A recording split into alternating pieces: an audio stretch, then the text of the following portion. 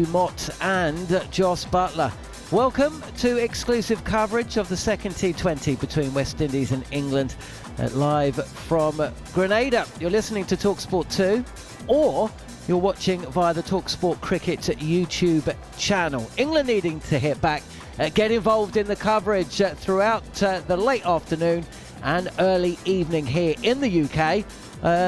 Or if you're listening in other parts of the world, sunnier ones no doubt, across the Caribbean, on various radio stations in the region. You can get in contact with us at cricket_TS, at talkSPORT2 on Twitter, and via the talkSPORT Cricket YouTube channel. Subscribe and ask us a question. I'm John Norman, and alongside me for the next 4 hours or so, stop clock permitting, is the likes of Jarrod Kimber, former England international Steve Harmison, and Alex Tudor. We will also be heading out to the Caribbean with a commentary team in place there as well. It's been a little bit of a bumpy road for England. Will they win the toss? Let's find out by heading out to the middle, where Ian Bishop is in control of proceedings. The weather is outstanding, so we'll go to the middle and join Samuel Badree. High-octane start to this contest and this series in Barbados. And if that is anything to go by, we expect some entertainment here in Grenada. We're all set for the toss.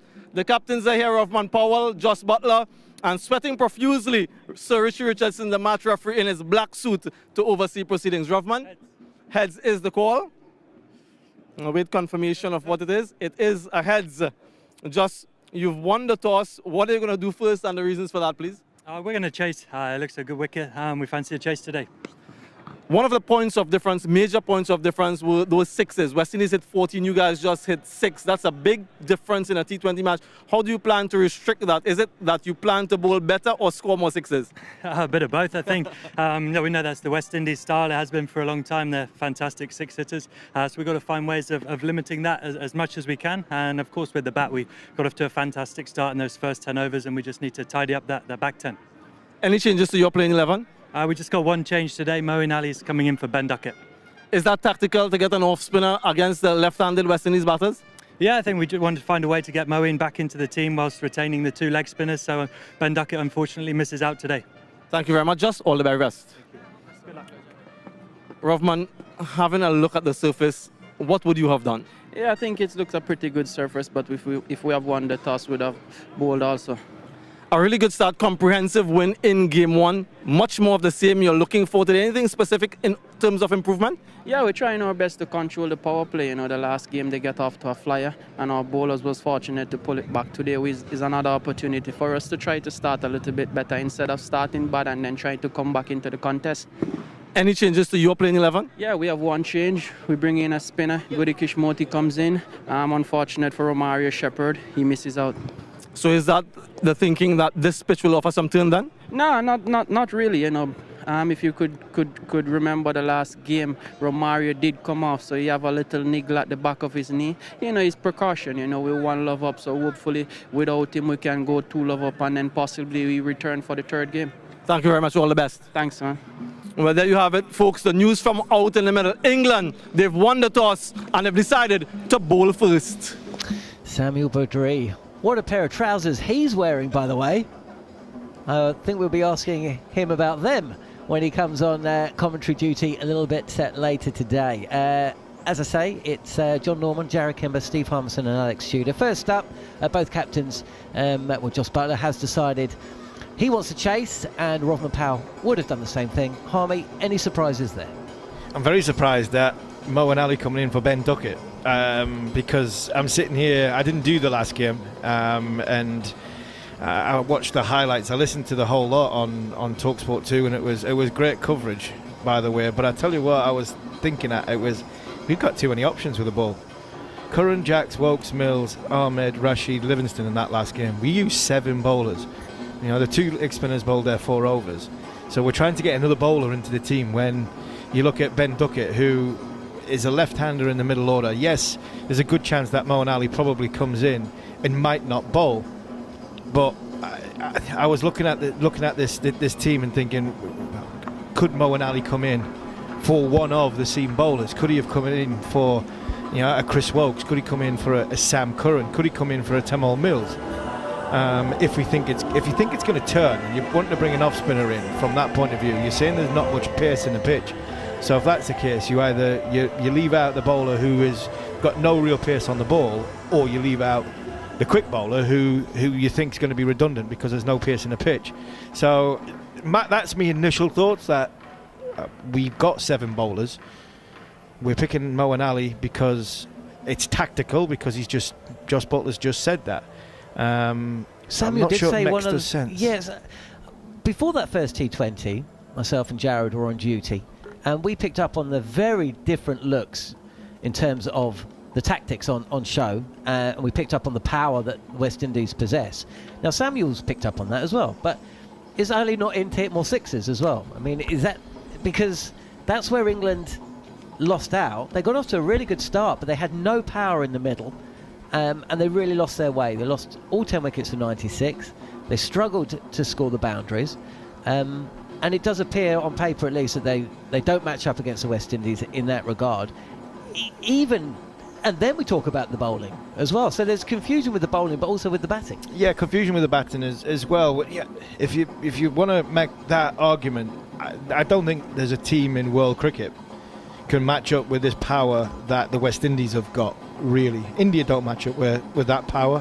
Australia don't match up with the power of what the West Indies possess. That's why these guys have won World T20s in the past, because this is the method that they have. You know, we're going to hit more sixes than you.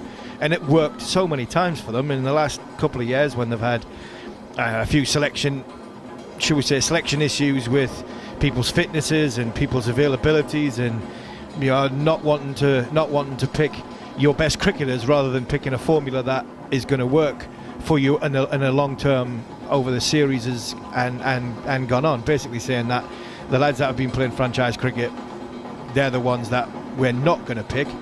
And there's been a lot of off-field stuff, and I think that's why the West Indies haven't been as powerful as what they were in 2016 when they won the tournament. They've gone back to that, and I don't think there's anybody as powerful six hitting as what the West Indies is. So again, you look at this middle order. Brooks a six hitter. You know, Harry Brook can clear the rope. We've seen that in Test matches. Liam Livingston's in the team because, you know, his ability to clear the rope. Sam Curran bats high up in the IPL. He can clear the rope, no problem whatsoever. So I don't think Moeen Ali is coming in to hit sixes. I think Ben Duckett's a good player. You know, I'm arguing against myself from the summer or from the World Cup, because I always want Moeen Ali. I always wanted Moeen Ali in my team. I just don't understand how you can say it tactically after the first game that you're changing the team to bring Moeen Ali in when you've used 7 bowlers. And is it a six hitting thing? No, I don't think it is. I really don't. I think it's another possible muddled thinking by this England selection unit, which is constantly under pressure. Tudes, great to have you involved. Your thoughts on England? I mean, you were part of the ODI coverage that we brought here on talkSPORT 2 via the talkSPORT Cricket YouTube channel. From what you saw in the first T20, the way that England are setting up today, World Cup, of course, taking place in the Caribbean in June. How do you assess where England are right now? Yeah, listen, like you all said, and you know, they had a fantastic start, didn't they? 77 runs in 6.1 overs when Phil Salt departed, 40 off 20 balls, and they had a fantastic start, didn't they? And they just sort of lost their way. West Indies came back really well with Shepherd and Zari Joseph. That man, Dre Russ, sort of came into the team and does what he does. He bowls and then comes in and lashes the ball over the boundary with not so many balls. He's so dangerous. That's why they love him in the side, and that's why he's so exciting. That's why all the franchises around the world want him, because that's what he can do. And just like Harmy says, you know, for years now, they've backed themselves to hit more sixes, and Jarrod will be able to tell us the stats. They will hit more sixes than any other international nation. They ain't going to run quick singles, but they will back themselves to hit the boundaries, and that's what they do, and that's what got them over the line. Like Harmy says, it's a little bit like the batting situation where you try and put more batters into your side, especially when I'm going to test now, where you'll have more than 7-8 batters. And I always remember something that Alan Butch always says to me. He always says, if you have too many batters, that responsibility sort of goes a little bit, and you'll be like, oh, next man will get it, next man will get it. Same with the bowling. I think if you only got 5 bowlers, your 5 bowlers have to step up and do it. Yes, have the other options, but if you've got 7 bowlers, 8 different bowlers, I just think, you know, if it doesn't go too well, then that individual's not seen again, and they sort of get away with it. Sometimes you do have to come back. Look at Zari Joseph. He got spanked all over the place, but then came back, and in Barbados, as he always does, he takes wickets. He got free for, and came back and bowled and blew away the lower order. So, look, England need to get back on a winning trail. While they keep losing, we're all going to always have these debates, and, you know, with Mart and Butler and stuff like that. Look, they're a good side. They just need to put together a performance. Like, individuals are doing okay, but as a team, they're not quite gelling yet. And having Duckett not in the side, when West Indies have got some spinners, and he's a very good player of spin, as Harmy said, you know, I think, yeah, he said he's coming pretty much to hit sixes, because the right arm off spinner can't bowl to a right-handed batsman because of the matchups. And don't even get me started on that. Well, we've got plenty of time, Cheese. The captains have spoken. We've heard them with Samuel Badree. I'm guessing that Sam Ellard isn't wearing the kind of slacks that we've seen from a World T20 winner. But Sam Ellard is with Jos Buttler. Let's hear what Jos had to say. Jos, won the toss today. What are you going to do and why? We're going to chase. It looks like a pretty good wicket. So, yeah, try and see what we're chasing and you know, look to hunt them down. And change, is it just the one change? Is Ben out for Mo? If so, what's the thinking behind that? And is there the possibility of maybe Liam Livingstone batting a little bit higher up the order, if I just made that up? Yeah, Moeen's coming in for Ben Duckett today. We wanted to retain the 2 leggies and find a way to get Moeen back in the side. So Ben Duckett's the unlucky one that misses out today. And we'll always be flexible with that middle order. I think that's something that we try and you know, come into the T20 game, is trying to put people in positions where the game suits them most, or try and disrupt the opposition. So we'll always be flexible with that. Josh, you told me after the last game, despite defeat, you've liked a lot the majority of what you've seen from your side over the past couple of weeks. What do you think extra needs to be done to turn some of these games that are very close into victories? Yeah, I think the overall performance has been really good. It's you know, when we get on top, managing to stay on top, not let the opposition back in, and I think, you know, you're always striving for that more complete performance. You know, you never get perfect performance, but as close as we can do, and we'll come out on the right side. You know what, Josh, sun's shining in Grenada. It's a good time to be alive, isn't it? It is, yeah. Enjoy. See you later. Rodman Powell, the West Indies captain, going to come over and have a little chat to me. Thank you, Robin. I'll keep it brief. If you'd won the toss, what would you have done? Yeah, if I won the toss, I would have bowled also. You know, it looks a pretty good surface, you know, so hopefully we can start well as a batting group. Any changes today, and if so, why? Yeah, we have one change. Romario Shepherd picked up a little niggle in the last game. In comes Gori Kishmoti, a left-arm spinner. And what are you looking from him today? Because he bowled very well in the one-day series. Yeah, we're looking for him to control the middle overs. You know, England have a lot of power hitters in the middle overs, so we think that a good spinner, a good quality spinner to them in the middle overs is very important. I know it's only one victory and there's so much more work to be done, but it felt like that victory, that in the manner of it, with Russell coming back on home soil against a great team, giving everybody in the Caribbean a real boost. Do you feel there's a real good factor around your team at the moment? Yeah, definitely. And I think we're playing good T20 cricket, you know, and that is commendable because the guys have come out and show their mettle. The guys have come out and execute the plans that we come up with. You know, today provides another opportunity, not just for Russell, but everyone playing to stand up and be counted. So that's Sam Ellard with Rodman Powell and Jos Buttler. It is England who have won the toss and they will bowl first. Time now, though, to get an odds update with William Hill. Two with official betting partner William Hill. Get epic value all season with William Hill. 18 plus, begambleaware.org. Well, delighted to say that with the latest odds ahead of the second T20, which is going to be getting underway in about 16 minutes time, is Lee Phelps from William Hill. What have you got for us, Lee? Yeah, interesting one here. England still odds-on favourites despite that first performance and that defeat to West Indies. You might think that West Indies are even money represent the value here. England 4-5, and of course the tour doesn't get any better. They need a win from somewhere. You would think England, whether you can trust them at 4-5 is open to the listeners' minds really. West Indies, like I say, even money. A few interesting enhanced odds. Jos Buttler over 2 4s and Phil Salt at least 1 6. That's been enhanced to 3-1. Looking at, you know, Phil Salt over 23 runs and Adil Rashid over 1 wicket, 5-1 as well. Shai Hope, top West Indies run scorer for West Indies to win, was 7-1, now 9-1. All the markets are available on the app and williamhill.com. But you're looking at the run scorer odds as well. Top West Indies run scorer, Brandon King's 100-30. Looking at England now, Josh Butler 9-4, Phil Salt 3-1. Looking at Will Jacks at 4-1 as well, Harry Brook 5-1. I think there's some value in around England. I'm not so sure I'd want to back them at odds on tonight, but maybe in terms of the run scorers, I think there's some value in there. But let's hope England can get a win, eh?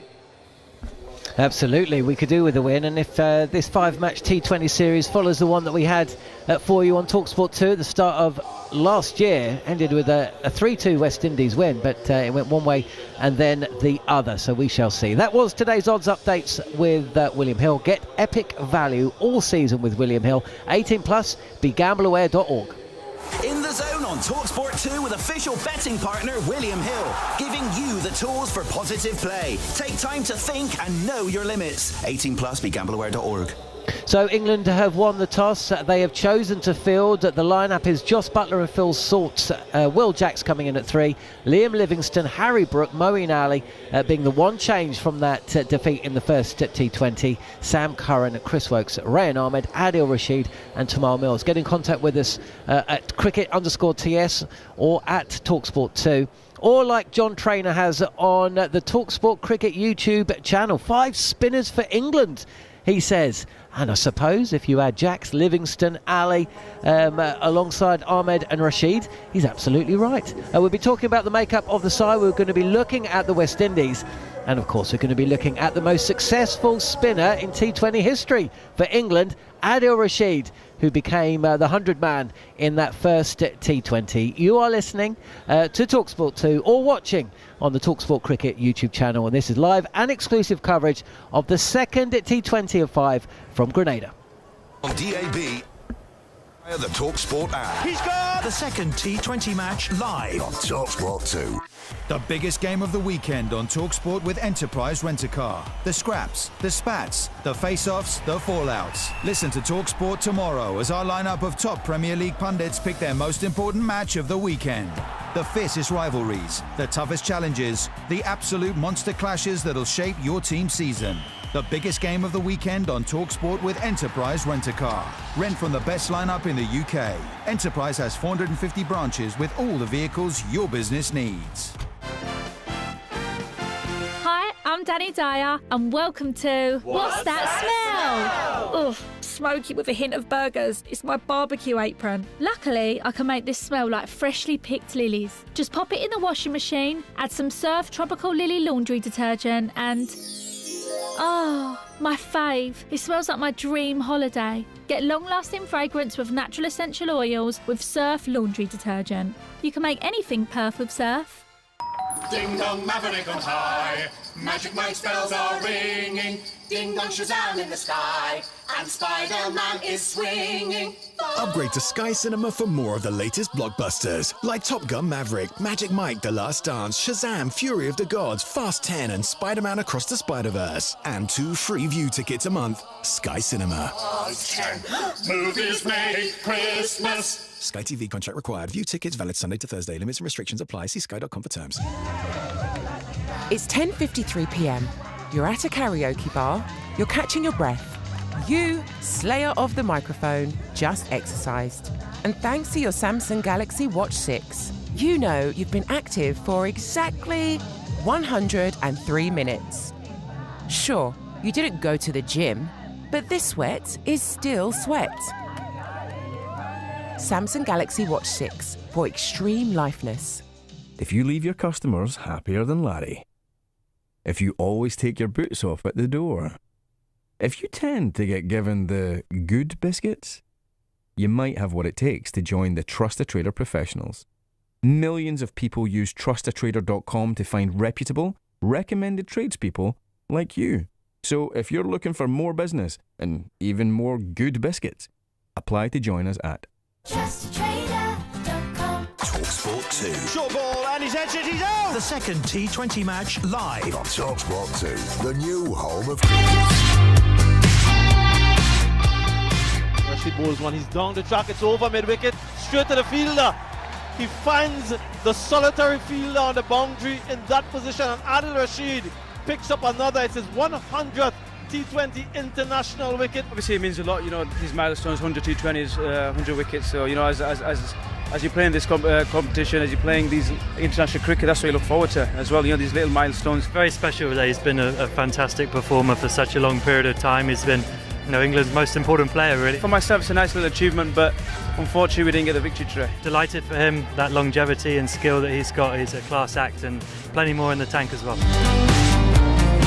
Well, he's a class act indeed. Bowled well in the World Cup as well, and picked up his 100th T20 wicket on his 100th T20 appearance in Barbados the other night. But after 9 defeats in the last 13 white ball games, Adil Rashid says their recent slump in form is just part and parcel of the game. I think that's just life. I think that's just sport in general. You can't always win T20 World Cups. You can't always win 50 World Cups. Not many teams around the world in cricket have won them consistently over 10-15 times. You win some, you lose some, and unfortunately for us we've lost one, but there's one coming up in 6 months. I'm sure that we'll prepare well for that.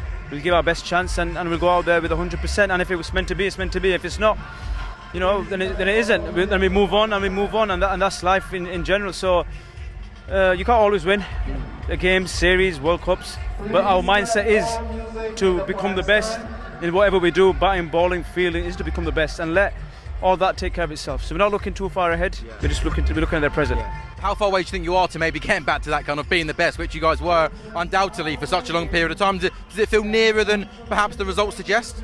I mean, it can always take time. You can always, you know, when you go through a bad patch like we have, but I don't know, over the past few months or whatever it is, it could take a bit longer to get back to that, but it can come very quickly. It can come within 2 games where people click. You get confidence, you win a game, then you win another, and then all of a sudden the ball's rolling again in no time. Then, like I say, maybe a month's time and everything's back to normal. Yeah. So then, you know, that's sport. Ups and downs come, but I'm very confident that we stick to our thing, we stick to our mindset, stick to our core principles as a team. I'm sure we'll go a long way. Adil Rashid there, speaking with Sam Ellard, Steve Harmison, Alex Tudor and Jarrod Kimber alongside me. I mean, Jarrod, from your perspective, we've spoken about Adil Rashid many times, none more so than when Goffey's on duty and an IPL draft. Well, apparently he's hit 10 first-class centuries. I'm not sure if you knew that. And I think he dedicated all of them to Goff. Well, but from your perspective, I mean, we have spoken about Adil, but the role that he plays in this side is actually more than just leg spin now, isn't it? Because you've got this youngster coming through, Rayan Ahmed. You know, we will sit back and watch to see how that career pans out. But certainly the relationship between Adil and Moeen has been an instrumental one within the success of that England team. 50-over cricket. And it's going to be very interesting to see how these two work alongside each other in this series and moving on. Yeah, I think if you look at the last World Cup, obviously, you know, Liam Plunkett's no longer there. Ben Stokes doesn't bowl anymore, or probably won't bowl ever again. And so they're missing big chunks of what they had. But one of the few things they still have is Adil Rashid. I thought he had, after a slowish start, maybe like a lot of players in England, had a fairly decent World Cup by the end. He's going to be more important in the T20 World Cup, I would have thought, where he's even more suited to that format. But yeah, then you've got the combination with Moeen Ali has always been a thing, but coaching Rayan Ahmed and, you know, making him feel comfortable, making him feel as part of the team, that World Cup in the West Indies, we are expecting spin to play a big part, as it has in this series at times as well, right? Absolutely. And if you look at the West Indies side, they've also made one change. They brought in a spinner, and it's a spinner that we wanted to see in the first T20. Didn't make a lot of difference in the end, but Gudakesh Moti, who we saw in the ODI series, you like him. Tell the listeners and viewers what they can expect from him today. He spins the ball a long way, and I think that's the most interesting thing about him. He's very conventional as well. You see him upright, exactly. He looks like a spinner from the 90s, really, more than a modern-day spinner.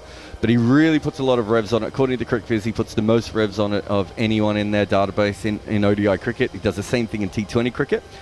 He hasn't played a lot. Well, he hasn't played a lot of games professionally. He's played 30 T20s, got an average of 24, an economy of 7. He is from Guyana, and generally what happens is, Guyanese spinners have great records because no one can actually hit them off the square because the ball never gets above ankle height. Subterranean spin that you have to face over there. But he, weirdly enough, doesn't have a very good record at home. He averages 35 at home with an economy rate of 7. He's much better away from home.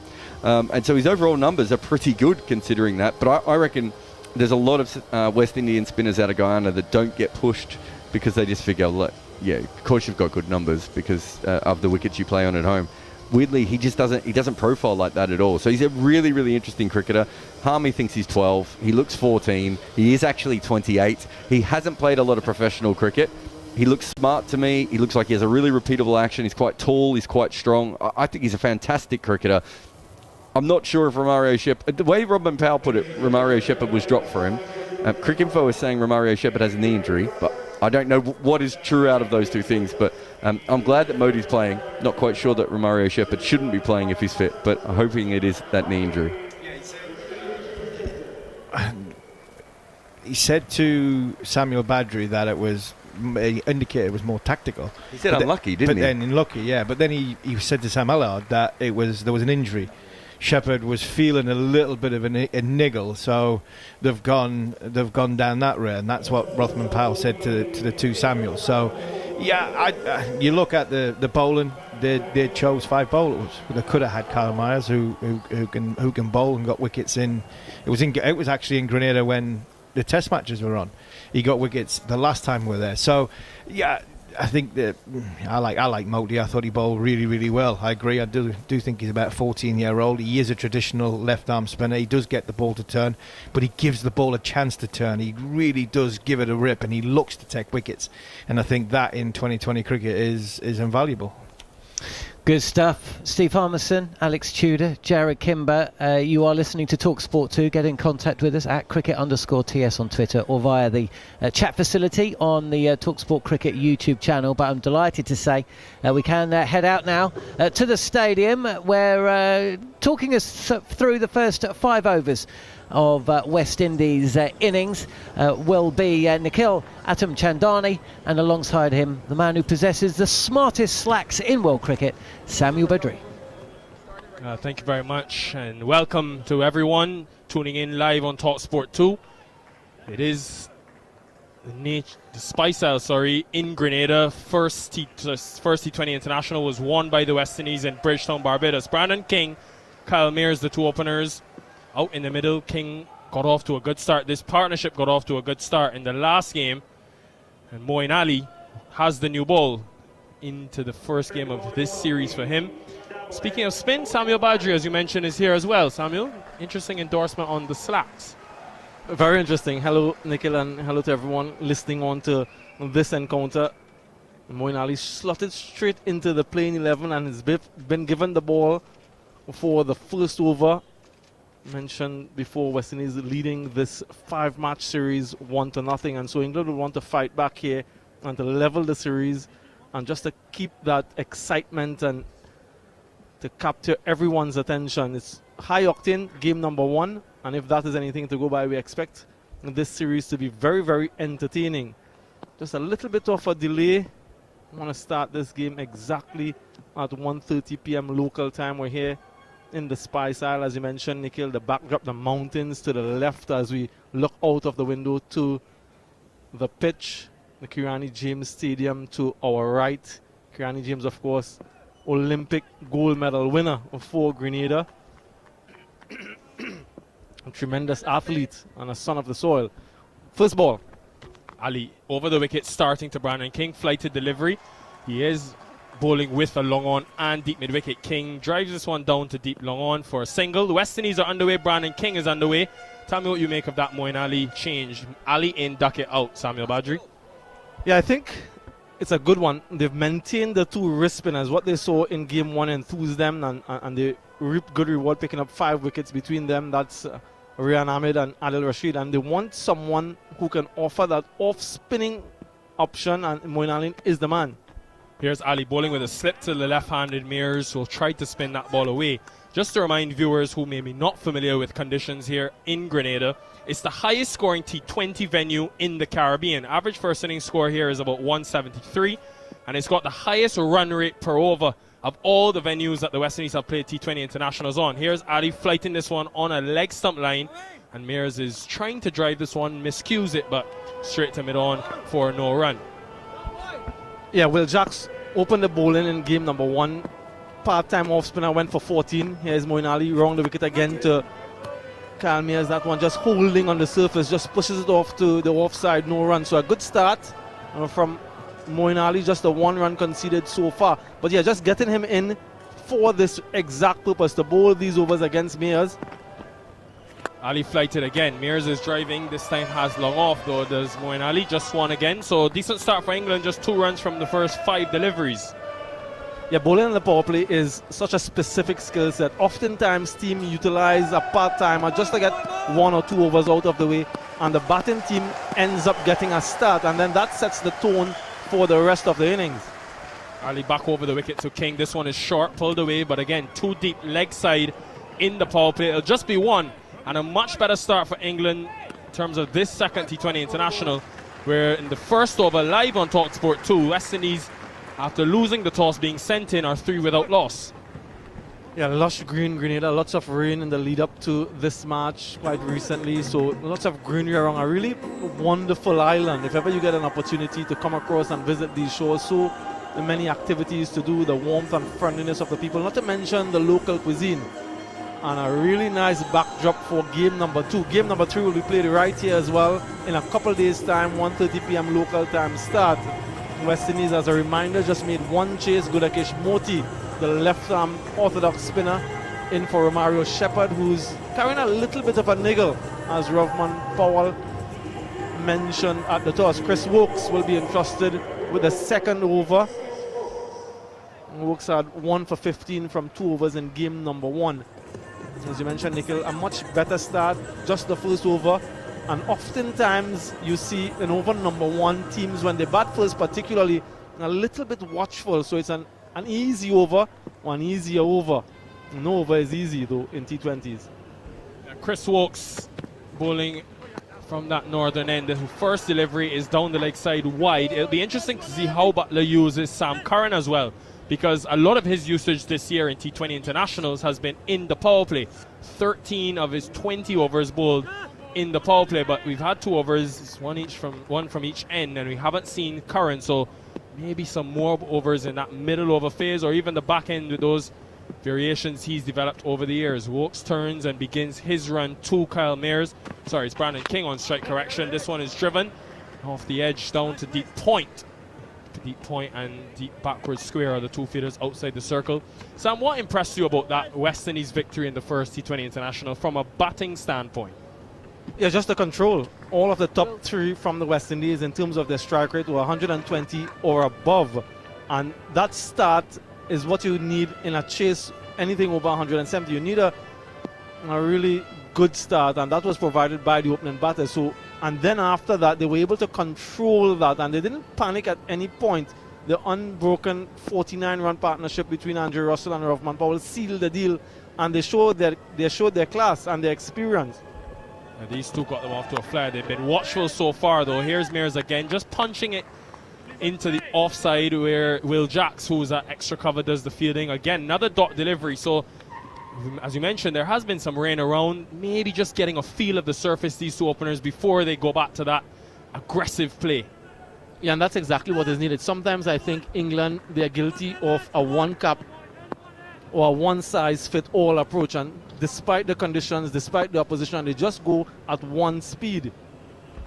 Walks past umpire Williams. This one outside the off stump, just about that 5th stump line, and Mears just fishing on it, but it goes past the outside edge through to the keeper Butler for no run. And anyone who's played cricket at any level understands that there are ebbs and flows in a game, even though it's a T20 match. We've seen them in ODIs as well, just continue to go hard, go hard, go hard. And despite losing wickets, there isn't a tempering of the approach. And I just want to see if they continue with that despite the results. Many will remember Kyle Mears in that first game. Here's Wokes, again goes across Mears, and he's just opening the face to this one, which then directs it down to deep point for another single. He hit 4 sixes in that first T20 International Mayors. 3 of them were over that deep mid-wicket area. So far they've been a lot fuller to him. And it'll be interesting to see if they go to Mills in this power play, who's retained his place in the team, or maybe even Curran from the other over, or persist with the new man, Moeen Ali, who's come in, the 36-year-old, for this second T20 International. Slip is in place for Brandon King, who likes that extra cover region, likes to drive the ball outside the off stump. Deep point, deep backward square, the 2 fielders outside the circle. Here is Wokes getting one to just shape back in and narrowly misses the off stump through to the keeper, no run. Yeah, some aggression there from Brandon King. He felt as though he's seen enough and he wants to capitalize on this power play. Expansive shot between bat and pad and just goes over that middle and off stump. An excellent delivery, and that's sort of the length that he'll want to hit with more regularity, Chris Wokes. And just a bit of history, Nikhil, and to all our listeners. Umpire Jacqueline Williams becomes the first female umpire from the West Indies to stand in a men's T20 International featuring 2 full member nations. There's King driving to mid-off. Can't beat the fielder though, but they do scamper through for the quick single. It's quickly the end of 2 overs. 7 runners on the board for the West Indies. They haven't lost a wicket, but England have controlled the scoring rate. Live on talkSPORT 2. Yeah, the 47-year-old Jacqueline Williams stands in the middle in the second T20I. She is from Jamaica, and she is joined on field by experienced umpire Gregory Brathwaite. Leslie Reefer Jr. is the television umpire for today. So historical moment for umpire Jacqueline Wilson, historical moment here in the West Indies and for the female umpires and for females in general. A crowd slowly coming in. The Barmy Army are here in their full numbers in Grenada. They always come here. They had a test match last year. West Indies played England. They were out in their numbers. Here is Moeen Ali continuing. Gets some prodigious spin off the surface to King, who is looking to punch it into the offside. But it comes off the inner half of the bat and goes into the pitch for no run. Yeah, looking to open up the offside, but Moeen Ali is bowling a tight line and he's getting the ball to grip off the surface. Here he comes in again over the wicket to King. This one is way outside off stump. Looking to smash that one straight back into the bowler. So he's quite a skillful and a thinking bowler, Moeen Ali. Seldom will he bowl 2 deliveries in the exact same spot. Ali, no slip in place for King. This time, slog sweep over the onside. It's big. Gone all the way for 6. First of the day. The West Indies hit 14 in that first T20 International. That's the first one.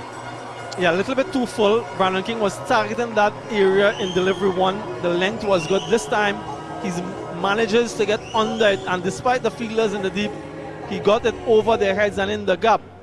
And that's the, I suppose, a little bit of a challenge for Moeen Ali, bowling to the right-handed Brandon King. He wouldn't mind a single and to bowl more of his deliveries to the left-handed Mayors, but Brandon King doesn't seem to be in a mood to get a single.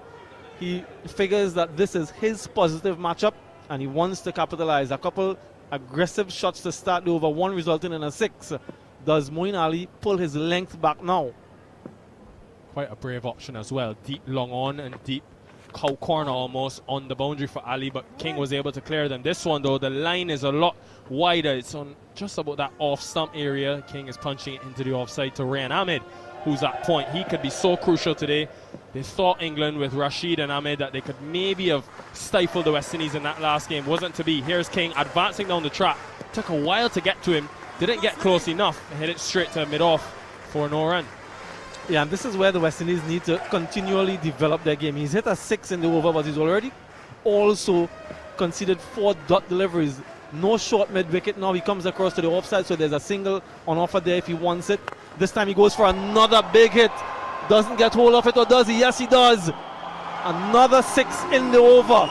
So that's the danger of bowling the off-spinner to the right-handed Brandon King. And though there were 4 dot deliveries, the over still went for 12. 2 overs, none for 15 from Moeen Ali. A good start for the West Indies as well after they were stifled in the opening 2 overs. Harry Brook was at deep long on and made a valiant effort, got a hand to it in the end, but he was well over the boundary rope. And Brandon King taking on that slog sweep twice in the over and getting the result, the desired result that is. And one thing to watch for the listeners is that wind factor kind of swirling direction tends to change, usually comes from the northeast, but anytime you hit the ball into the air, you just never know the impact it could have. We are very close to the Caribbean Sea here at the National Cricket Stadium. Chris Wokes has the ball, and he's bowling very wide to Kyle Mayers, shorter length, and Mayers punches this one disdainfully into the offside for 4. Yeah, oftentimes it's just that one boundary, that one over that opens up the floodgates. And the start of this over, positive one from Kyle Mayers. Again, the length and the line, both not exactly what he wanted. Chris Wokes short and wide, and just asking to be hit. There's a change in field now. The third goes into a deep point position, and backward point comes a lot finer. So there's a short third, backward point on the boundary, extra cover, middle off on the offside. Mayers is so strong square of the wicket. Here he is short again to Mayers, who's pulling this one in front of square. Work for deep square to do, can't get there. Back-to-back boundaries, good start for the West Indies. Yeah, so he made adjustment in the line, Chris Wokes. It was much straighter, but the length again too short. If he goes back to the first over where he bowled a delivery that just nipped back in and bounced over the top of middle stump, that was much fuller than these two deliveries. That's the sort of length that he should be looking for. Instead, he's been short in the first two unpunished. The field stays the same. Here is Wokes again short, and Mayers really missed out there. May have just rushed onto the bat a bit as it hits the top of the bat and just trickles through to Buttler, but he set himself up for another pull into that leg side, a shot which we saw dominance in that first T20 International, Samuel. Yeah, he's very strong with this particular shot. Sometimes he gets dismissed with it, but that's the risk you take, particularly in this format. Just the Q end off the bat. But I like the approach from the West Indians. They looked at the first 2 overs, got a little sense of what the pitch is doing, but they know too that they must capitalize on the field restrictions, and so they're going hard now. Wokes, slower delivery to Mayers, who's driving, comes off the edge, goes to Mills at short third. And remember, folks, this is quite different in terms of what the West Indies dealt with in that first T20 International. They batted second. Under the lights, there was a bit of moisture from the rain. You could argue maybe a dew factor, which could have allowed the ball to come on a bit better and made things tougher for England, and especially their wrist spinners. So it will be interesting to see, without that dew factor, very hot and humid conditions, how Rayan Ahmed, Adil Rashid especially, maybe even Liam Livingston, who we saw in that first game, can go with ball in hand. Now to Mayers, still backward square and a deep point.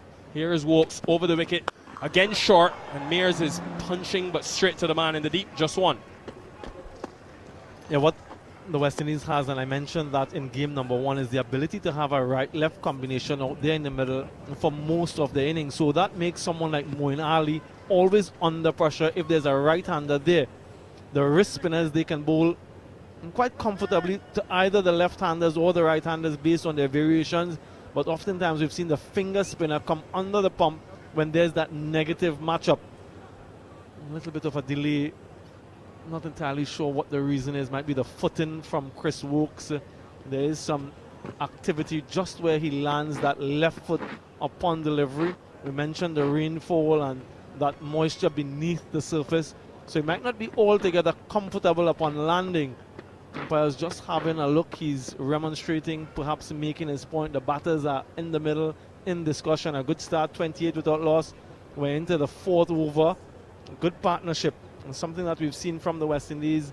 These two have been given the opportunity once again. I'd also like to see, Nikhil, during the course of this series, other players given opportunities in different positions just to test exactly what they can do come that World Cup in 6 months' time. This series, in terms of the result, in my respectful view, not altogether important, but giving players opportunities at different phases. We saw England use the 2 wrist spinners. We're seeing West Indies today use their 2 finger spinners, Gudakesh Moti and Akil Hussain.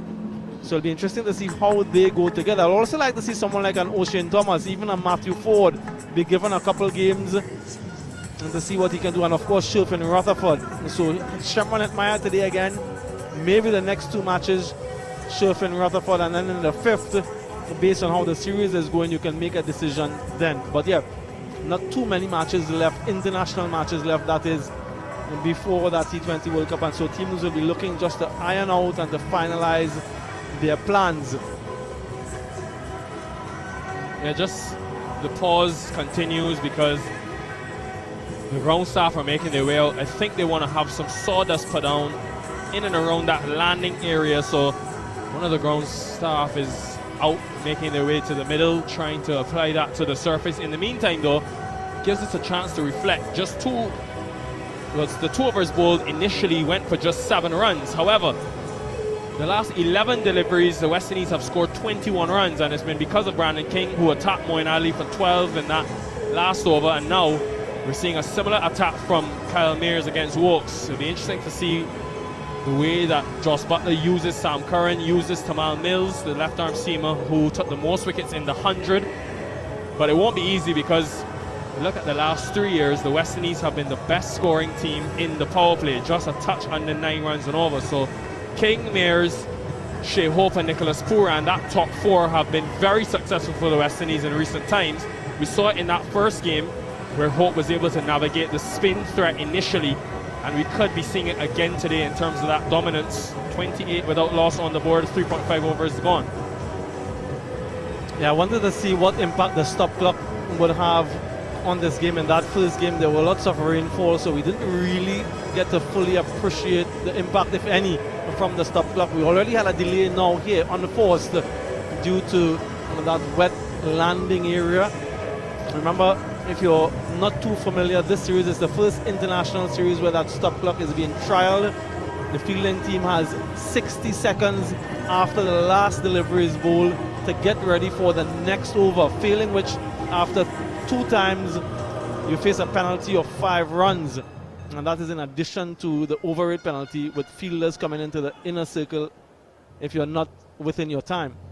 Well, ready for the resume. Here is Woakes, straight delivery on the pads, just flicked away forcefully down to deep backwards square for a single. Ends the 4th over, finally 29 without loss. A good start for the West Indies. This time they're batting first after losing the toss. So far so good. Live on talkSPORT 2. A nice little platform being laid here.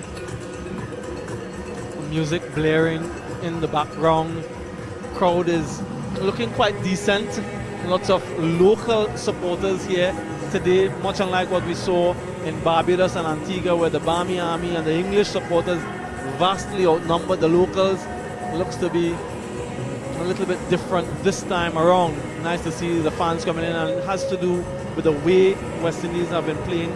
Won that ODI series 2-1, and they started off this one enterprisingly. They have a solid batting unit, very strong middle and lower order. I just wonder if that impacts the way these batters bat, knowing the depth and the quality that they have. A change in bowling from the commentary box, then Sam Curran into the attack for the first time. Left arm around the wicket to Brandon King. Yeah, first look at Curran, who's around the wicket to King, driving that extra cover region, which he favours again. No run. Interesting that England have backed Curran even through phases of adversity in this series. You saw it in the One International Series. Went for 98 runs in that first ODI, then came back superbly well, won player of the match with 3 wickets. Last game, he went for 23 runs in just 2.1 overs, and both those overs were in the power play. Buttler has wanted to use him mainly with that newer ball, trying to use that wind to take the ball into the right-hander. Here he is wide of the crease. King advances and lifts it over extra cover for 4. A strong area for Brandon King is that extra cover region, and he's capitalizing on this occasion. There might have been another slower delivery from Sam Curran. Yes, it was. And he just met it on the full, hits it on the up, clears the field at mid-off quite comfortably. So slower delivery ball 1, slower delivery ball 2. Brandon King is having none of it. He seems to have a good idea of what the surface is doing. Really positive approach. 21 from 14. He's racing along. Mears 11 from 12. Yeah, both men leg side on the boundary. Here's King edging this one. Buttler gets a crucial right hand onto it. It was an attempted cut shot by Brandon King. Interesting though, Sam, that he's going to that off stump or wider line, but both feeders are leg side, deep backward square, and a very straight deep mid wicket. It has an umbrella ring across the offside. Everyone is on the circle. No one really cutting a single because the batters are looking to go hard. Doesn't want to bowl straight. I know the point you're making with the 2 fielders there, but still he doesn't want them to hit there. It looks to be another slower delivery. It is, and bouncer this time into the pitch. King can't pull it. Goes through to Butler for no run. So good start from Sam Curran. 4 of the first 4 deliveries. And to take you through the rest of this over and a few more, we'll send it back to the studio with Jonathan Norman. Thank you, team. Yes, 33 without loss and West Indies. Pressure has been in and around this England team, the white ball team, for quite some time. But when it's in professional sport, but West Indies have got off to a decent start. I'm John Norman. Alongside me, Jarrod, Kimber, Steve Harmison and Alex Tudor. Curran is in again. One hand off the bat from King. No timing there. Slight misfield. No damage done. Just one boundary then from this first Sam Curran over. Coming from the second ball, Brandon King, who had a patchy ODI series. He's 21 from 17. And Carl Mayers, who hit 2 absolute monsters. 6s in West Indies' 4-wicket win over England in the first T20 is 11 from 12. Curran at the top of his mark. Last ball of the 5th over. We're in the power play here on talkSPORT 2. He is in. Down the track it is King, and this will race away to the boundary. 4 more to the score. 37 without loss. Thoughts, Judes?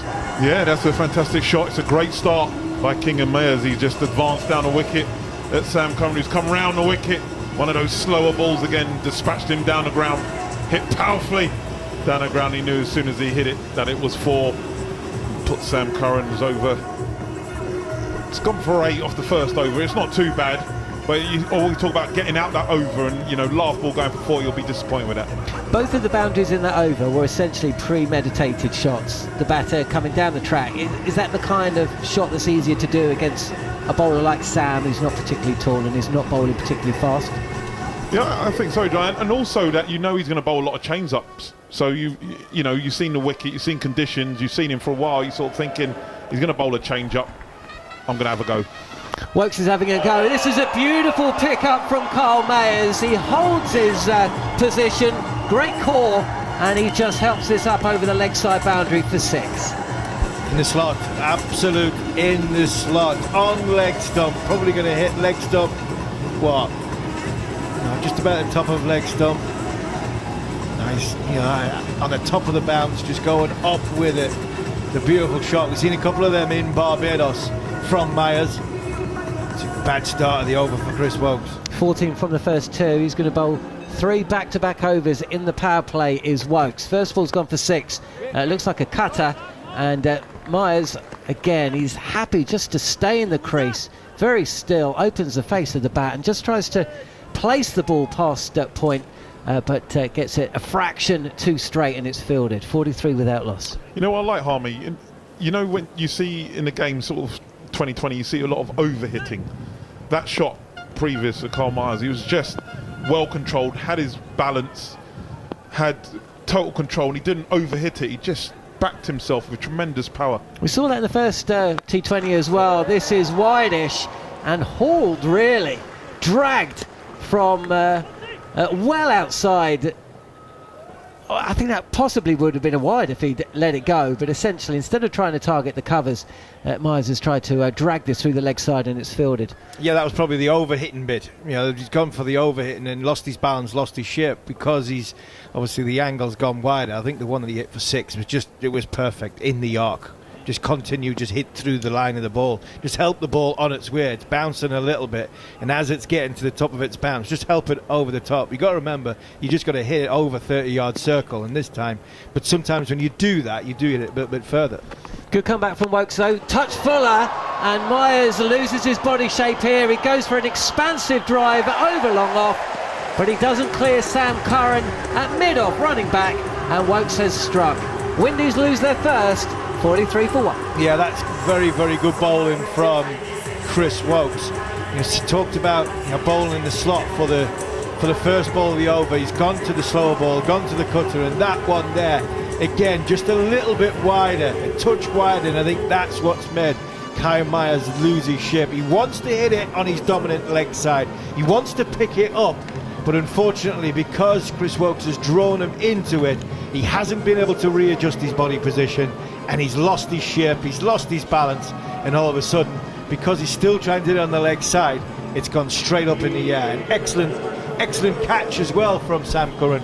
running back, because they're never easy running back into the blue sky. Remember, it's blue sky. It's not a night game. So, you know, he's had a look. There's not many clouds in the sky, but he's had to just turn his shoulder, get himself positioned right, and take what did look like an easy catch, but believe me, it's not.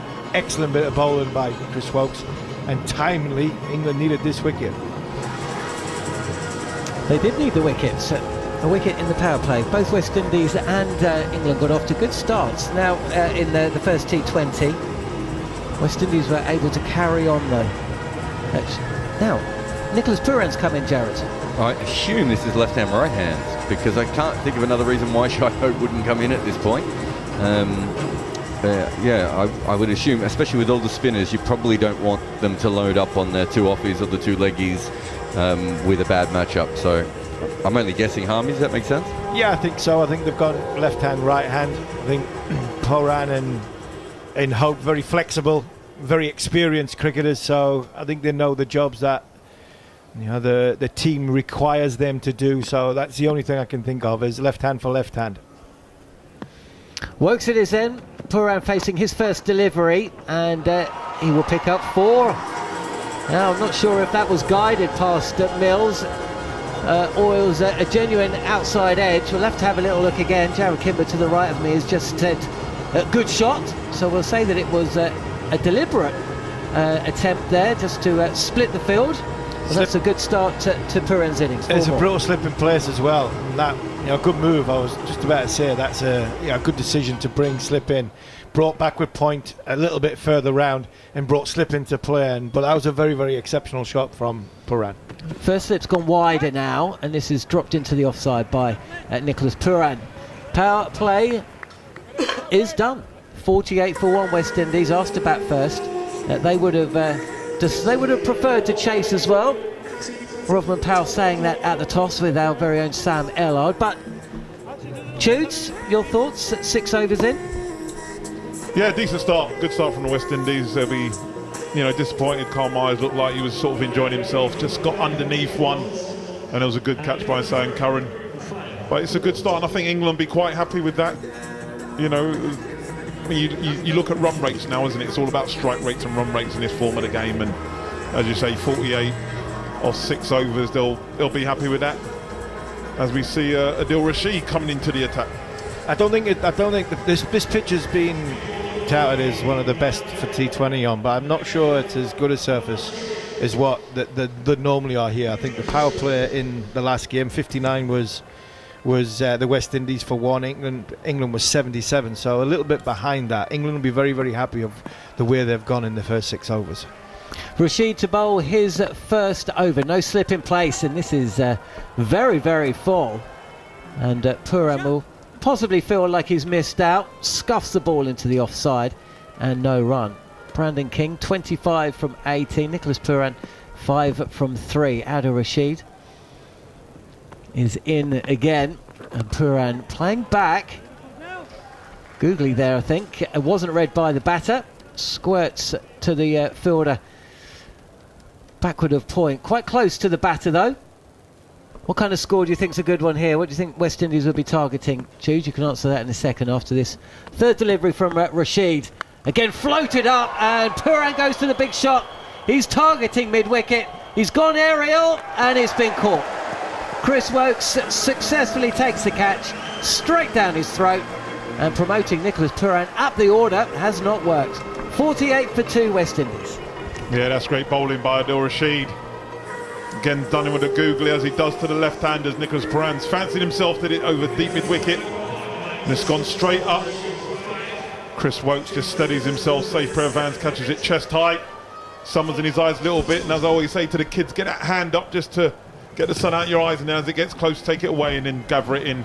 Safe pair of hands from Chris Woakes.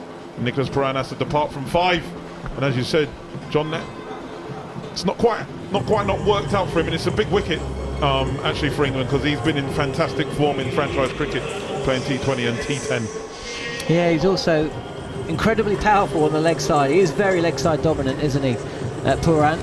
So good skills from Rashid. He would have known where the batter wanted to hit him. He was touch frustrated was Nicholas Pooran, because the ball before, Rashid's first ball, the looping nearly, he just got it just before the full toss, and he's blocked it into sort of extra cover, and I think extra cover was asleep, and Nicholas Pooran wanted a single.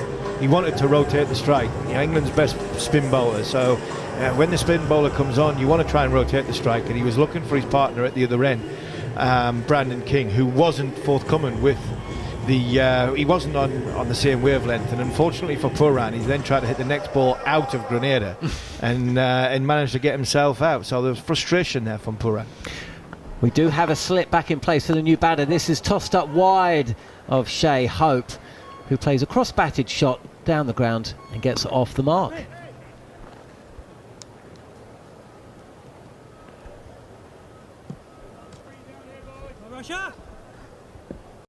I think it was a leggy, wasn't it? It did look... Well, it did look like maybe it did come out the front of the hand a little bit. Tossed up again, and forward is King. Again, just dragging the ball wide of off stump into the leg side. Fielder's back on the boundary now. We're not inside the power play. Yeah, it wasn't a full-blown top spinner that you'd normally get from Rashid, but it didn't spin. It just seems to hole in the pitch. Bounced, if anything, but bounced straight up.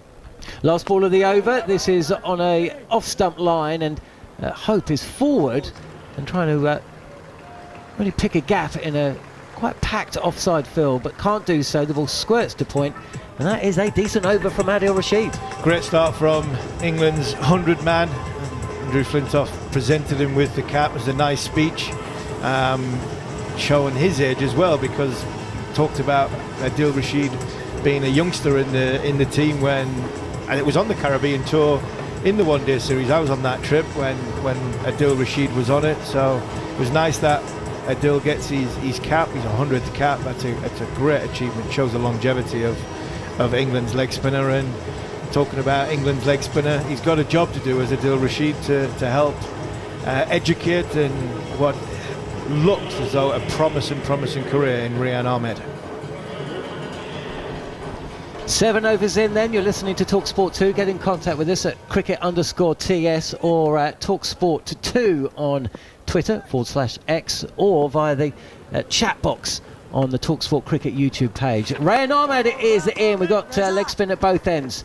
No real turn there from this first delivery from Ahmed, and it's King who playing it deep in his crease, happy just to push this up to mid-on for a single. 51 for 2. Lots of chat on the chat group. I'll go through some of those messages very shortly, but this be one of the few times, or the first few times, you would have commentated on Rehan Ahmed. Tudes, have you seen much of him over the last couple of years? Obviously with your work with Sky as well. What a delivery from Ahmed. He has bamboozled Shea Hope, who was playing back and then really pushing the bat out in front of him, more in hope than expectation. And off stump has been rattled. 51 for 3. Tudes, I think he's got a good googly. Yeah, no, he's not picked that one, has he? He's gone back. He's looked like he was going to cut it, and then he's like, oh no. And it's just sort of come back at him, Shea Hope, and he's been in tremendous form. So that's a massive wicket for England and Rehan Ahmed. And as you said, John, I've seen a bit of him, and what I've seen I like. You know, he's a confident young man. Not only does he bowl leg spin well, he can also bat, let me tell you. So he's going to be a tremendous find for England. And as you said, bowling at the other end to Rashid, he can only learn, sort of look at that as you know, he can mentor him, show him what it's about, you know, touring, bowling different conditions on different pitches. It's a great learning curve for him with Mo out there as well. It's great to see, you know, a young individual getting his opportunity and taking it, you know, and getting that wicket in his first over. It's a fantastic start for the young man. I want to see that again, because out of the hand that definitely looked like a wrong end, and it reminded me of the Ravi Bishnoi ball, and he bowls very similar to Ravi Bishnoi in that it looks like a wrong, but it actually spins slightly away. Yeah, it did, but I think he looks as though he might have got an inside edge on it, which exaggerated why it went on to off stump, why I thought it was the big googly. He still played the wrong line. He did play the wrong line. He wasn't sure what he was playing, and he looked flummoxed, didn't he? Off stump looked flummoxed. It was, yeah. It did, yeah. Yeah, it was a clear inside edge onto off stump, just grazed the bat. Hetmeyer's a new batter, forward, and 2-full from Ahmed. He'll be a little bit disappointed with this. Slip in place again, pushed up to mid-off, so Hetmeyer gets off the mark. Still looks like a wrong one coming out of the hand. I can see how it is a leg spinner now that we've seen it slowed down 4 times, but if we're struggling to pick it on the 4th go, you can see why Shai Hope might have struggled. That's why we batted where we did. King playing back and across, and again we'll take a single up to mid-on. West Indies losing 3 wickets for just 10 runs. And the beauty about that delivery, we're talking about it and not being able to pick it. This is against Shai Hope. This is against a guy who got 5,000 ODI runs in the same amount of time as Virat Kohli and Sir Vivian Richards. This is a proper player. Left-handed Hetmeyer's forward in defence. Little applause there for the defensive shot from Hetmeyer. I mean, pressure on him as well. We seem to be saying the same thing with him. Apart from when he's playing in the IPL, Jarrod was showing me some astonishing numbers from him. Full and driven by Hetmeyer. There's consistency to Hetmeyer's game in the months of March, April and May. I think it's safe to say. I think there's consistency in his game, full stop. They're just different types of consistency in March, April and May. There's no doubt, Jarrod, that this boy is supremely talented. He's got everything you want as a batter. He can play both sides of the wicket, he can hit the power shot, he has the game, it's just possibly the mentality. It's not even just mentality, is it? There's a lot going on with him off the field, and there has been for a lot of his life. And remember when we were in West Indies and he made those runs, Sam Allard said to me, do you think he'll be a really good test player? And I said, he could easily average between 40 and 45 in test cricket. He's never going to stick around long enough to work on his game to be that. And it's a bit like what John was saying before with the IPL. We know when the IPL's around, he looks like one of the best players in the world. The rest of the year, it doesn't always put in his best performance. Let's see what kind of a performance he's going to put on here. A good sprawling stop at short mid-wicket from Rayan Ahmed, I think. We're going to see some more spin. Yep, Ahmed diving to his right, preventing a single, keeping Hetmeyer on strike. 2 from 4. King at the other end, 28 from 21. He's been watching a lot of cricket for the last few overs. There's an edge straight to first slip, and Adil Rashid has struck. Moeen Ali with the grab, and Hetmeyer's innings once again it's come to an end very swiftly. He's gone for 2, and the West Indies lose another here on talkSPORT 2. That was definitely out the front of the hand, and it was a lot quicker, and Hetmeyer's feet were stuck in concrete either side of the pop-in crease. Adil Rashid knows that. He just pushed it a little bit quicker, but pushed it a little bit wider. Gone with the drift, and Hetmeyer's hands came forward, but unfortunately his feet and his body didn't go with them, and he's just... It was like a slip fielding catch. He just guided it, and it's gone quickly to Moeen Ali. Excellent catch at slip. The West Indies now, their captain walks out, he's doing some stretches, cap on, adjusts his equipment, and his team are in big trouble at 54 for 4. 8.2 overs gone in this game, with spin looking as though it's really, really dangerous on this surface. Just to add something to what Josh Buttler said at the toss, Moeen Ali was coming in because of the left-handers, to bowl to the left-handers. Adil Rashid's now got both the left-handers that they were worried about out. And if you have a look of the last few years, he's been averaging 19 against left-handers and 26 against right-handers. So that wrong-un is really working for him. That wasn't the wrong-un there. And in fact, neither of the wickets were the wrong-un today. The other one was a leg spinner, and that was the one out the front of the hand. But I think Adil Rashid, especially in T20 cricket, as a woman holds a fake baby in the stands. Sorry, it completely put me off. It was such a weird image. I believe they're called dolls. I think he's just become a really good bowler to left-handers in T20 cricket. Rovman Powell, the West Indies skipper, is beaten by a ball that gripped on middle and off and turned away from the right-handed Powell, striking him high up on the pad. That's a horrible ball to get first up. He's putting on an exhibition as Adil Rashid. He's showing his class, 2 from 2 of 1.3. These West Indian batsmen have to be very watchful. It's very often the follow-up ball, though, after that big turning one. And this is a touch straighter. It doesn't get the line right, though, and it's clipped away. Powell gets off strike and off the mark with a single. West Indies lost 4 for 11 in 17 balls as well. That's not good. No, it isn't, but they still have players at the crease that you'd back to score, and I suppose this is kind of the difference with West Indies and England at the moment, as Powell, who didn't get off the mark to that last delivery, is forward and punches this wide of mid-off for a single. 55 for 4 then, West Indies. You're listening to talkSPORT 2. And we're just seeing, that was a smart catch by Ali, wasn't it? It did go to him pretty speedily. Went quickly, but his hands were down and then they were up, and then he managed to take them hands down. Tossed up and driven, fielded well. Not sure if that's still Ahmed at extra cover. Either way, that's the end of another good over for England. 1 run coming from it, and the wicket of Shimron Hetmyer. Brandon King and Rodman Powell at the crease. 9 overs in the score. West Indies 55 for 4. Great start from England now. That power play, possibly the West Indies thinking we might be a little bit behind, possibly 1 over behind when it comes to the numbers from them first 6 overs, and that's possibly why, you know, Nicholas Pooran played the shot he did. Shai Hope was absolutely bamboozled by her beauty, and the same with Hetmyer. Hetmyer was done by an excellent bit of bowling, not just the wicket taking ball, but the balls around that to put him under pressure. He's faced 5 balls, 3 of them, you know, top spinners that went on with her hand, and then that little bit quicker.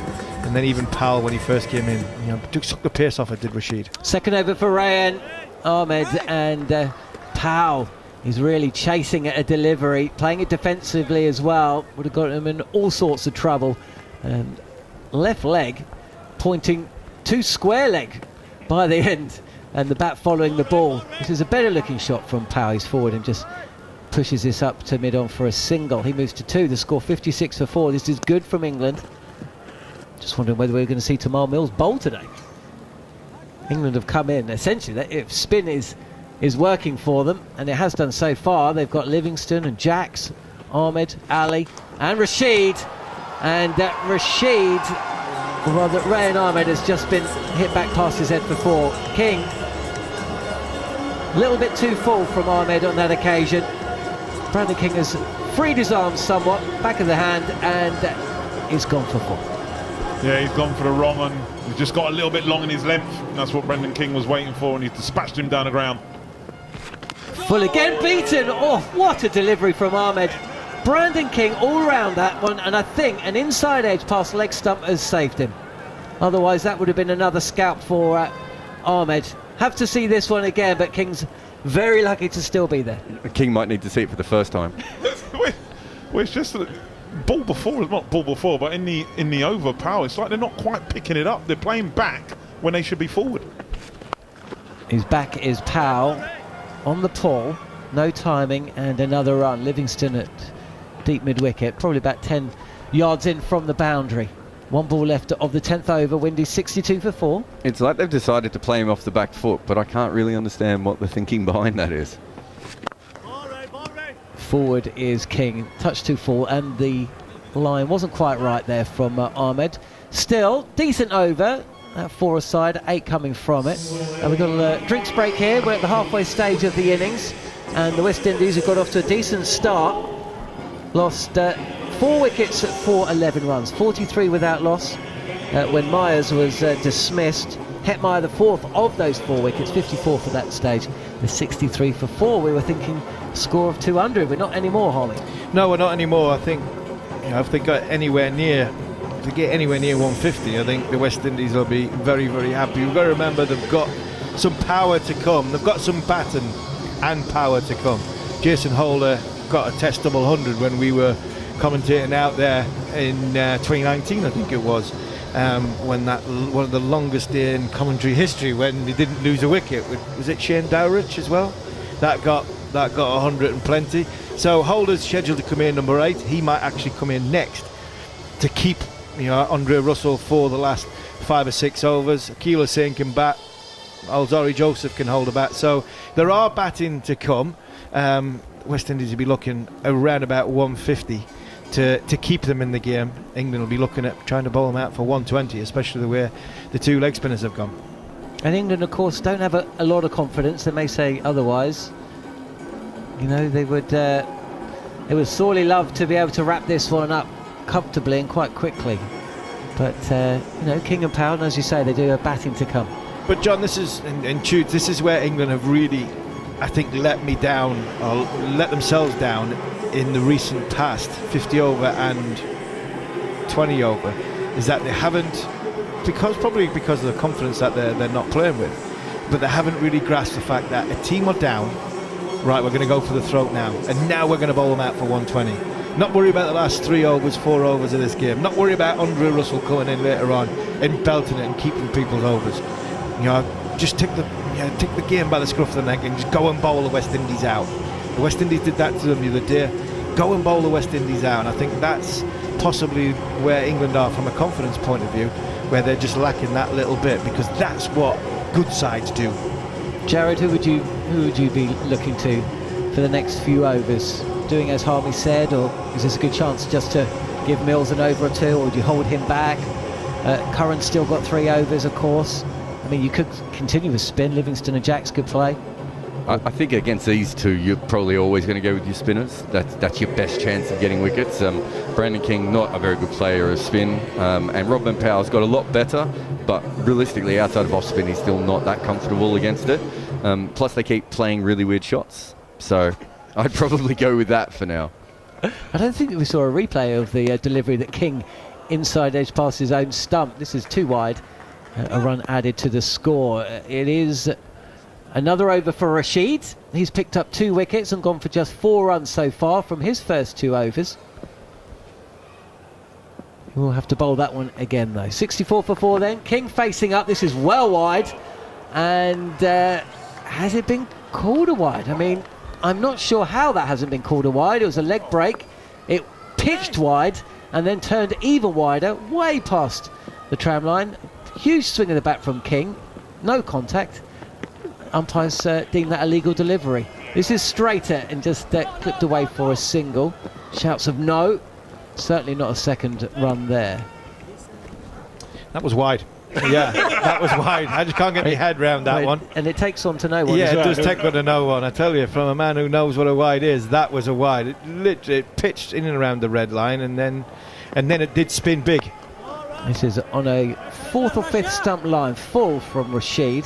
Single taken, 66 for 4. This is good though. England continuing with the pressure. Will they bowl Rashid out? I mean, they very often do give him 4 off the back, don't they? 4 in the spin. Down the track, and King kind of yorks himself actually. I think Rashid saw him coming and just dragged the ball back a fractional. That's just another single. 67 for 4. It's interesting watching. Moeen Ali's at slip, and Moeen Ali is gesturing. We can see on our pictures he's gesturing to Brandon King from Adil Rashid. Bowl it a bit wider. Bowl it wider. Getting him for the googly. He's just done it again there for Rothman Powell. Get him across the stumps. Rashid, this isn't particularly wide. No run. Opens the face of the bat, does Powell. Can't beat backward point. But that's what he wants him. That's exactly where he wants him, because Rothman Powell is having to defend it towards point, cover point. He wants his body shape going towards and getting his head across towards off stump for the googly or the straight on it to come back to then get him LBW. Last ball of the over. Again, this is really tossed up. Dies on Powell, who takes the ball and has a run to his score. West Indies' highest total when losing the first 4 wickets for 55 or less. Batting first, 152 for 7 against Pakistan a few years back now, 10 years ago, but I think they'll probably take that right now. In that over, Adil Rashid bowled 1 ball at 90 kilometres an hour, a couple at 80, 85, and a couple at 70 and 73. So just really mixing up his pace against 2 guys who don't feel particularly comfortable against him to begin with. Also, that straight one he bowled looked like it swung down the leg side, and he did something with his fingers. Did you pick that up, Harmy, at all? No, it looked as though it did just... it came out of his... It didn't come out the front of his hand. He just tried to slide it out. Whether he's just, his finger's a bit slippy or what, and it's just come off the middle finger. But it did look as though it just swung down leg side. But it's interesting that Moeen Ali at slip is trying to get him to push him across the stumps. You can see he's setting him up for the googly. very heavy-footed, the West Indian batsmen, because they like to plant their feet and big shots, and I think that's what the spin bowlers are doing, taking pace off and saying if you want to hit it, you're going to have to use your brute force. Tamar Mills is going to get a bowl, and he is in. Length delivery, runs his fingers through it, I think, and Rovman Powell is way too early on the shot. 7th match in 13 years for England in the first at T20, so this will be his 8th. And if you're Rovman Powell and West Indies, you're thinking, okay, we have got to capitalise on somebody, and surely it's got to be now. Mills again, left arm round the wicket. Yorker dug out by Powell. Already seeing some variations from Mills, who has been part of the commentary team here on talkSPORT 2 over the years. He's a great lad, isn't he? He's certainly a very popular bloke. And obviously you feel for anybody who suffers from injuries, and injuries have certainly got him in the way of playing for England more regularly over the 7 or 8 years that he has done so. Big money move to the IPL a few years back as well. He's in again, and struck on the pads is Powell.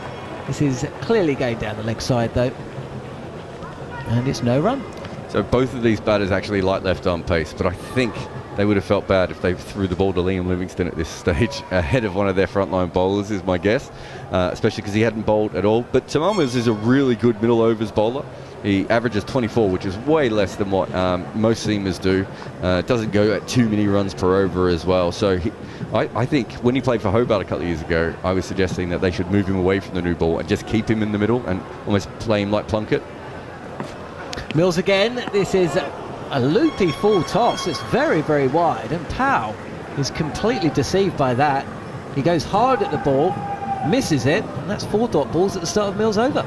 Yeah, it's a great start. Started off with a slower ball, that back of the hand, which he bowls so well. And he's done it there on that 4th one. Done for Rovman Powell. You say it's so hard when you've got someone who can bowl at excess of 90 miles an hour, and then he bowls the ball at low 70s. It's very difficult. 4 dot balls then. This is a great start by Tamar Mills. Round the wicket now, and this is cracked through the covers, and it's going to beat the fielder on the boundary. Phil Salt can't get round to cut that off. I didn't think he timed that at first, but who needs timing when you can smash it like that? The sound was ridiculous off the bat. It was an absolute beauty of a shot. It's interesting, you just mentioned there, 2 slow balls at 100 k's, first ball and 4th ball. Second and 3rd ball, 139 kilometres an hour, 141 kilometres an hour from over the wicket, both Yorkers, both full into the block hole out the way. That one around the wicket in the half volley slot.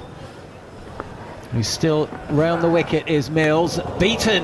Powell prodding at a delivery and lucky not to get the edge. Good comeback from Mills and a decent over as well. 4 from it, 12 overs in. West Indies 72 for 4.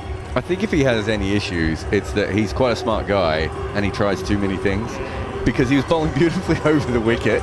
And don't get me wrong, that last ball was unplayable, what he's just bowled there. But the ball before was just kind of a slot ball around the wicket. And you're like, the way you were bowling over, you didn't need to do that.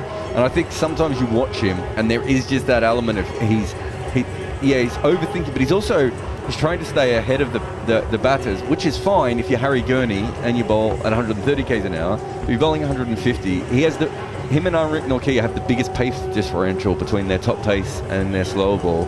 So he's got so many natural advantages. I'm not sure he needs to add to that. I mean, Ashwin does it, right? Sometimes you're watching Ashwin, you just bowl 6 offies in a row because you do that really well.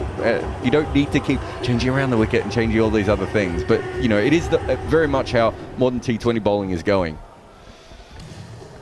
Rehan Ahmed to bowl his 3rd over. Tossed up, and Brandon King could be about to perish in the way that we've seen 2 times before. No, he's got more on it. And Chris Woakes just watches the ball sail over his head at long off. 6 to the score. Again, he just got long in that length, and that's what Brandon King's waiting for. And when he hit it, he was happy with that. Bat looked like he turned in his hands, but he got a good part of it.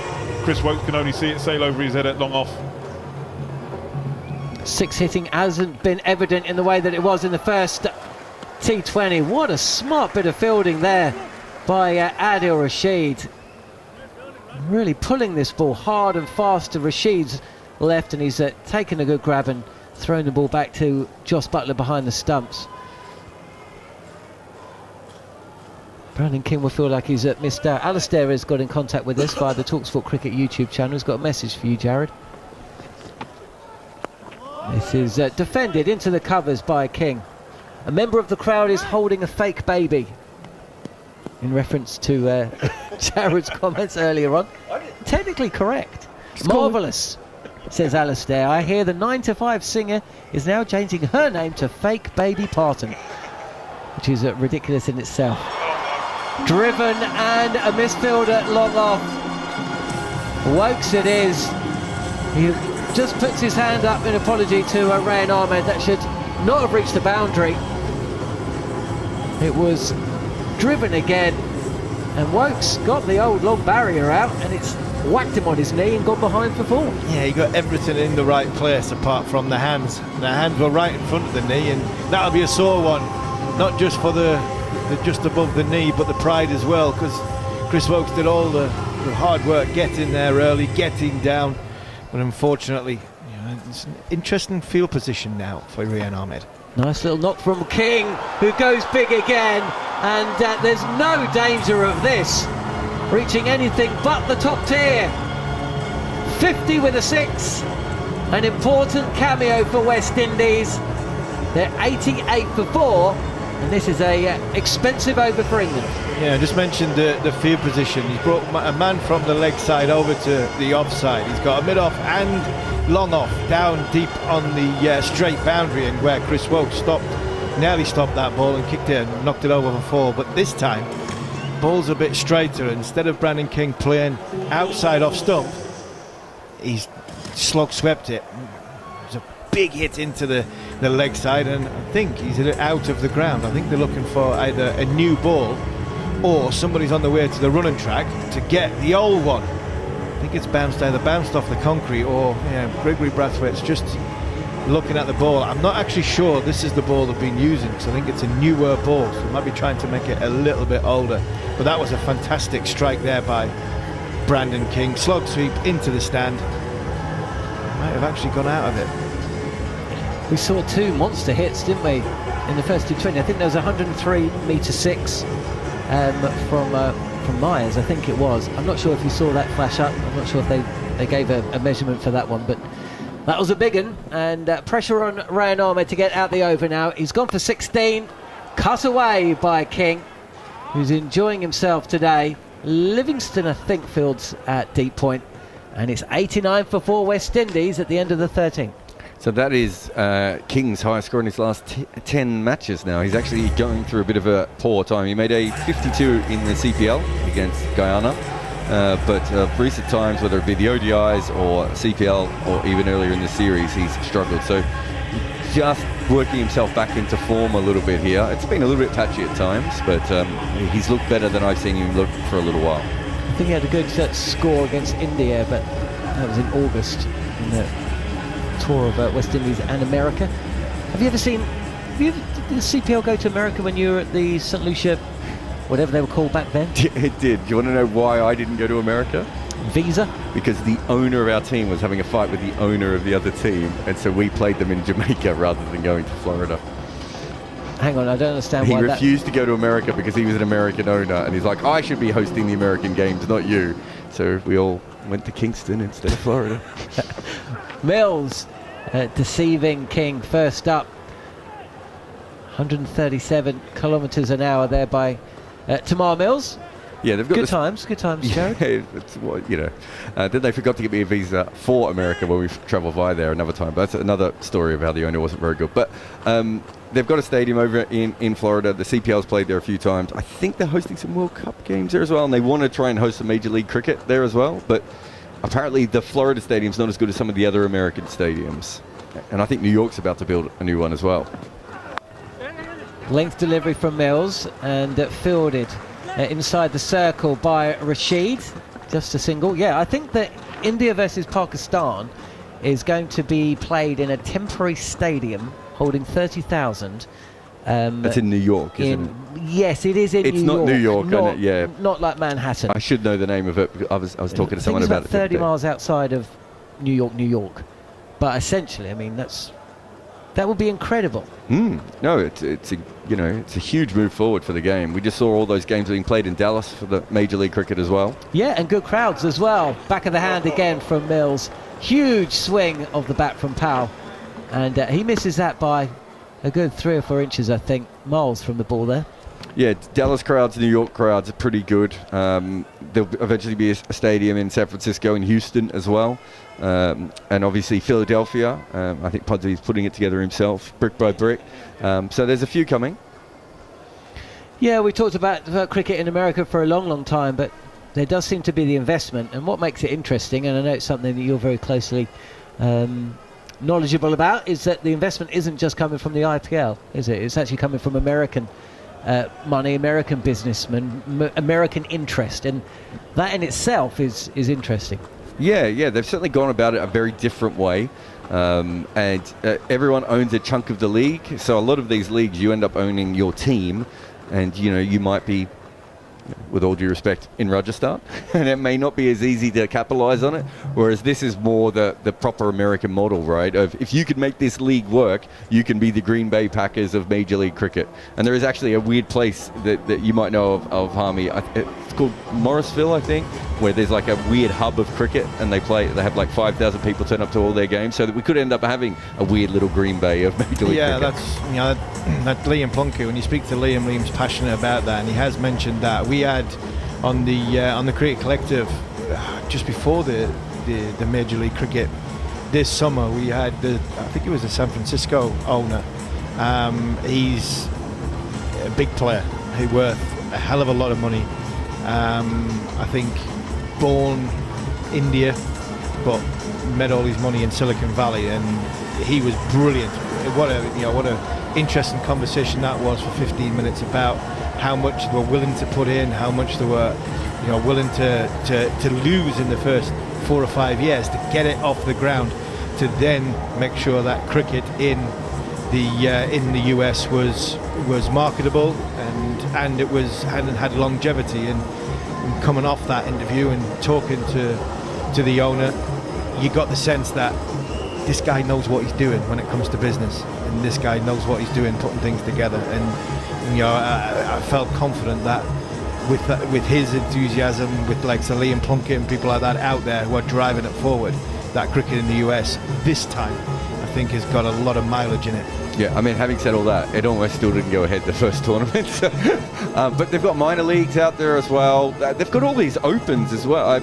Chris Lamont, who's a Jamaican cricketer, called me yesterday to tell me he was playing in the US Open for the Tampa Bay team. Couldn't even remember the nickname of them, but I'm sure he's going well there. It's just remarkable how many opportunities there are for cricketers out there at the moment. You haven't missed any of the action, just had a boot change. Full delivery from Mills, and the boots that might want to be thrown in the bin, because this one has just been slashed to the point boundary. 94 for 4. Yeah, that's just width. That's just pure and utter width. Gone for Pearce on it. This time over the wicket to Rothman Powell. Not trying to tuck him up, and it's just gone on with the angle. Pearce on the ball. That much width is only going to end up in one place, and that was to the boundary. So trouble with the footmarks, trouble with the boots, but also trouble with the line from Tamal Mills. Decent little partnership building for West Indies. King's gone past 50 and Powell now into double figures as Mills is in round the wicket, and this is hauled up into the sky and down just over the boundary, and the 100 has been reached with a maximum. West Indies 100 for 4 in the 14th over. Well, he put absolutely everything behind this shot. He just leant back, got up and underneath it. It's got some serious airtime, but it also had the distance, and he's gone for 6. So 4 and 6, 4th ball, 5th ball, 10 off the last 2. Tamal Mills under pressure and has to try and get out this over. Yeah, we did have a lengthy delay there, didn't we? We've got the stop clock clock in operation. So does that mean that England have had one warning? That's what we'll just have to find out. That was mid-over. Oh, so it's only there's a length delivery, and this will be another run from the bat of Rovman Powell. So 20 up and an expensive over. 12 runs from it. So the score 101 for 4 after 14 overs. The other thing that was really noticeable is that Tamal Mills kept the umpire informed the whole time. It wasn't one of those things where the bowler just walks off and the umpire's like, what's happening? He was very clear, showing, I think he showed her the shoe and said, look, it's broken, I need another one. Which is, that's more than fair. Interesting on that, just that last shot. That's about the third or the fourth time now. The ball's gone straight down the ground, and it's just cleared the rope. And the size of the boundaries, the way these West Indian players hit it, the big players, the big bats. They tend to, if you hit them cleanly, they go miles over the rope. I think from that, I'm deterring that the surface is not coming onto the bat as much as what a batter would want. There's not as much pace in it. The ball's sitting into the surface, so I think that's why we're seeing the ball just get either over the 30-yard circle or not quite hitting it cleanly, and that worries me a little bit for England, because I don't think England are anywhere near as powerful as the West Indies when it comes to ball striking. Tamal Mills has walked off the field as well, so we did have a change of boots mid-over. Just hope that there's nothing more serious than that. But Mills off the pitch, and Adil Rashid is back to bowl his 4th over. Powell 20, facing up, and he goes big again and misses again. Adil Rashid has got the old double teapot on the go. I mean, that ball could have gone anywhere. Inside edge onto stumps. You'd have to say Buttler would have done well to have caught anything if it had taken an edge. Such was the power in which Powell went for the shot. Dot ball though in the book as Rashid is in, and it's almost beats Powell for a little bit of pace. 1 run taken, 102 for 4 here on talkSPORT 2. England winning the toss, deciding to bowl first, reducing Windies to 54 for 4 at one stage. Wickets for Rayan Ahmed, Adil Rashid, but a decent partnership. Brandon King's gone past 50 with a 6. He's 54 from 36, and the skipper going at a runner ball 21. All looks very relaxed on the West Indies dressing room. Turn away from King, big swing of the bat and no connection. Rashid just 3 balls left of his 4. He's picked up 2 wickets. England's most successful bowler in the format, of course. Slip in place, and another run taken from King. Fielder having to run in quickly. It's Brook, just a single. This is good stuff. It is good stuff, but again, a worry and concern of the tactics and Jos Buttler and leadership and qualities of captaincy. When you look at it, Rayan Ahmed had bowled 2, Rashid had bowled 2. We were in the 9th over when Hetmeyer was out, 54 for 4, and then all of a sudden takes one of the spinners out, and then all of a sudden the partnership builds. Down the leg side, and Powell will take a single for sure, running in from the boundary's edge. And the England fielder there. And as opposed to, keeping Rayan Ahmed on, bowling Adil Rashid out and bowling Rayan Ahmed on, pushing the pressure back. You've got Liam Livingstone. Moeen Ali bowled the first couple of overs. You've still got Will Jacks. It's a case of, we've picked him on Mills, so we have to bowl him. No, you don't. Last ball of the over, and it's defended by King. So good stuff from Rashid, who's bowled out now, picking up 2 for 11 from his 4 overs. Just 3 singles from there. 15 overs in, with a decent partnership on the go for West Indies. Choose, where do you think Windies are looking at here? Yeah, as I said, like Harming said, if they get to 150, I think they'll be happy with that. They put a good partnership together with King and Powell. And I agree with Harmy. I think, when you've got them down, you need to do the juggler, just keep your bowlers on, those spinners on. But this is the thing, when you have a lot of bowlers, it's like, we need to try and bowl them. I suppose, are they using this as a bit of a trial for some or whatever, big tournament coming up next year. But I just think you've got to, play the situation and play the game. And I just think we had them down. You could have played some You know, as you said, you've got Jacks, you've got Livingston to come on. You could have given them an opportunity. Well, Sam Curran's coming back into the contest, and I'm pleased to say so. Stacy-Ann King, but first up, it's Nikhil Uttamchandani. Thank you very much, and welcome in to all of our listeners. Spice Isle here in Grenada, the National Cricket Stadium, which in the past has been very high scoring. Highest scoring venue in the region in terms of the run rate. It's been close to 9 and over, and then average first inning score has been 173. West Indies, I heard you guys mentioning what they'd be looking for. 150 would be really competitive from here, you think. However, it's a bowling attack without Romario Shepherd, who's bowled well on these slower pitches, and also they have that extra spin option. So I wonder if they may be thinking 160, maybe even 170, with Rodman Powell at the crease, run a ball 22, and a well set Brandon King. Here's Sam Curran, and to this delivery goes pace off, but Rodman Powell is trying to pull it, comes off the inside edge and goes to the boundary for 4. No deep fine leg. Hello, Stacy-Ann King. Hello, Nikhil. Hello, everyone. Yeah, fortuitous. A full length delivery from Sam Curran, and just gets the edge. Rodman Powell, I beg your pardon. This is the stumps. Yeah, this is a tactic we saw England use to Powell, going pace off outside that off stump. Here's another delivery, this time much shorter, and Powell somehow shovels it through the extra cover region all the way for 6. Mid-off was up in the circle. So interesting that Curran went short and wide, and Powell maneuvers it well for all the way for a maximum. He almost swatted that delivery because it was really short from Sam Curran. Yeah, you mentioned he got 6 runs from it, but these last few overs have gone for quite a lot of runs. Starting from Rian Ahmed with 17, then Mills with 12. Jos Buttler has a run down to Curran just to have a chat about the plans. He brings deep point into the circle, and he's going to send deep long off now to the boundary, similar area. And it's really good from Rodman Powell in terms of getting the ball in that area for that maximum. There was no long off. Somehow was able to hit a shorter length delivery, flat batted over his head. How does he go this time? Back of the hand, and Powell, wow, disdainfully pulls it into the stands. That is huge. 4-6-6. A ridiculous ball striking here from Rodman Powell. A back of the arm delivery, and pulling against the breeze as well.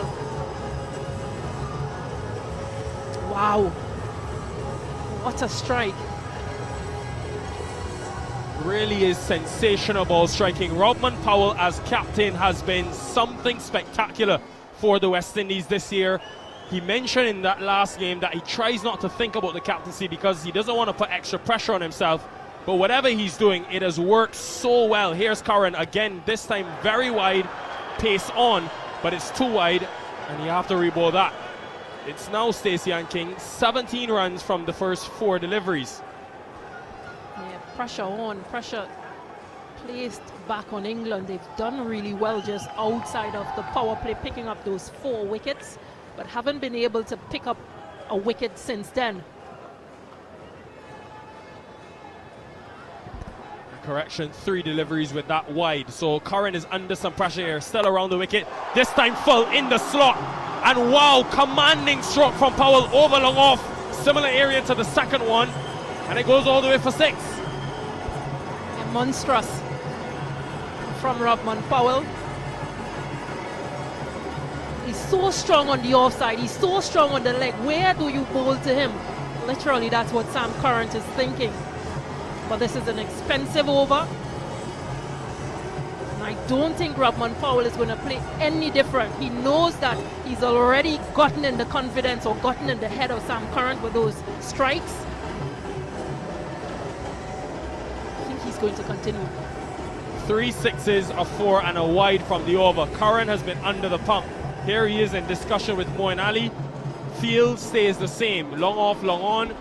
Deep mid-wicket, backward square, and deep point. So 3 deep leg side, probably for that pace off option into the pitch, but has to be very straight. He's gone full both times, and he's been massacred back over his head for 6. And where does he go now? Rovman Powell as the leader of this West Indies team. This is some recovery. We're only 1 over into the last 5 overs. Here's Curran around the wicket, wide, full, straight, and Rovman Powell says thank you very much. Mammoth. This is serious ball striking. 4 sixes in the over. Rovman Powell brings up 50 in just 27 deliveries. What an innings for the West Indies captain.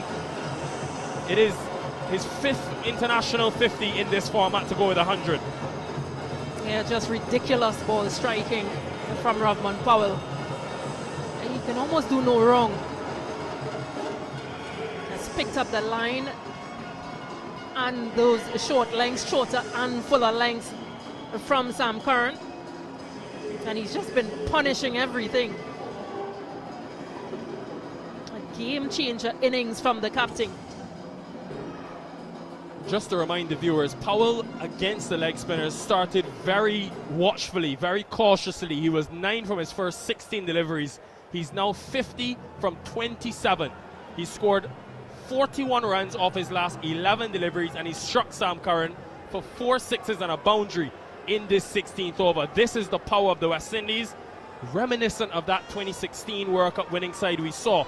Still Russell, still Jason Holder to come in that hutch. Here is Curran, final delivery of the over. It's short and wide. Curran can't believe it, went pace off, slower bouncer, but in the end given wide, more pressure.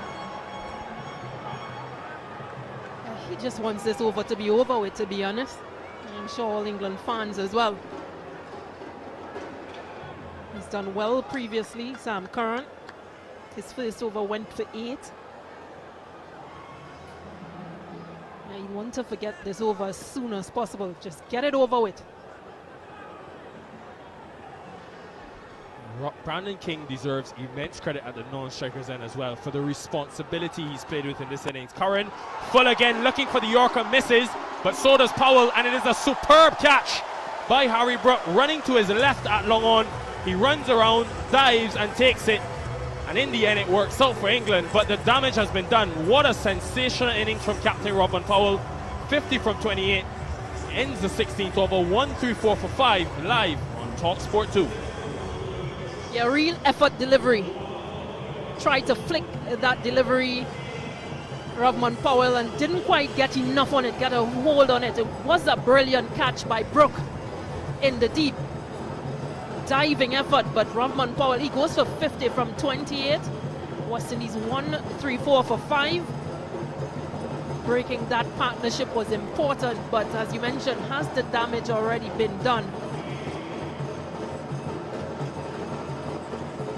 Well, if you're an England fan, it doesn't get quite easier as Andrew Russell comes to the middle. Now, what does Jos Buttler do here? Because the seamers have really gone the distance. Andrew Russell's strike rate 157. He got that 14 ball 29 in a match-winning effort in that first T20 International. Here he is again with 4 overs to go. That last over conceding 30. And there's big discussions out in the middle. Moeen Ali, Jos Buttler, and Rayan Ahmed all in discussions. And it looks to be Ahmed who will bowl his 4th and final. Excellent diving catch though from Harry Brook. And finally Sam Curran. Say consolation prize, but Harry Brook with his athleticism has been stunning in the outfield these last couple of years for England. Here's Ahmed, first delivery to Brandon King, the right-hander. King is on the back foot, pulling this one straight enough. It starts with a boundary. King has taken a liking to Rayan Ahmed in these last couple of overs. Yeah, he's played him quite well, Brandon King. He's played this innings quite well in terms of just how he's been able to apply himself. The pitch has been tricky, a lot of uncertainty from other batters, Shea Hope, Shamron Hetmaya, Nicholas Pooran, but he's done well. 10 sixes for the West Indies to go with 11 fours. King down the ground, down the trap, and hits this one, places it through extra cover. There was a deep fielder, but he does well enough to get it to the left of that man at deep cover. Brings up yet another boundary. Great start to the over with 2 fours. Been a bit expensive, Rayan Ahmed. I know he doesn't mind batters coming at him, because he tends to pick up wickets that way, but he's going for a few boundaries too many. Length has been very full. This time, though, is short. King steps across his stumps, trying to cut, but misses. And because he's taken a step outside that off stump, it's not given wide. So 2 fours and a dot. Good comeback from Rian Ahmed, who pulls back the length. He's got 3 feeters square offside in the circle. This time short again. King is pulling and gets it somehow in the gap. There was a deep mid wicket and deep long on, but Brandon King is able to pull it precisely enough to split those 2 fielders. Important innings from Brandon King. Just the power that he pulled that delivery with. Pulled from the off as well, from King into the leg side. Moves on to 67 from 43. Just remember, folks, this West Indies team were 63 for 4 after 10. We saw a similar thing with England's innings in that first T20 International. Here's King. This is a short delivery. He's played that slog sweep so well today. Too short from Rian Ahmed, who's been deposited into the leg side. The fans are on their feet. What a show they've been treated to today in Grenada. Yeah, definitely the Brandon King show. Robman Powell did this to Sam Curran a few overs ago, just took charge and kept hitting boundaries, kept moving around the crease as well. Brandon King going more to his offside this time around and pulling into the leg side. This time getting the maximum 6. An expensive over here from Rian Ahmed. This will be some learnings for the 19-year-old. He's played a lot of T20 cricket in the 100 for England international cricket, but rarely would come across a team as powerful as this West Indies side. Final delivery of the over. He goes much straighter to King, who's looking to pull again, but pulls it straight to Rian Ahmed. Anticlimactic way to end the over. Nonetheless, though, the West Indies get 18 from the 17th over. 152 for 5 live on talkSPORT 2. Rian Ahmed 1 for 47 in his 4 overs. Stacy-Ann King. They're going for a lot more this time around. Rian Ahmed pulled 3 for 39, career best in the first T20. Today going for a lot more runs. I'd like to see what his googly percentage was today compared to other days. Just to see if he used those variations whilst being under pressure. Because you need to think on your feet, you need to think quicker. Well, Tamal Mills will come back into the attack, and it is a change of ends for him. His 2 overs have gone for 16 runs, and this is an area of his game where he tends to be very strong in. Back end of the innings, took a lot of wickets in the 100 for the Southern Brave in the last 5 overs. He took the most wickets in that tournament. This is a chance to show his pedigree against Andre Russell, who's yet to face the delivery. Here's Mills around the wicket, goes to that back of the hand store delivery, deceives Russell, comes off the pad, trickles into the onside, and they get through for the single. It brings King back on strike. And something we saw from Mills is just his use of over the wicket, around the wicket, the cutters that he's been bowling, back of the arm deliveries.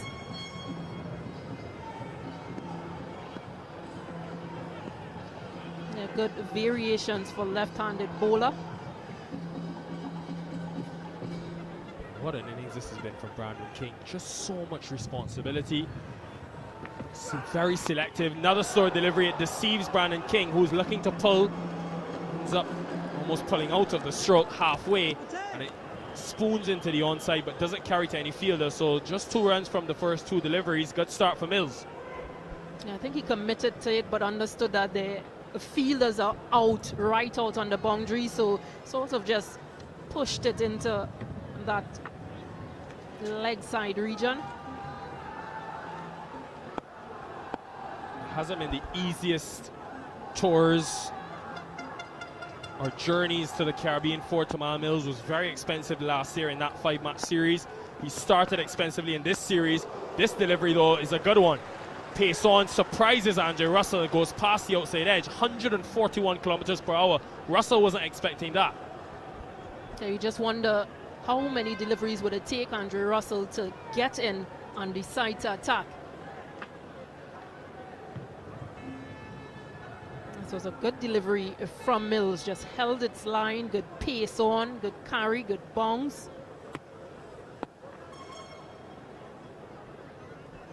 Mills at the top of his mark Deep long on, deep long off, deep cover. Mid-wicket, backward square, 5 outside the circle. Here's Mills from around the wicket. Another third delivery, which Russell predicts. But he still does not have enough power on it to go past Liam Livingstone. It's just down to deep mid-wicket for a single. Yeah, just spoke about the selective nature of Brandon King in this innings, Stacy-Ann King. Power play, he struck at just under 140.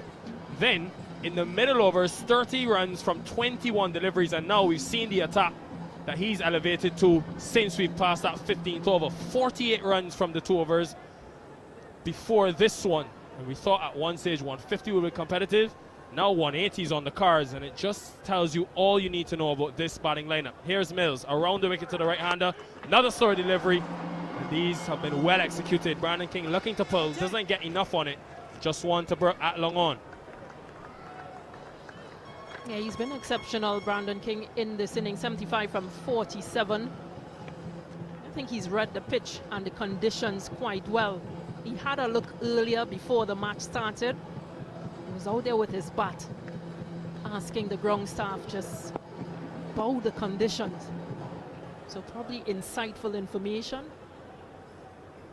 Saw this really good start from England in the last game with bat in hand, then lost away in the second 10. It's been similar with ball today, as Russell, had he connected with that pull shot, probably would have disappeared out the stadium, but in the end misses, and it's an excellent over from Tamal Mills.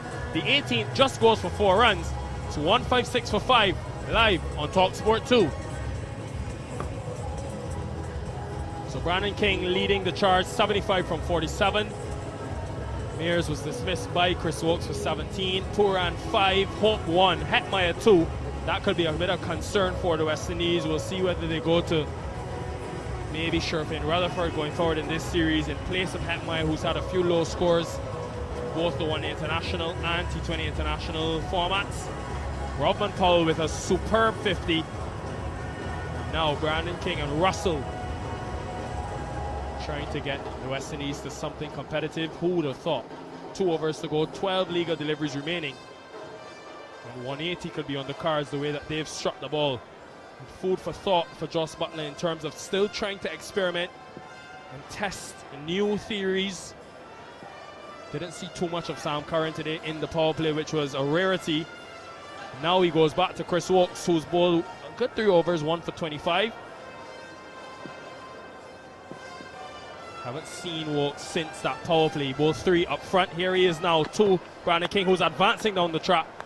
Comes off the bottom of the bat though and goes down to long on. The seamers have pulled things back nicely after Rayan Ahmed went for 18 in that 17th over. This has been a good partnership from King and Powell. And Brandon King will be looking to really propel himself. He doesn't have a T20 International 100. This is the perfect launching platform to get one today.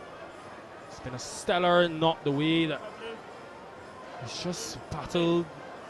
He had lost 4 wickets for just 11 runs, King, and the West Indies. So he would have seen that from one end. And what does Woakes want for Russell? He's got 3 deep offside. Maybe full and wide is a plan. Teams have gone pace off to Russell as well. Cow corner, long on are the 2 deep leg side. Here's Woakes past the umpire. Pace off it is, but Russell connects. And when he connects, it goes a long, long way. That has gone probably close to 100 meters in that leg side. Cow corner region. 160 is up for the West Indies. And with that, we send it back to England, where that ball may have gone as well. Very much, Nikhil. What a hit. I mean, there's cows grazing on the pasture just behind the stadium, and that may have just landed in the paddock. Who needs timing when you've got guns like that? I don't know why I'm looking at Harmy, but yes, look, you do look pretty slimmed down, mate. Yeah, slimmed down, but there's still the noodle arms are still there. Bingo wings, they're still there. Yeah, power's unbelievable in these West Indian batters. 163 for 5. Russell again, full toss, and Woakes fortunate really. Fielded at point. So West Indies have really turned this around, and I suppose, when it comes to the World Cup, you're going to look back at moments in games, and it's when you're up against it and it seems like you're in a little bit of a hole. It's how you get out of those pressurised moments And certainly West Indies have done that. 54 for 4. Good partnership between Powell and King. King's still there, facing. He goes big. He's fortunate. Thick inside edge onto his ankle, his boot. And that doesn't go too far from off stump as well. So good comeback from Chris Woakes. Yeah, good comeback from Chris Woakes. But I think what you mentioned in there, John, it comes down to decision making as well. And I think that has got to be questioned. I know there's one or two questioned Jos Buttler's decision making, but at the end of the 11th over, West Indies were 68 for 4. Rain Ahmed had bowled 2, Adil Rashid had bowled 3. We were asking for them to go for the jugular, go for the match. Woakes again down the track. It is King. No timing though, just a single. 165 for 5. Good teams bowl, even in 2020 cricket. Good teams, when they've got them by the throat, they bowl them out. Look to bowl them out. We're sitting here going 150 is not a bad score for the West Indies. England should be looking to bowl the West Indies out for 120. 68 for 4 after 11 overs, and they changed the bowl and brought Tamal Mills on, and we're now sitting one ball short of the 19th over, and it's 165 for 5. That can't blame Buttler for the way they've bowled. Woakes again. This is wide, and a big swing of the bat from Russell. They feel a little aggrieved that wasn't called a wide, but it wasn't, so 1 over remaining. 165 for 5 at teams and toss. Samuel Badree made the point that England had only hit 6 sixes in that first T20. Well, Rodman Powell hit 5 today. King's still there, he's hit 5 as well. Yeah, King's batted beautifully, and Rodman Powell, sure, he's, you know, the way he was probably working the overs out and who was going to bowl and how they were going to. Still going to have to bring a seamer back eventually. They have to bring Sam Curran back. Chris Woakes had bowled his 4. Mills was bowling at the other end, so they were waiting. He's waiting on Sam Curran's over, and boy, did he cash in 4 sixes in that over. 19 runs from Mills, 3 overs. He's going to bowl the 20th, and this is driven brilliantly so by King. A touch over pitch. There's a fraction of width, and King has picked his spot, smashing this ball over extra cover for a 4. He moves to 81. Jarrod, you were saying that Mills' figures really stack up in the middle. What about at the end? Yeah, he's struggled the last couple of years at the end. He's very good right at the end, if that makes sense. And it's a bit weird to say that, but when people are really trying to hit him for 6, he's very hard to hit for 6. But the problem with Mills has always been that you can milk him at other points, and quite often that's what teams have started doing at the death. Round the wicket now. This is on a length, slow delivery. One hand off the bat from King, who's on the pull too early. And good comeback there. 170 for 5, Windies. 4 balls remaining in the innings. You see that trend sometimes now of Tim Southee is like the opposite of that. So Tim Southee, when you're trying to hit him for 6 at the end of games, everyone hits him for 6, but he's very good in the death up until that point. So there's even patterns within the patterns these days. Are you saying, when you say at the end of the, are you saying over number 20? Yeah, 19 and 20, he's really good, yeah. Just before that, it's not as good. Russell, player of the match in the first T20, readies himself and tries to heave this delivery. But again, pace off from Mills, and no connection from the bat onto the ball. 3 balls remaining, 170 for 5. Yeah, good variation from Mills. Seam was right behind him. I think it's the pitch, actually, watching that again. He's right behind it, so it is a quicker ball, but there was just a disturbance of the surface there. It was a touch wider. Russell's trying to hit it onto the leg side. Norman Gifford, my former coach, used to say to me, you can't hit the ball if you're not looking at it. Mills again. Looks like it's a back of the hand slower delivery, and Russell has modified his shot.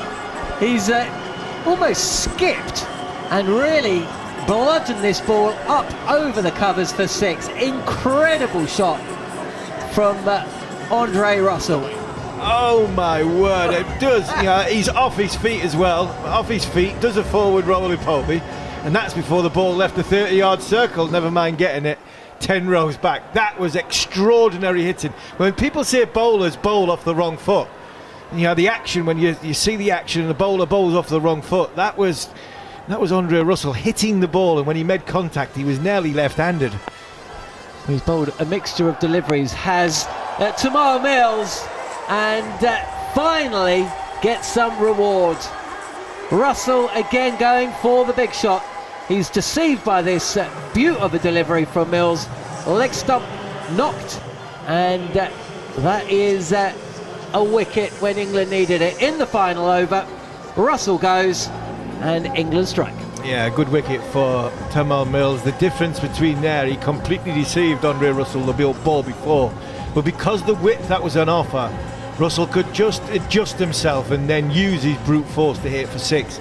That one there, it was a lot shorter of length, probably pitching on off stump, just bounced a touch, but because there was no room on offer, it cramped Russell for room. He completely missed it. Fresh head shot, hit the top of leg stump. And fair play to Tymal Mills for holding his nerve and going with the slower ball, because he could easily have gone for the fuller Yorker, could easily have gone for try and cramp him, because he'd been already hit for 6 in this over. Just shows you the nerve that he has, and the skill sets that Mills has got at the end, and his ability to hold his nerve. Well done, Tymal Mills. And West Indies, who might have been eyeing a score around, I don't know, 185, 186. Jason Holder to face the final ball of the 20. Mills is in, and Jason Holder dreamily smashes the ball straight to Liam Livingstone on the deep mid-wicket boundary. 2 and 2 for Mills. That wraps things up for England and the West Indies, who have posted 176 for 7 in their 20. And I'd say, Harmy, game on. Game on, definitely game on. After that was in the slot perfectly for Jason Holder. And I think that tells you the point I was trying to make a little bit earlier, that is, in this surface, I don't think it's coming onto the bat, and it is true as what the usual Grenada 2020 wicket is from a par score point of view. They say this is one of the best, the most lucrative places to play when it comes to run scoring. I think England have bowled really well, apart from that sort of brain fade of 4 overs in the middle. I want to blame the bowlers because of some of the decisions they made and angles they used, but I want to blame Jos Buttler as well, because I think his tactics got it wrong there in the middle when he went to the seamers. He didn't need to go to Mills when he did go to Mills after 11 overs. The spinners had the game by the scruff of the neck. They had the game in their hand for England. And unfortunately for England, they let them off the hook, and that is possibly been doing a disservice to the West Indian captain, because Rothman Powell 50 off 28 balls, 3 4s and 5 6s, and a brilliant innings, because there was carnage all around him.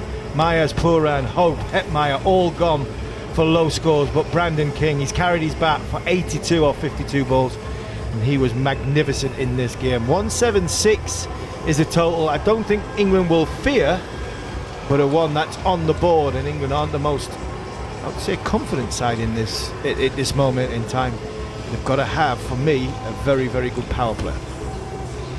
It's been a topsy-turvy T20. You don't often get that, do you?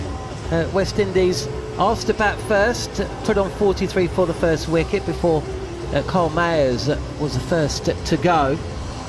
Deceived, going for a big shot by Chris Wokes at 43 for 1, and that was the period that Harmy was talking about, where England really got themselves onto the front foot. And Nicholas Pooran sliced a delivery into the air. He went for 5. Shea Hope deceived by a beautiful delivery from Rayan Ahmed.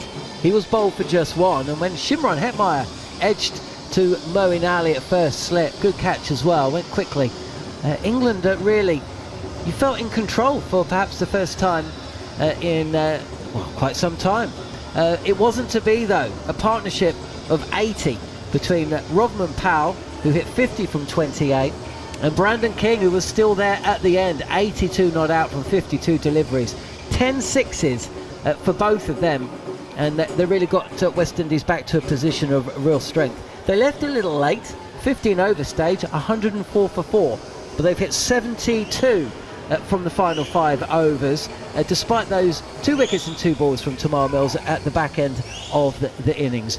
Really good batting from Brandon King. I'd say that's a worrying looking scorecard, though, although the West Indies don't possess the amount of spinners that England did or do within their lineup. 6 spinning options, only 4 taken, and it's the spinners that really impressed. Moeen Ali, who bowled 2 overs in the power play, going for just 15 runs. Adil Rashid, once again, head and shoulders above the rest. 2 for 11 from his 4. And Rayan Ahmed as well. An expensive over, but also showed some of the skills that shows why he's in the side. 1 for 47 from his 4. The pacemen, a little bit of a mixed bag, really. Wokes was good. 1 for 34 from his 4. And he bowled in the power play, 3 overs actually in the power play as well. Tamal Mills, who wasn't introduced until the 12th over, was bowled out. 2 for 30 from him, despite some running repairs to his boots at the midway point of his second or third over.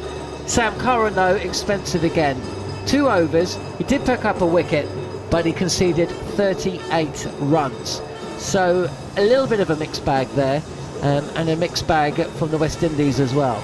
Certainly looks like we could be set for something pretty intriguing here on talkSPORT 2. Tudes, your thoughts on the innings as a whole? We should start, though, with Brandon Kim. Unbeaten on 82, and whilst all was going a little bit crazy at one end, he stuck with his game plan, and he was still there at the end, and that was a big innings. Yeah, big innings for him, big innings for the West Indies. As you said, that sort of halfway, we was thinking if they get to 150, they'll be happy with that. But we let them off the, we let them off, England let them off the latch a little bit, really, you know, as Harmy sort of was going on about, you know, once you've got a team down, you want to press the stay on button, and we just sort of let them off a little bit by turning to seam, and that's what the West Indian players like. And they just started to dispatch it to all parts of this Grenada wicket, and you just feel, you know, 170, as you say, I don't think England will fear it, but it's a lot more than they would have expected when they first started. As Harmy was saying, you know, off 6 overs they were 48 for 1, off 10 they were 63 for 4, and they've launched onto 170 odd. It's a really good innings, show good power. He played really well, and he just looked for it in his half, really, and when it's in his half, he threw the kitchen sink at it. As you said, he's always learning and always trying to get experience about facing spin, and good spin. Adil Rashid was outstanding today, and he just showed his class. He went through his repertoire. He sort of put on a little bit of an exhibition, but he just didn't have that backup at the other end, and they were leaking runs, really, and leaking boundaries, and West Indies will really be happy with their total. Brilliant stuff. Tudes, Harmy, also Jarrod, Kimber alongside myself, John Norman. We will be bringing you the second innings. It's due in about 5 minutes' time. The West Indies would have taken this 54 for 4 at one stage, but they've ended up posting 176 for 7. Pressure back on England. West Indies, well, I'd have to say they're slight favourites from here to go 2-0 up in the 5-match series. Surely England need to win today. To find out if they do, keep it tuned to talkSPORT 2 or via the talkSPORT Cricket YouTube channel. You're listening to live and exclusive coverage of the second T20 of 5 between West Indies and England. talkSPORT 2. Short ball, and he's edged it, he's out! The second T20 match live On talkSPORT 2, the new home of cricket. Get an expert guide to all the latest speculations, signings and spending sprees with Simon Jordan's Football Business Roundup on talkSPORT with Tesco Mobile for Business. From the latest deals worth knowing to where the big money transfers are going. Get the inside track in one all-covering football finance feature. Simon Jordan's Football Business Roundup on talkSPORT with Tesco Mobile for Business. Join Tesco Mobile and get business phone bills for up to 40% less than the big mobile networks. Tesco Mobile. Every little helps. For applicable terms and verification, see tescomobile.com/business. This Christmas, get them something they really want. The new talkSPORT football trivia game. Put your encyclopedic football IQ on the spot with the board game the whole family can play that won't leave anyone bored. And at $19.99, even Scrooges can afford one. The talkSPORT football trivia game. Available now from Sports Direct, House of Fraser, Game, Amazon, Sainsbury's, and all good toy retailers. Hi, I'm Danny Dyer, and welcome to What's That Smell? Ugh, smoky with a hint of burgers. It's my barbecue apron. Luckily, I can make this smell like freshly picked lilies. Just pop it in the washing machine, add some Surf Tropical Lily laundry detergent, and oh, my fave. It smells like my dream holiday. Get long-lasting fragrance with natural essential oils with Surf laundry detergent. You can make anything perf with Surf. At your work Christmas do? Not feeling the canapes? Why not get a pick-me-up with McDonald's limited edition Chicken Big Mac with 2 deliciously crispy chicken patties, our iconic Big Mac sauce, and gherkins, or not. Only available until the 3rd of January. Served from 11 a.m, subject to availability. This is Samsung S23 FE's greatest hits. With hits such as Smart Brightness and long battery life. The new phone with all the greatest hits from £599. Buy the Galaxy S23 FE to claim £294 worth of rewards, including a free pair of Buds FE. Purchase from a participating retailer by the 25th of Jan 24. Claim Buds FE within 30 days of purchase. T's and C's apply. Samsung.com pricing shown. The goals are calling. Tomorrow. Exclusive kick-by-kick commentary of Nottingham Forest versus Spurs. Coverage from 7, kick-off 8 p.m. on talkSPORT. On DAB, online and via the talkSPORT app. He's got the second T20 match live on talkSPORT 2. Welcome back. You're listening to live and exclusive coverage of the second T20 between West Indies and England. Yeah, last year, 5-match series, as is this one. All played in Bridgetown, unlike this one. Went back and forth. West Indies won the first, third and fifth. England the second and fourth. England, the work is cut out, Jarrod, Kimber. At the halfway stage, you thought, okay, we might have a sensible game of cricket here, but it's not to be. West Indies aren't over the hill, but certainly 177 needed. A pitch that's giving a little to the bowlers, and of course, this isn't a team playing with a lot of confidence. So at the start of that innings, the Intelligent Cricket run predictor, which is I think one of the more accurate ones out there, had them the West Indies scoring 178. I think we all thought the pitch wasn't quite as good as normal, so for them to get to essentially that total anyway does show you that I think they batted a little bit better. And at one stage, I think they were predicted to make 145 when they lost those 4 quick wickets. It still, though, has England as slight favourites, but although, I don't know if win predictors have been watching much cricket recently, and I don't know if it's got vibes in it, John. I tell you who does have vibes in it. Nikhil Uttamchandani, who we can cross to now, who will pick up the first 5 overs of commentary here on talkSPORT 2.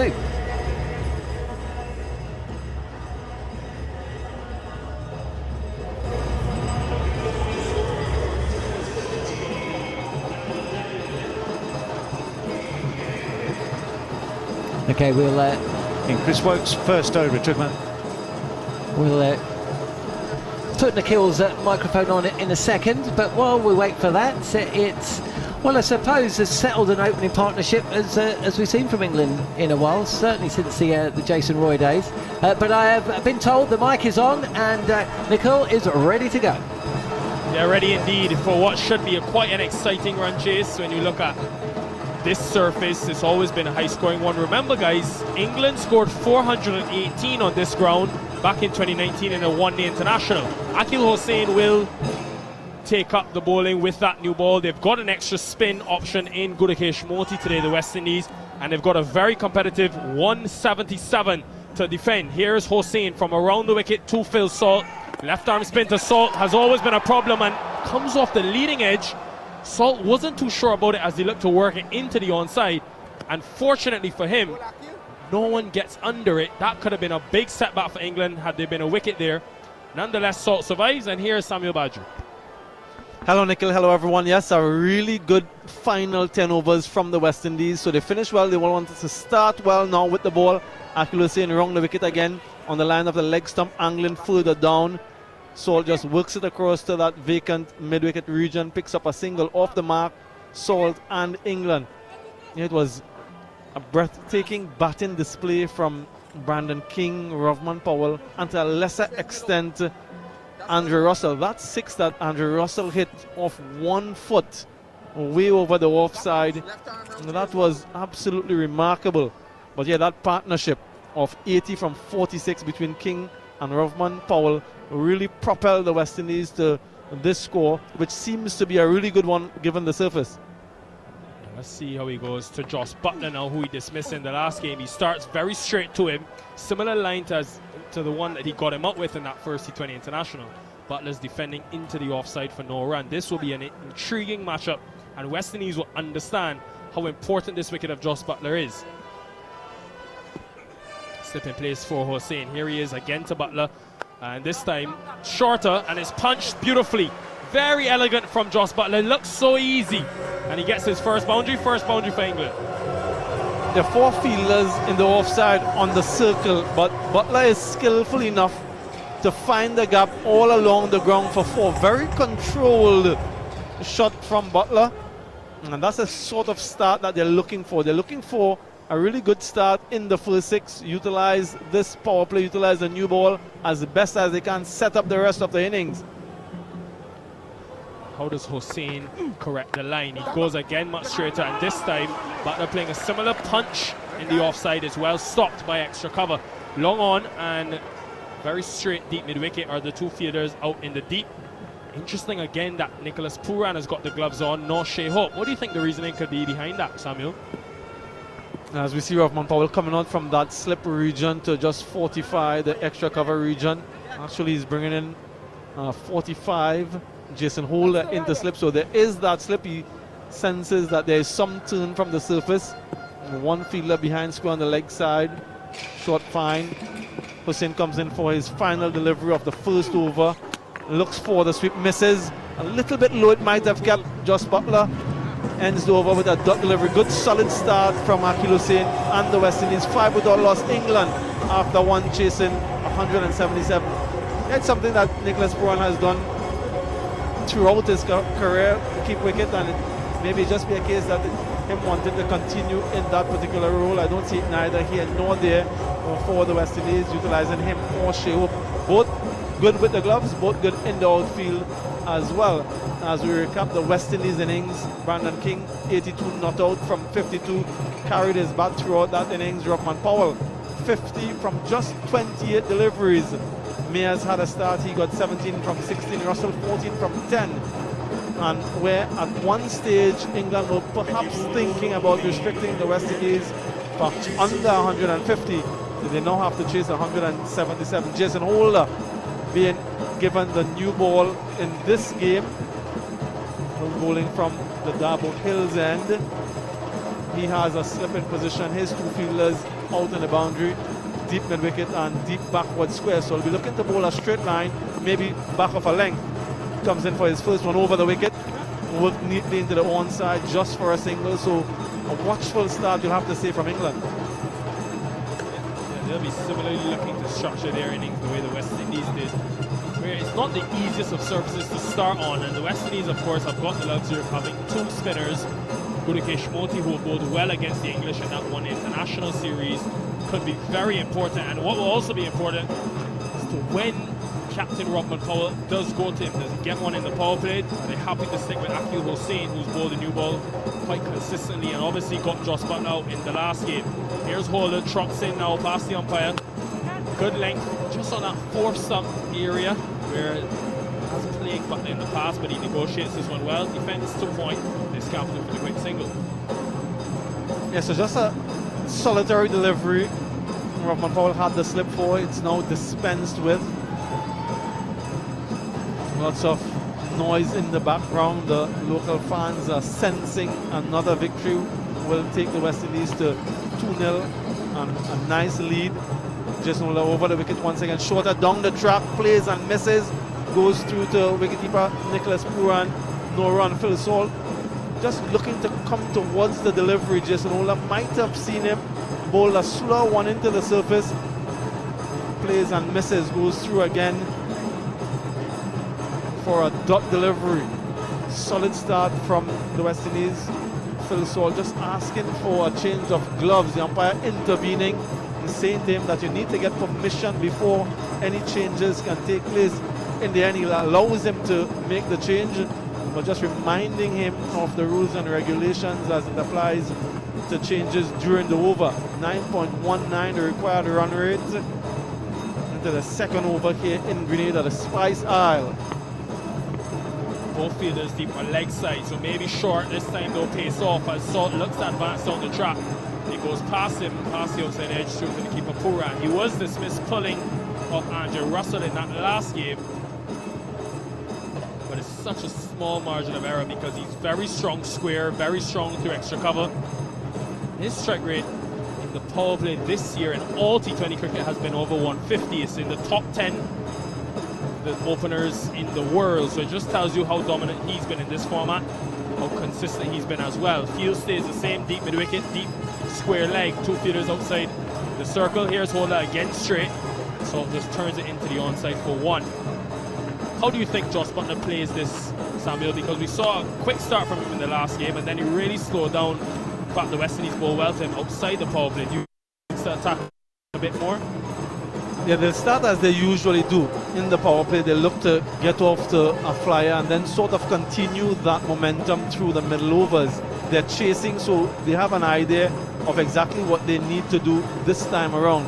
Jason Holder comes in over the wicket, down the ground, down the surface rather, for Jos Buttler, and again he follows him, just a dot delivery. So 5 balls bowled, 6 balls bowled rather. The over is completed, 3 runs coming from it, 2 overs gone, 8 without loss. England. There will be an England team who will be hungry to get a win in this series. That last one in 2022 was intriguing. West Indies won it 3-2.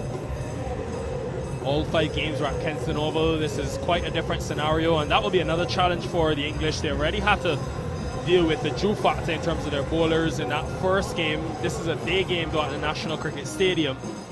So different surface, new experience for them. Akeal Hosein will continue. We've seen this quite a lot from Robin Powell, where he's persisted with Hosein and Holder for the first 4 overs of the innings. It'll be interesting to see if he goes back to Holder after that good 3-run over. Here's Hosein around the wicket, very wide of the crease, angling the ball into Salt, who struggled against left-arm spin. Remember, Gudakesh Moti had him in some difficulty in that ODI series, and even Akeal Hosein almost created a few chances, an edge that went past slip in the first T20I. So this is a decent ploy to both these batters. Butler's on strike, and again, both fielders deep leg side. Yeah, look at the bowl, a very tight line. Doesn't want the batters to get any sort of width and wants to have the slip. So Robin Powell was in short extra cover. Akeal Hosein has convinced him to go in that slip position, perhaps looking to get some more bite and grip off the surface, maybe utilize his variations and bowl a little bit slower. No doubt Jos Buttler will be looking to take him on. Can't afford to miss though. No deep feeders offside. Here's Buttler advancing down the track, and chance and taken. Hosein has got him again. Jos Buttler advancing, trying to open up that offside. Good planning by Powell, forcing Buttler to go through that extra cover region. In the end, he picks out the fielder. Hosein strikes for the West Indies. They're really good bowling. Bowl it a little bit slower, pulled his length back. Buttler advancing, nowhere close to the pitch, but still went through with the shot anyway.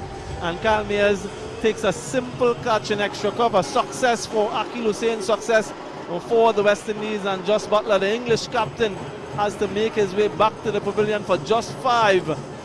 West Indies strike early, 9 for 1. I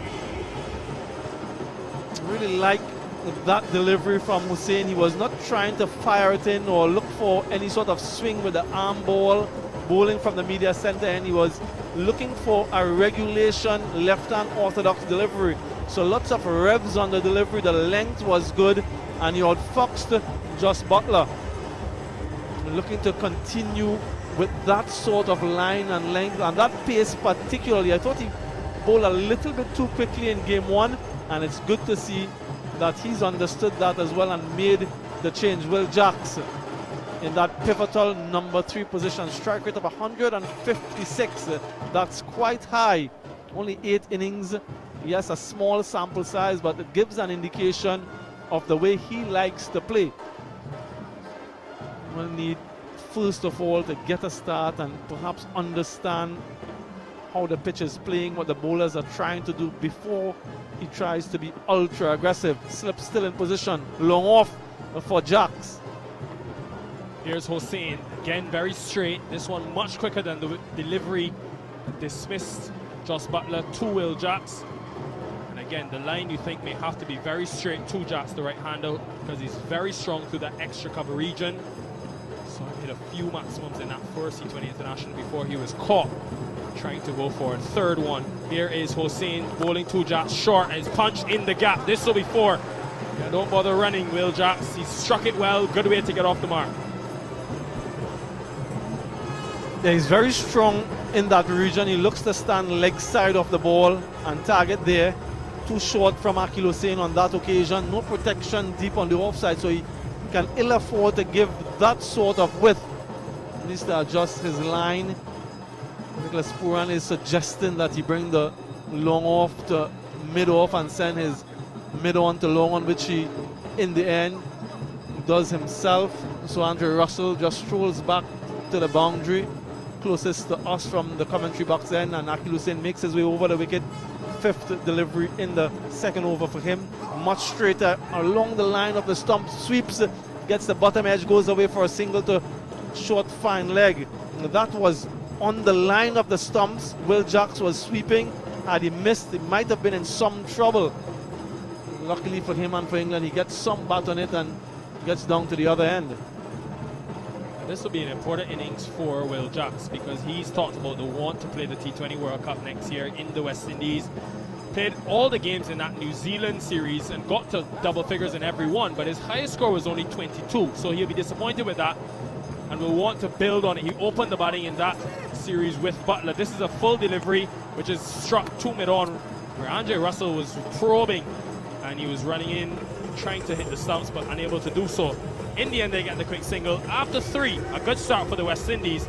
England are 15 for 1. Target 177 live on talkSPORT 2. It's quite hot and humid out there in the middle, even being perched in what should be an air-conditioned box. It feels quite hot here, so I can only imagine and assume how hot it is out in the middle. We're in the Spice Isle, very beautiful island. Grenada, just 120,000 is the population, but it's absolutely breathtaking. So many things to do and to see.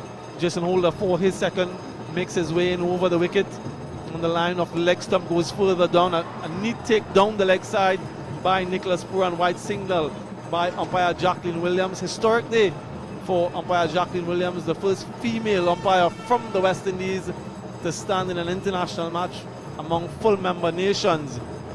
But you can see that it's no lack of trying from England, Nikhil. They're trying to score, but West Indies, they have been quite restrictive in the early exchanges. Here's Holders over the wicket. Salt, oh what a shot that is. Takes a step across his off stump. Very innovative and is able to beat the fine leg fielder in Andre Russell. Just a ramp. Positioned it so well, 20 for 1. Yeah, it's a slug sweep really from Salt, and as a bowler there's not much you can do about that. You just take that on the chin, you turn and you go back to the top of your mark. If he plays a shot like that, then you give credit to him. It's outside the line of the off stump, he's kneeling down and he's sweeping it past Andrew Russell at short fine leg. In he comes now, big tall Jason Holder. This one is smashed short of a length and pulled way into the stands. Second tier, 4 previous deliveries, 6 now. Salt is getting his groove. Yeah, we saw this in the first T20 International from Phil Salt. The power and the ability to get going from the onset, something very difficult not only in the world but on this surface, as we saw in that first innings from the West Indies. But it's a surface that looks to continue to get better and better. It had in some moisture early. As that sun has baked it, the ball just seems to come on a bit better. I wonder how that affects the variation. Holders under pressure here. Here he is, bowling down the leg side to Salt. So looking to help it over fine leg again. Can't do that because it's a wide. This tactic from Powell, it's a big risk, you know, Samuel. And you don't often see it, but this is the second time in the series he started with 2 from Hussain, 2 from Holder. And I've heard cricketers, you will be able to speak to this better, but I've heard T20 cricketers speak to just allowing batters to acclimatize to the bowlers that they're facing when they have faced them in consecutive overs. I wonder if it's a bit of that from Phil Salt. This is punched down the ground, but can't go past mid-off at Robman Powell, dot ball. It's always risky, but we saw Chris Woakes bowl 3 in succession when England bowled in the power play, and he didn't go too badly. What I'm also noticing from the West Indian fielders, the wicketkeeper in particular, they're asking the fielders to throw the ball back in on the bounce. So they saw some bit of reverse swing when Timal Mills bowled as Holder makes his way to the crease. This one is smashed, short delivery towards the fielder in the deep, just a single. He has protection there, and that's the area he wants them to try to score. 2 fielders deep backward square and deep mid wicket. there was some reverse swing from Tim Mills at the back end of that innings, and I just wonder if the West Indies saw that and they are hoping that they can extract something similar when it's their turn to bowl in those final 6 overs. And so Nicholas Pooran is asking his fielders on every occasion to throw the ball back at him on the bounce. Tends to get harder to score against when that ball gets soft. We saw it in Kensington Oval. This is quite a slow surface here in Grenada. This is driven nicely by Jack, straight to extra cover though, run out chance. Direct hit from Brandon King could have been very interesting. In the end, he's not able to make contact, and Jack scampers through for the quick single. Yeah, you just need some bit of partnership. A direct hit would have seen him back in the pavilion. Comfortably short as we look at the replay. And then all is well that ends well for England. 29 for 1 represents a decent enough start from a West Indian standpoint. Holder in for his final delivery, worked away on the leg side. Once again, full delivery and just a single. And 30 for 1 after for England. Live on talkSPORT 2. The key thing now will be to see if Rovman Powell, with the added spin option, can go back to Akil Hussain for a third, or maybe even go to Gudakesh Moti, who's in the team. That will be interesting as we await the power play. Bowling is something, an area where he has been very vocal, Rovman Powell, in wanting to improve, and it's going to be Hussain again. So whereas in that first game we saw Rovman Powell keeping Hussain for the middle overs, where he bowled extremely well, mind you, just went for 12 in his final 2 overs. Now with Moti, Rovman Powell goes on the attack, trying to maybe get some drift with that semi-new ball. Of course, trying to take consistent wickets as the West Indies try to defend. They've done a lot better chasing this year in T20 cricket, the West Indies, but you never know what you'll have to do in that World Cup 6 months from now. So this is a nice challenge for them, especially with Phil Salt, who can be so destructive. Here's Akil Hussain again, another delivery short, but angling at the body of Salt, who tries to make room, play that cut shot, but hits it straight to the point fielder for no run. Yeah, this over here is always one of the most difficult ones to bowl. The third as a spinner. Akil Hussain around the wicket, swept away, has some protection down there. Really good positioning by Rovman Powell and Akil Hussain. We saw that shot from Salt rather, in the first T20 where he swept him away for 4, so he's made the adjustment and he's positioned that fielder way behind square on the leg side and it went straight to him. Good captaincy, good thinking from the captain and the bowler. 13 he's conceded from his 2 overs, 2.2 so far. Here's Hussain, who's been very straight, this time on the stumps again, but such good maneuvering from Jax, who came a long way across his stumps. Well, sorry, took a step back away from his stumps and created room in that offside. Punches it in that extra cover region, which he scores so prolifically for 4. Yeah, really quick hands. He manufactured the room there. He knows the line that Akil Hussain is looking to bowl, finish on the stump, maybe even finish on leg stump. And so he's decided to give himself some room, leg side of the ball, accesses the offside with a lot of pedigree.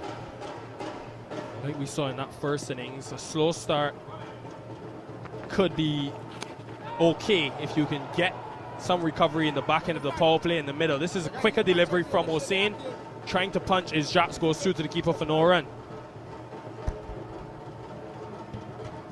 Yeah, he continues to bowl that line, and if he wants to play that shot, then no problem. Comes around the wicket once again, Akil Hussain. Good delivery, straight back over his head, not any sort of timing, but gets a single. Akil Hussain has been quite consistent in this spell. We're very happy with what he's done so far. It's never easy bowling in the power play, particularly for a spinner with only 2 fielders out. Good thing though, he has a score on the board, so he'll be very confident. Can he find another wicket in final delivery off the 5th over? 36 for 1 England. Round the wicket, leg stump line once again, worked away nicely, straight to the fielder, comes through for a quick single. And after 5 overs, England are 37 for 1. West Indies enjoying the better of the early exchanges here.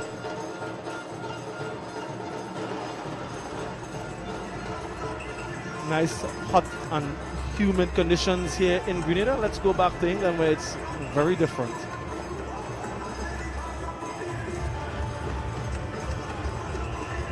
Still very much though in the balance. 37 for 1 then England, chasing 177. Phil Salt 19 from 16. Will Jacks 11 from 7. Jos Buttler the only player to depart, 5 from 7.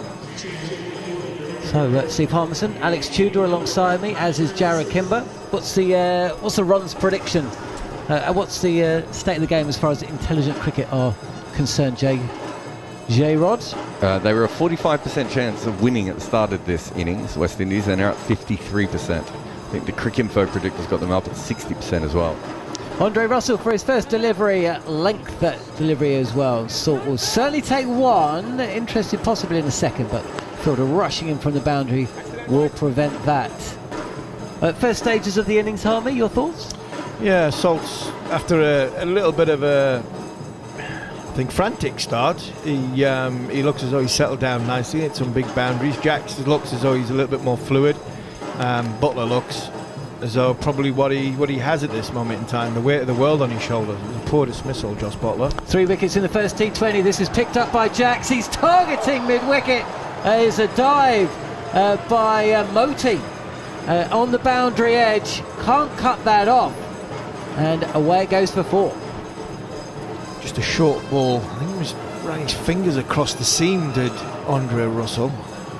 He's just dragged it down, and it's dipped on Moti out in the deep. He's made a lot of ground for it.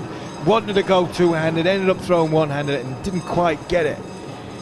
Will Jacks, it wasn't the best time, and I don't think this is the best pitch from a timing point of view. I think you have to get yourself in and get going. I think that was Jos Buttler's issue, but Will Jacks looks as though he's timed the ball a bit better. Jacks steps away and lofts this delivery from Russell, which is again on a length, up and over the covers for another 4. Good stuff from Jacks there. Pressure back on the bowler. 2 4s in this over. And that's a sight that England want to see more of. Yeah, Will Jacks hitting that with tremendous power. Just getting a base, setting himself. Andre Russell just running his fingers over it, stood up, and he hit it powerfully over cover. Couple of bounces to the boundary. He moves on to 19 from 9. England 46 for 1. Big opportunity here as Jacks once again makes room, but inside edge onto the turf. He's angry with himself there, Jacks. He's a good-looking player, isn't he? Yeah, he is. Very good-looking player, powerful player. Remember Butch talking about him years ago. I think he went out to Australia, and I think Ian Chappell had contacted him to say, you've got a player on your hands there. He's going to be a fine player, and he has. You know, anyone who supports Surrey and seen him play a bit of franchise cricket would know what he's all about. And now he's getting his opportunity for England, and you know, wish him all the best. Lovely lad as well. Obviously been down to Surrey a few times, and a nice lad. Very respectful of the older players. Yeah, he kind of burst into prominence in T10 cricket. Extraordinary innings a few years ago, then made his debut for Surrey in all 3 formats when they won the title a few years back. Kind of had second season syndrome a little bit, but back now as Russell is in. This is floated up really on the pads of Jacks, who'll get off strike with a single. 22 both Jacks and Salt, 47 for 1. These two opening the batting in the ODIs. 1 ball left of the power play. Andre Russell was once a very fast bowler, and he's not so much as fast. I think it's 140 k's the other day, but he was a very fast bowler when he was young. Now he has to use a lot of different tricks. He held that really carefully for a cross seam to let the batter see it, and then as he got to the crease, he changed his wrist to bowl a slow ball, keeping himself ahead of the game. As Salt this time makes himself a little bit of room and gets this ball up over gully and away for another boundary. So England hitting back. The power play has been done and they find themselves 51 for 1. Yeah, width here from Andre Russell. He's gone with a cross seam. Thick, I wouldn't say a thick outside edge. I think Phil Salt is trying to give himself some room, so his weight transfer is back, and I think that's given him the natural the natural elevation to get the ball up in the air. Remember, it was the last ball of the power play, so you had third was inside the circle, point was inside the circle, cover point was inside the circle, so Phil Salt's just trying to get it over the top, and he did that perfectly. In England 51 for 1 after 6. West Indies were 48 for 1 after their power play, and Moti, the spin bowler that turns the ball more than any other left-arm spinner. Jarrod, Kimber, he's on now, and this is where England got the advantage. Moti is in for his first delivery. The left-arm bowler handing this into the right-handed Jacks, and no run. It's pushed to cover. Should we do a poll of the listeners to see what age they think he might actually be? Yeah, let's hope they don't have access to Google. Well, no, but I mean, I think the 28's more just it's a guess, isn't it, by someone? I think it's just a coming-of-age thing. Once you reach me and Harmy's age, everyone looks very, very young. Very unfortunate here not to get a wicket as well, as Jacks is pushing forward with uncertainty, and this has just flown off the face of the bat.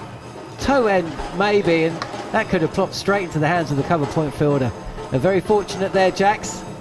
52 for 1, and it was at this stage of West Indies innings where they ran into a little bit of a problem. Salt playing back and really throwing his hands through the line of the ball, picks out the fielder just inside circle at cover. I think what we're also getting is, with it not being a day-night game, the lights aren't taking effect. It's not skidding on, it's sitting in the surface. Just a fraction fuller cross-batted shot from Salt this time, inside edge, and Puran does the fielding, running from behind the stumps. It's already just seen in the very first early stages of Moti's over.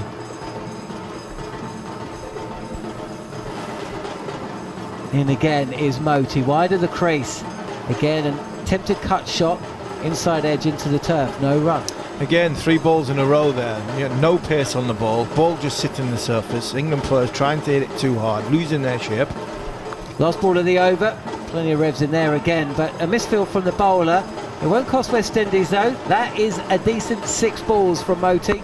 Just 2 runs coming from it. 7 overs into this run chase here on talkSPORT 2 and on the talkSPORT Cricket YouTube channel. 177 the target, so England need 124. 9 wickets in hand. 78 balls to get them in. Yeah, I think spin's going to play a major part for this West Indies side. Looks like it's quite difficult. As you say, the ball just seems to be sticking in the wicket a little bit. You can't quite get your time in. So I think Rovman Powell, the captain, be looking at that. You'd obviously seen how spin worked when England were bowling. So you need to be smart. I think obviously players are going to want pace on the ball. But yeah, decent start from Salt and Jacks as Azari Joseph comes into the attack. I mean, Salt and Jacks does sound like a packet of crisps, doesn't it? Alzari Joseph, he was expensive, but he picked up wickets in the first T20. He's in for his first delivery, and a little bit of bounce there actually, with Jacks just trying to guide the ball into the leg side, beaten by bounce and touch of pace. Salt actually hits him high up on the thigh pad and comes through for a leg bye. Yeah, he was expensive in that first game, but for me he's the West Indies' best bowler. He's the best wicket-taking option, and I actually think he is the most skillful bowler on show that the West Indies have got is Alzari Joseph.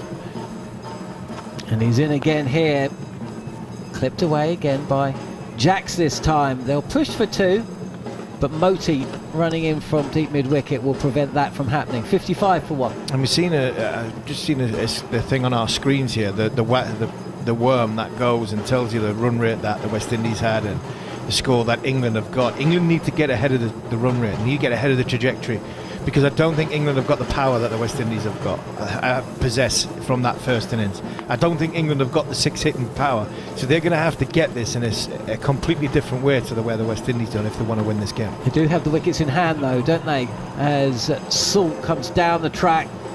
Extravagant pull shot, but Alzari Joseph sees him coming, drags his length back a touch, and this hits Salt's shoulder and just rolls out to point, no run.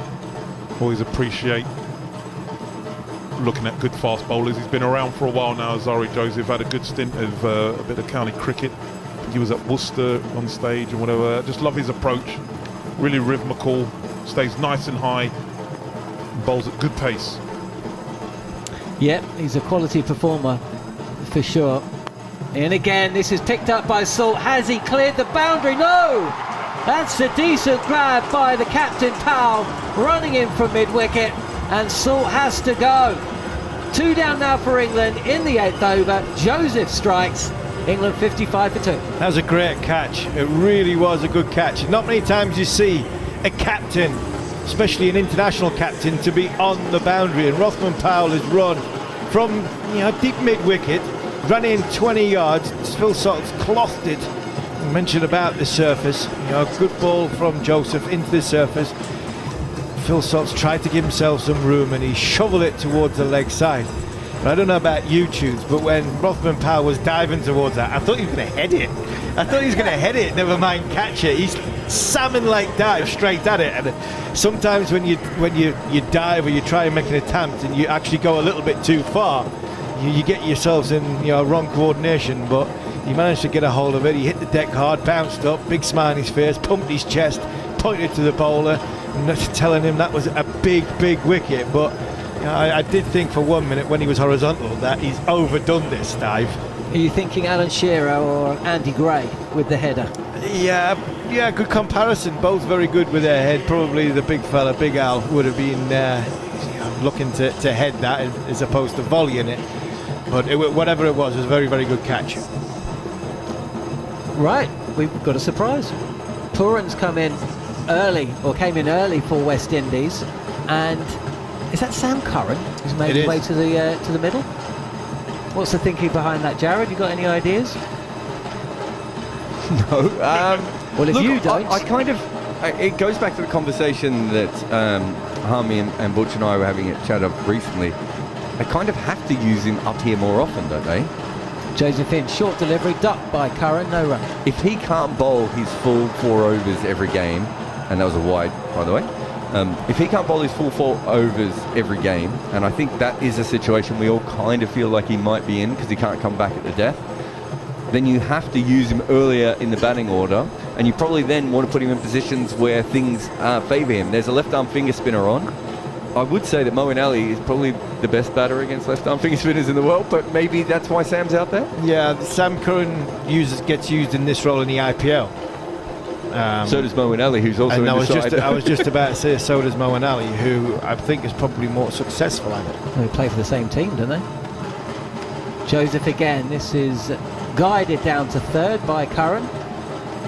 57 for 2. 1 ball left of the 8th. Yeah, Alzari Joseph was given a wide in that last over, and I'm not sure it was a wide. He had a steely look on his face. He doesn't give much away, does Alzari Joseph. He's not one for massive expressions. I would imagine if he got a wicket in the World Cup final to win the game, he might crack a smile, but that's about as much as you'll get out of Alzari Joseph. Yeah, he is a fantastic bowler, but he's not something that gives much away. But he had a steely look there, because I agree with him, I didn't think it was a wide. Last ball of the over, and Jacks will take a single, just clipping the ball away, and Curran completes the run. So a good over for the West Indies. A wicket in it, that of Phil Salt, dismissed for 25. That run rate's just starting to push 10, with Jacks and Curran at the crease, the 2 Surrey boys. And England needs something here, don't they, Jarrod Kimber? Well, if he was sent in as a pinch hitter, that first ball, he kind of just opened the face and ran it down to 3rd. So my guess is that it's against the left-arm finger spin of Moti that he'll be attacking. He's got a strike rate of 158. But again, Jacks has taken the strike at the start of this over, so I'm guessing that is the reason he's come out, but it is a little bit interesting, because left-right, you've still got Moeen Ali, don't you? Moti to bowl his 2nd over, and that is nearly a leading edge from Jacks. It doesn't go too far from the right of the bowler. No run at the start of the 9th over. We've kind of been here with England before. We saw West Indies in trouble.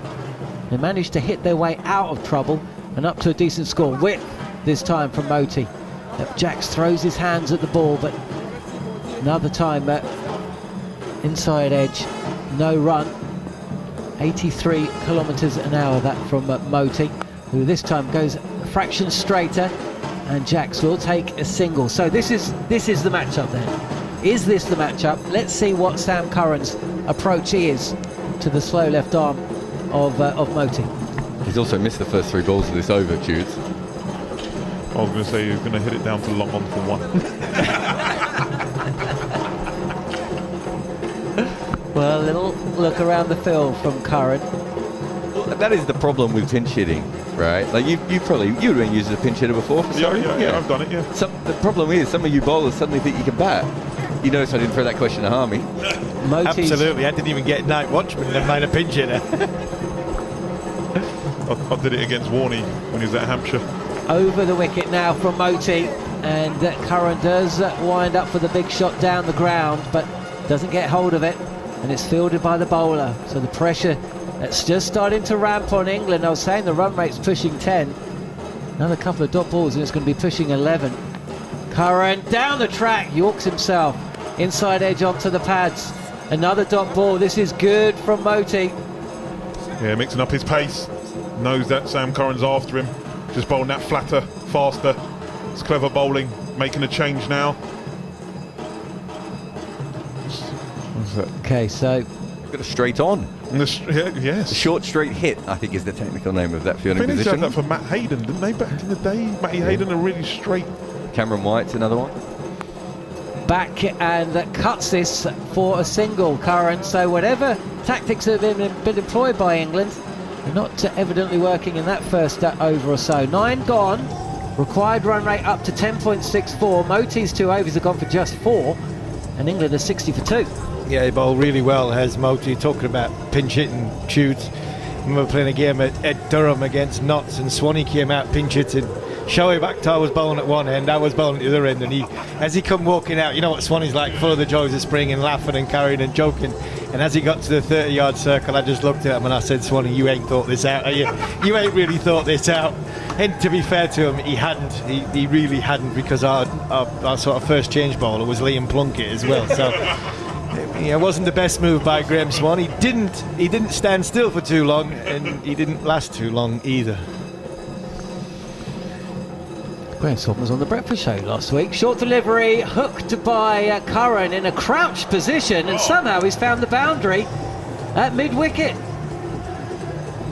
Extraordinary shot from Curran, and there is more animation from Joseph. You're right, Harmy, I was thinking exactly the same thing. His reaction to that wide was of a very unhappy man.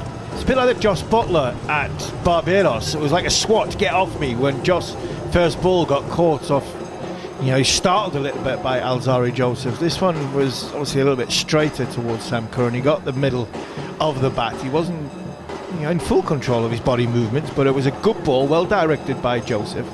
But again, he's a little bit more animated. He looks as though Alzari Joseph looks as though he's got a bit of more of a spring in his step, but he looks as though he's running in quicker. He looks as though he's bowling a bit quicker as well. Yeah, maybe a bit stung from that expensive figures from the first T20. Mistimed pull shot from Curran goes straight and comes through for a single. 65 for 2. Like any good bowler, you want to bounce back, don't you, from disappointment? And Alzari Joseph's no different. He would have been expensive, but the one thing I always look at, wicket column. And the team's won as well. It's a little bit different when you've lost, but when you win, sometimes you forgo the runs and you just look at the wickets, and that's what the captain needs. Especially in one-day cricket, especially in the shortest format cricket. If you're the strike bowler, you don't be owning 20 and over, but you want 10 and over is fine if you've got wickets. Jack's facing up, he's 24. This has gone high in the sky, but has it got enough on it? No, it hasn't. Jason Holder with a nonchalant catch at long on, and Jack's innings has got to come to an end. There's not even a flicker of a smile on Alzari Joseph's face, but he's picked up his second wicket, and that is a big one.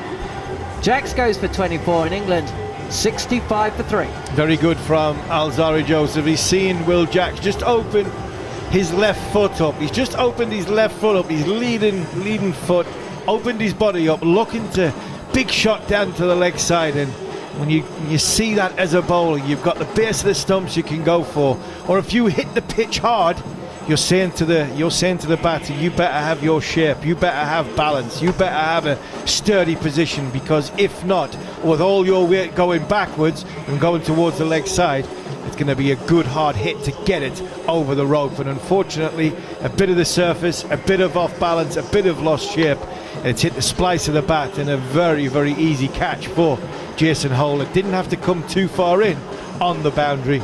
And he was just in the shade of what looks like, I think it is the media stand, and took a very, very comfortable catch. And now England, well, the West Indies were 68 for 4 off the back after the 11th over, when England really made a mistake when it comes to their bowling changes. I'm not sure Rothman Powell is going to do the same thing as Jos Buttler.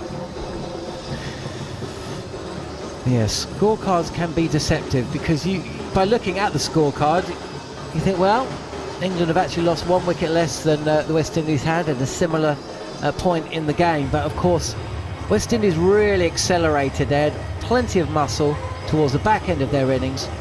They oversaw a tricky spell, and then they capitalised. Can England do the same? And truth be told, when they've been in this position, be it 50 over or 20 over, in the last couple of months, they've been found wanting. 112 needed from 63. We're approaching 2 a ball from here. Just feels like the impetus is going West Indies' way. If they were batting in the first innings, I think they'd be looking at about 155 total from here. So they're a long way behind where they need to be. Got the pressure of the chase, they've got the recent form and everything else. So they're a long way behind the game as it currently. They're just showing the Grenada images. That's the underwater statues that Sam Allard refused to go to, I think. Well, thanks for that. Yep. It's quite a famous thing in Grenada. You don't remember it? I wasn't there. Oh, okay. Maybe Allard wasn't there either. I might have made up the whole thing. I know one thing. I bet he's a above water statue right at this minute in time in Grenada, hammering me about my food option choices. I bet you the chicken, rice and peas is not high up on Sam's agenda. He's a bit red raw, I think, with the sun. 65 for 3 then, and it's Liam Livingstone who's in alongside Sam Curran. So no Harry Brook, as Livingstone does get off the mark first ball. Just rides the bounce and comes through for a single. 111 needed then from 62. You're listening to talkSPORT 2. Get involved. Cricket_TS at talkSPORT 2 or via the chat facility on the talkSPORT Cricket YouTube channel. Another decent crowd in. The home fans sheltering from the sun. The visitors trying to get as much of it as they possibly can before they fly back to Blighty for Christmas. What will the story be from this series? As it stands, West Indies 1-0 up with 4 to play, including this one, and they are on top here. As Curran again, who's been promoted up the order, will not capitalise on this delivery. Salzari Joseph, 2 from 9. Midway point of his second over. We commentated on him. We've been out in the Caribbean a few times over the last few years, and he's certainly been a big part of the Test makeup as well as the ODI stuff and the T20s. And he's in again. Last ball of the over, cut away by Curran. Plenty of power and timing, and he's picked his spot as well. I think it's a no ball as well, because I think he knocked the stumps over Steve Finn style as he was approaching the crease, John. Yeah, we're just seeing a replay. It was actually with his foot, his left foot. His front foot. I don't think I've ever seen anyone do it with their front foot before. I don't think it's usually a hand or your back hip, isn't it? Yeah, back knee, innit? That was Finn. Finn was his back knee, wasn't it? Yeah, back knee. Well, he's obviously feeling loose. This Joe. So we said that he looked up for it today. And he's running in nicely, and he's getting his foot nice and high, Patrick Patterson style. And he's just dislodged the stumps. When I say dislodged, I mean he's hit it quite hard, to be fair. He's volleyed it. Okay, so a little bit of a boost for England. 4 runs from the bat, and Joseph is going to have to bowl this again.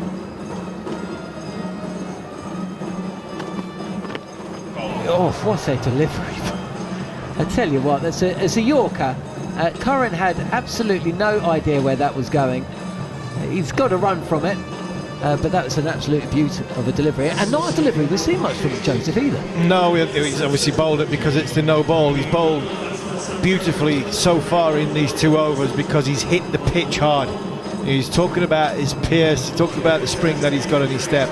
The inconsistency of the surface he's used it to his ability. He's hit the deck hard. We talked in the first innings about Timon Mills coming on and bowling slower balls, bowling 90 mile an hour into the surface. That's a lot harder to hit than anything that's full, floated. And you know, Sam Curran got dispatched and dealt with because his change-ups to his full pace, there wasn't a great deal of difference. Alzarri Joseph has run up, hit the pitch hard, and because of that, the inconsistencies, the natural variations of the surface is making it harder and harder to time. Moti, who has been almost unplayable, and what has happened there is a big swing from Sam Curran, trying to cut the ball in a manner that we saw in the last over. The ball raced to the boundary for 4. Now, he's missed it, and Puran's helmet's come off. Yeah, I don't think he has his chin strap off. And I think when he jumped to take the ball, the helmet came off. I thought for a minute that maybe the ball had hit the helmet, but that wasn't the case. Down the track by Curran. Moti adjusts his length as soon as he sees Curran coming, and it's just a single. 104 needed from 58. As well bowled by Moti. It's also well played by Sam Curran, coming down to give him an option. Option A wasn't there, the big shot, so just played it into the leg side, looking for 2, but the fielder was quick and managed to get the return in very, very quickly. Good pressure by West Indies again. Early in the over, dot ball, then a single. England really under the pump here. They certainly are. They're finding Moti very, very difficult to get away. Full on the pads, and a leading edge which flies straight from the bat of Livingston. No power in it. Just another run to the score here on talkSPORT 2. England 74 for 3. They need 103 still for 57 balls, and batting does not look particularly easy, especially not when they're coming up against Moti. Curran it is then, 13 from 11, and this is tossed up. He goes for the slog sweep, does Curran, and the bowler beats the bat on the inside, keeps it very, very low, and turn as well. No run. Just a masterclass. He knows that Curran has been sent out to hit him. And again, similar but much bigger turn this time. Curran makes room, the ball follows him, and he can only take a single. He's bowled the faster one straight away, which is annoyed Curran, thinking that, and then Curran is thinking, okay, I'll sweep him. So he's bowled the slow wide one so he can't sweep it. Now he's gone with a slow wide short one with a lot of side spin on it. It's just every ball he's a step ahead. He might be the smartest 12-year-old Harmy's ever seen. Last ball of the over, played defensively by Livingston, straight back to the bowler, and that is a nigh on perfect over, really. Didn't take a wicket, went for 3. Moti's 3 have gone for 7. I think what he also is doing, Tubes, is basically saying when he's bowling slow and into the surface, I don't think you're strong enough, Sam Curran, to hit me for 6. Yeah, no, I agree with you, Harmy. You know, you're not like we saw when the West Indies were batting, weren't you? We saw Myers and we saw Russell, which we've seen so many times. He's off balance and he's able to still clear the boundaries. I don't know the England players at the minute are capable of that. I'm sure they are, but you know, we haven't seen it. But I just wanted to go back to your point about what Zari Joseph is doing so well. He's just bowling back of a length, heavy into a length, and allowing the variation just of the pitch. I just think sometimes the England bowls, we think about it too much, and we're bowling a lot of slower balls, and they're the balls that are standing up, and the players are just too big and strong, and they're just clearing the boundary. I think sometimes we overthink it. Just on any given pitch, you've got to be able to just assess it a little bit quicker for me. Sam Curran against Andre Russell. Pull from Curran, trying to target to mid-wicket, but no timing again. Fielded by Hetmeyer. We've had a few people getting in contact via the chat facility on our talkSPORT Cricket YouTube page. Subscribe and get involved. And Paul Howie says, what on earth is Curran doing batting above Brook? Paul Howie, I think you might have a point. I really do think you have a point. Forget matchups. Harry Brook is a fantastic young player. Russell again, and Livingston this time does reach the boundary. And boy, was that needed. There's a big gap there. Square leg, mid-wicket, and he reaches on the pull. Russell was expensive with his first over, and that's got the treatment. Yeah, I think the England players, they've got to pick a bowler, and I think Andre Russell may be that person. You know, he seldom bowls out his 4. His body sometimes is not capable of allowing him to bowl consistently as well. So I think he's definitely someone that they're looking to target. Russell again. Livingston cut away. Nicely done as well. Strong and powerful. It's gone. It's reached the boundary at deep point. I think it's Hetmeyer who was pacing it, but could not cut the ball off. So back-to-back boundaries in the over for England, and Livingston moves to 10. That was a good shot from Liam Livingston, not trying to hit it too hard on the offside. He's just waited for the ball to come. It's not quite a late cut, but he's hit the ball from behind the crease. He's made sure that he's waited and waited for it, kept his shape, and used the pace of the ball that Andre Russell is getting off the surface. 93 needed from 51 as Russell picked up and smashed over square leg for 6. Finally England picking on a bowler and getting on the front foot. 87 needed from 50, and Livingston's smashed 3 boundaries in 3 balls. Yeah, 15 or 4. Sometimes there's always an over in T20 cricket that can change the tide. And could this be the over that England are looking at, that Andre Russell is delivering at the minute? He's gone for 29 off 1.4. As I said, he doesn't bowl a lot these days, especially in franchise cricket. He bowls 1 or 2 and sometimes bowls at the death. Seldom bowls his 4, so a lot of cricketers now and players around the world, they do look to target him. 2 balls to get out the over. Moti's only got 1 over left as well. And Livingston is 16 from 6. West Indies, you'd say, still favourites from here. But 87 from 50 suddenly seems a lot more manageable.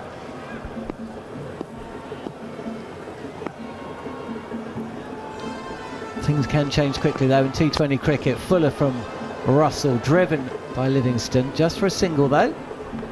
And that'll bring Sam Curran back on strike for the final ball of the over. I think one of these two are going to have to see it through though. One of these two are going to have to go on. West Indies had that with Myers. 82 not out, fantastic innings from him tonight. One of these England players will have to go on. We've had Starks, you've had Salt, you've had Jacks. One of these two are going to have to go on to get a 50 plus. I think if England are going to win this game. I think Rothman Powell's got a decision to make as well. He might have to turn to his 6th bowler. Kyle Myers does bowl.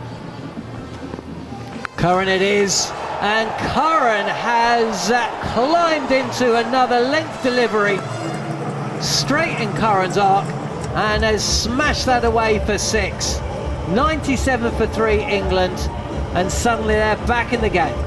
A great shot from Sam Curran. Andre Russell, he's just dragged his fingers across the seam again, but he's given natural width to Sam Curran, bowling over the wicket, dragging his fingers across the seam, dragging it into the middle of the surface, and it's just sat up comfortably. Sam Curran said, anybody said to Sam Curran from a coaching point of view, where do you want this ball? It would be exactly where Andre Russell has just put it. Sat up to be hit, and Sam Curran didn't disappoint, and this is better. England above the line the West Indies got.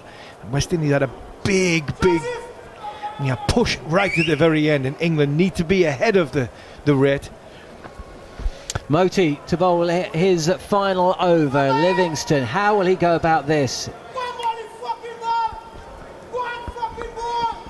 And if you are picking up some of that local language, then of course we do apologise. There's not too much we can do about that. I thought that was as Livingston is down, and he's gone big, he's gone high, but he hasn't gone far enough, and the reaction from Rothman Powell at long off as he takes the catch tells you all you need to know. Livingston goes to 17, Moti strikes, and the West Indies back on top. That little pep talk from the crowd, I think, is worked perfectly there. If you did hear it, we do apologise. We've got no control of what somebody says in the crowd. Trust me, I've been on the end of many volleys from fine leg or third man from somebody like that.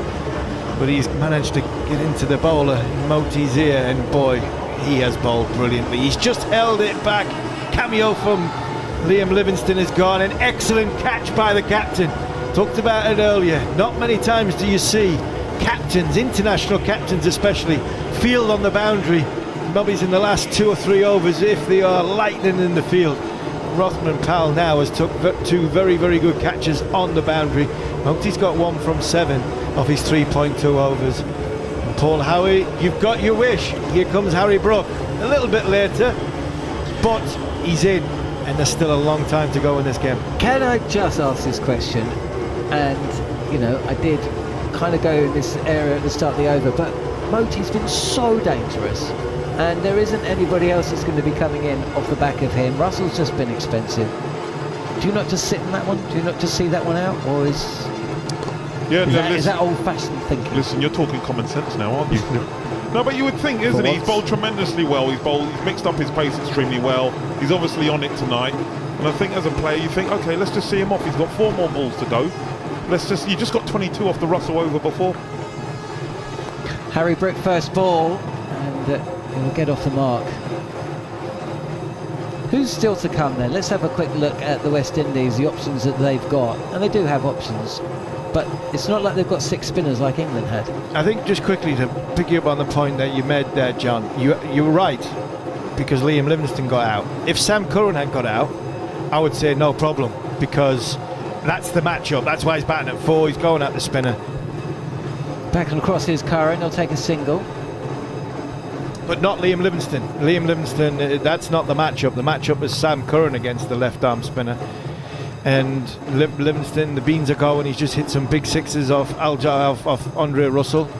And he's decided, he's took the gamble, first ball of the over, or early in the over, I want to get on the front foot and put some pressure back on the bowler, and didn't do it.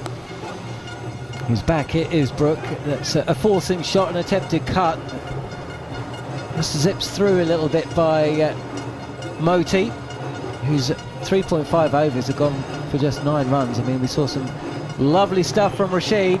Final ball of the over, and this squirts off the outside edge of the bat by Curran, who's too soon through the shot, but no damage done from England. The damage was done at the start of the over. Just 2 runs from that final Moti over, the big wicket of Liam Livingstone, and England's task is quite a tall one. 78 needed from 7 overs with Curran and Brook at the crease. Fantastic bowling from Moti. It really has been 1 for 9 off 4 overs, 15 dot balls.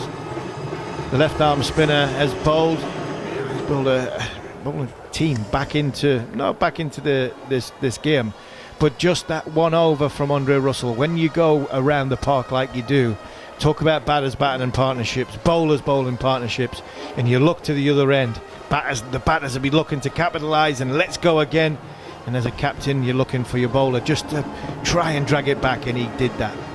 Jason Holder it is then, as Sam Curran faces 22 not out from 16, pushes a very quick single, but that's all it'll be. 100 up for England, so 77 from 41. How do you see it going, Jarrod? In terms of the bowlers available to Windies, they've got 1 more over of spin through Hussain, another couple from Holder including this one. Not sure we'll see Russell again. There's a couple from Joseph. How do you see the next couple of overs going?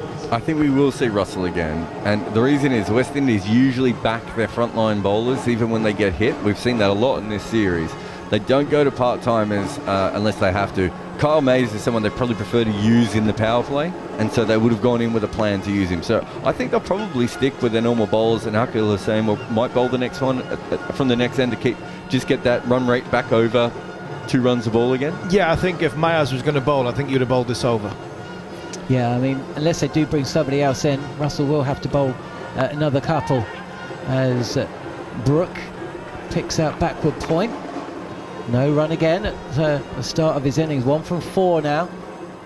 Demoted. You always talk about players being promoted up the order. You don't ever hear of them being demoted down it, do you? Well, you do today. Not as good as players what Harry Brook is, but you can see the logic in it. If you go and match up and you go and left arm spin and the way Sam plays. Holder again, and this is comfortably played by Brook, down to 3rd. Wristy shot there, but England are going to need a little bit of power, and they're going to need it soon. That required run rate now hovering just under 12 and over. We've had 2 runs from this. Jason Holder, his 3rd over. Sam Curran, over to you. 23 from 17, came in at 4.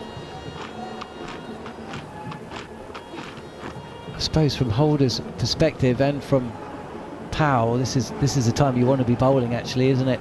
So over to you, England. England have got to force it from here.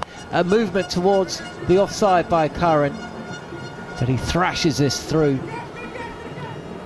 the covers, but picks up just another single, so 3 runs from the over. Yeah, another good ball from Jason Holder. He's seen Sam Curran go early towards the offside. He's followed him. Jason Holder's a very, very good bowler towards the end of the game. We've seen in the last T20 series when England lost 3-2, you know, the amount of times that Holder got, he didn't just keep, you know, the run rate quiet, he actually took wickets at the end in them games as well. Brooke, this is a loopy full toss. I'd like to see the pace of that. Now again, just another single to the score.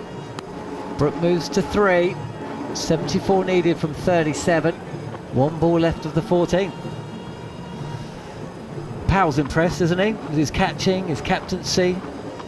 Scored some runs as well. His captaincy's impressed me. His bowling changes have been excellent. You know, he's catching. Well, people say, well, he's international cricketer, he should catch. I think his change-ups have been excellent.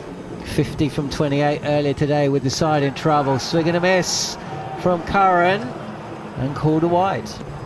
Yeah, there's a thing in baseball called framing, in which the catcher tries to frame the catch in a way that makes it look like it's more within the hitting arc.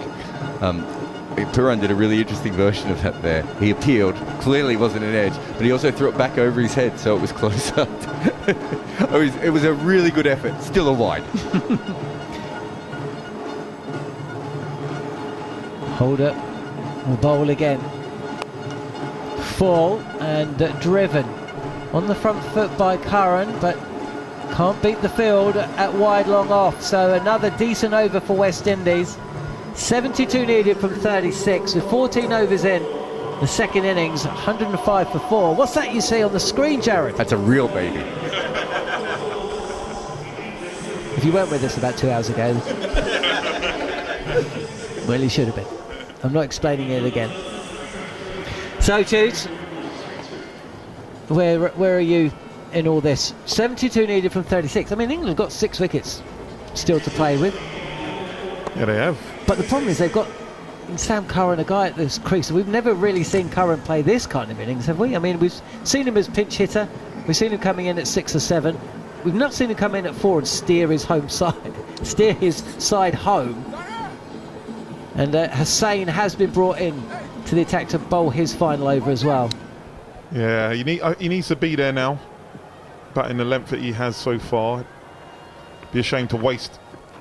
This is wide from Hussain, cut from Curran, and fielded by Hetmeyer at deep point. 1 run to the score. England's got some batting, of course. Moeen Ali, the one change from that first T20, he's still to come in. Chris Wokes, Rayan Ahmed, you're not going to be wanting too much from those two, though, are you?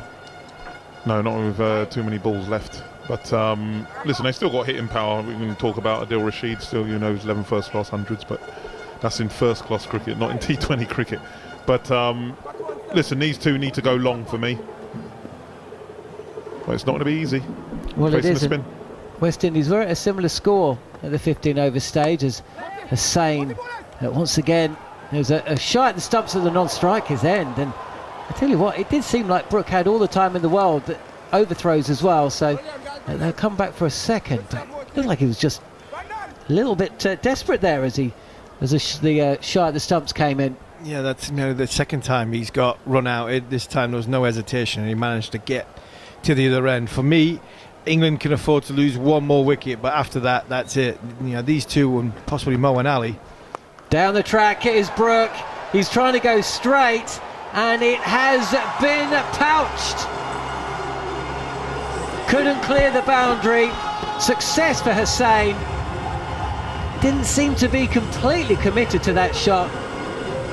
Either way, Brooke's got to go, and England lose their 5th wicket in the 15th over, 108 for 5. Yeah, good ball, and just seen Harry Brooke come down the wicket, held it back, did Hussain. Ball towards Alzari Joseph, He is a fast bowler, but he's an athlete as well. He's a very, very good athlete, is Alzari Joseph. Good pair of hands, took it easier than what it actually looked. He made it look very, very easy. And I think that, for me, is all about scoreboard pressure. Harry Brook is looking at the scoreboard, seeing it's nearly 2 a ball. Got to get on with it. And unfortunately, when you do that where the ball's been sort of holding in the surface and not much pace on it, you have to be fully 100% committed to your shot. And unfortunately, for Harry Brook, he wasn't. Well, here we go. Moeen Ali striding to the crease and getting himself ready. Just feels like England have made things a little bit more difficult for themselves than they really needed to, and it didn't seem easy at any stage anyway. Be fascinating to hear the thoughts of Jos Buttler and whoever speaks from an English perspective at the end of this game, if they do get home or if they don't. 69 needed from 33. Half the wickets gone now. Sam Curran at one end and Moeen Ali at the other. So 2 left-handed batters. The same 3 balls left of his spell. Both him and Moti, the 2 spinners in the West Indies side, have been brilliant today. As Ali clips this one off the pads, and England move to 109 for 5. Yeah, they've been very impressive. Used their pace really well.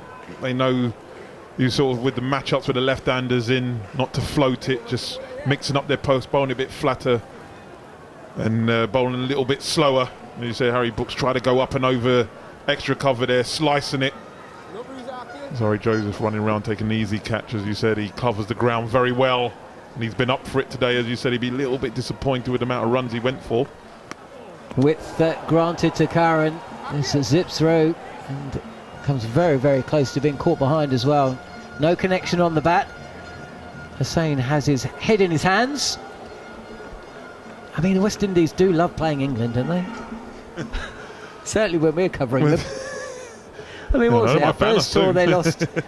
I mean, they've lost both test tours, wide again, but this time his turn into Curran, who does manage to beat the field inside the circle, the fielder, Shea Hope. But that's another great over for West Indies. 5 runs coming from it and the wicket. 110 for 5. 5 overs remaining, and England needs 67 runs. And whilst the West Indies managed to hit 72 from the final 5 overs, England are going to have to replicate that. Very much so, with players not as comfortable, I think, from a power point of view. You know, Sam Curran, more of a touch player, can get the ball over the road, but I'm not sure on this surface.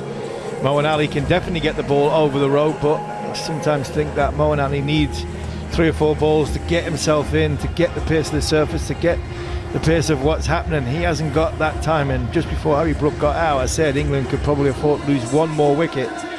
And the reason why I meant that was because of the amount of balls left in this innings. Okay, let's head out to the ground with Stacy-Ann King and also Nikhil. Thank you very much. Should be 5 enterprising overs. Alzari Joseph has been very improved today in terms of consistency, in terms of the control of length. 2 for 16 in his 2 overs. He will continue and trying to close this out. Curran is on 27. Here's Joseph, starts pace off, wide of that off stump, and Curran actually swats this one well into the onside. Thought would have picked out the mid-wicket fielder. Instead, it splits the gap and finds the boundary. Hello, Stacy-Ann King. Hello, Nikhil. Hello to everyone.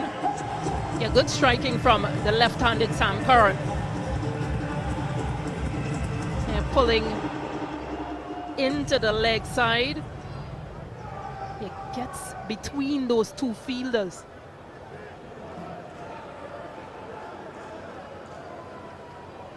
I expect him to play a lot more of these from those deliveries going across him. Once it holds up in the pitch, it's a scoring option.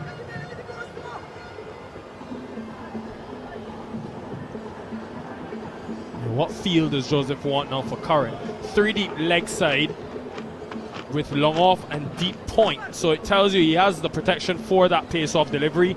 Saw Joseph go short to Curran early in his first spell. has been a good move from Buttler to get the left-handed presence in. 2 left-handers at the crease. Misses his length, does Joseph, and Curran picks him up and deposits him over long off for 6. 10 from the first 2, game on. Yeah, the importance of having that left-handed batter within your setup.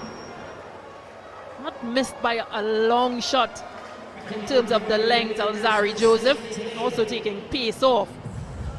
But good awareness from Curran. Good sighting of that slower delivery.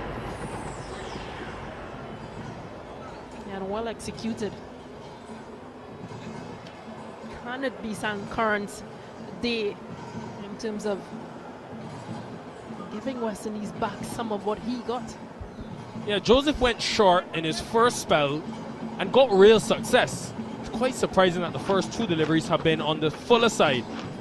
First delivery was good length, pace off. He hit that for 4, and then very full hit over long off. So maybe just a miss of length. He brings fine leg in the circle. Here's Joseph. This time an extra fielder place in the offside at deep point, and he goes wide to Curran, who misses the cut. He goes through to the keeper for no run. This is coming down close, Stacy-Ann King. I tell you, you were there in 2022. It has all the ingredients to be a thrilling series like it was a year ago. Yeah, most definitely. 2 teams wanting wins, wanting to find those right pairs, what works for them leading up to the T20 World Cup in the Caribbean next year, just about 6 months away. Here's Joseph again across Curran, and then back of the length delivery that Curran is trying to cut. Another dot delivery, 131. So subtle change of pace. Wasn't completely pace off or an off cutter, but good change of pace to deceive him. Yeah, and almost on that 4th stump line. So adjustment from Alzari Joseph, not giving as much width. Something we saw the English batters did earlier is use the crease laterally. So Curran might think about using that option. This time goes full, does Joseph. This is a chance, 2 fielders under it, none of them take the catch. It was Gudakesh Moti at short third, running towards probably that deep third position where Mears was running around to his right, and a bit of miscommunication, it falls in between them. I think Mears was just a lot squarer compared to Moti, who was in, as you mentioned, that 3rd position. Mears would have been the better person to go at that catch because he's coming in facing the ball compared to Moti running to the boundary with his back to the ball. Still deep third, deep point, very close to each other, as well as long off in that offside. So it tells you for the left-handed Ali that full and wide is an option, maybe even pace off on that 4th or 5th stump line. Here's Joseph with a short third, and again does go across him, and it's an excellent comeback. His first 2 deliveries went for 10. The last 4 deliveries, just 1 run from it. 1-2-1 for 5 after 16. England need 56 from the last 24 deliveries to even this series. 11 runs coming from that Alzari Joseph over. They need a few more big overs.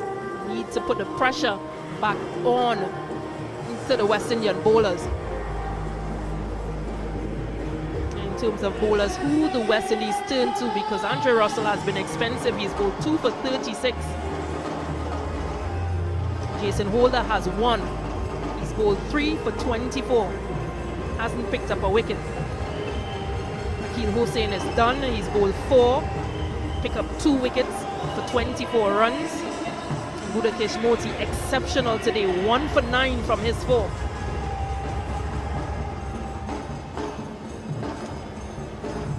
So, only 5 bowlers used for the West Indies, similar to what we saw in that first game. It's worked for Robin Powell. However, Andre Russell has been the most expensive, the only bowler to go for more than 10 runs and over.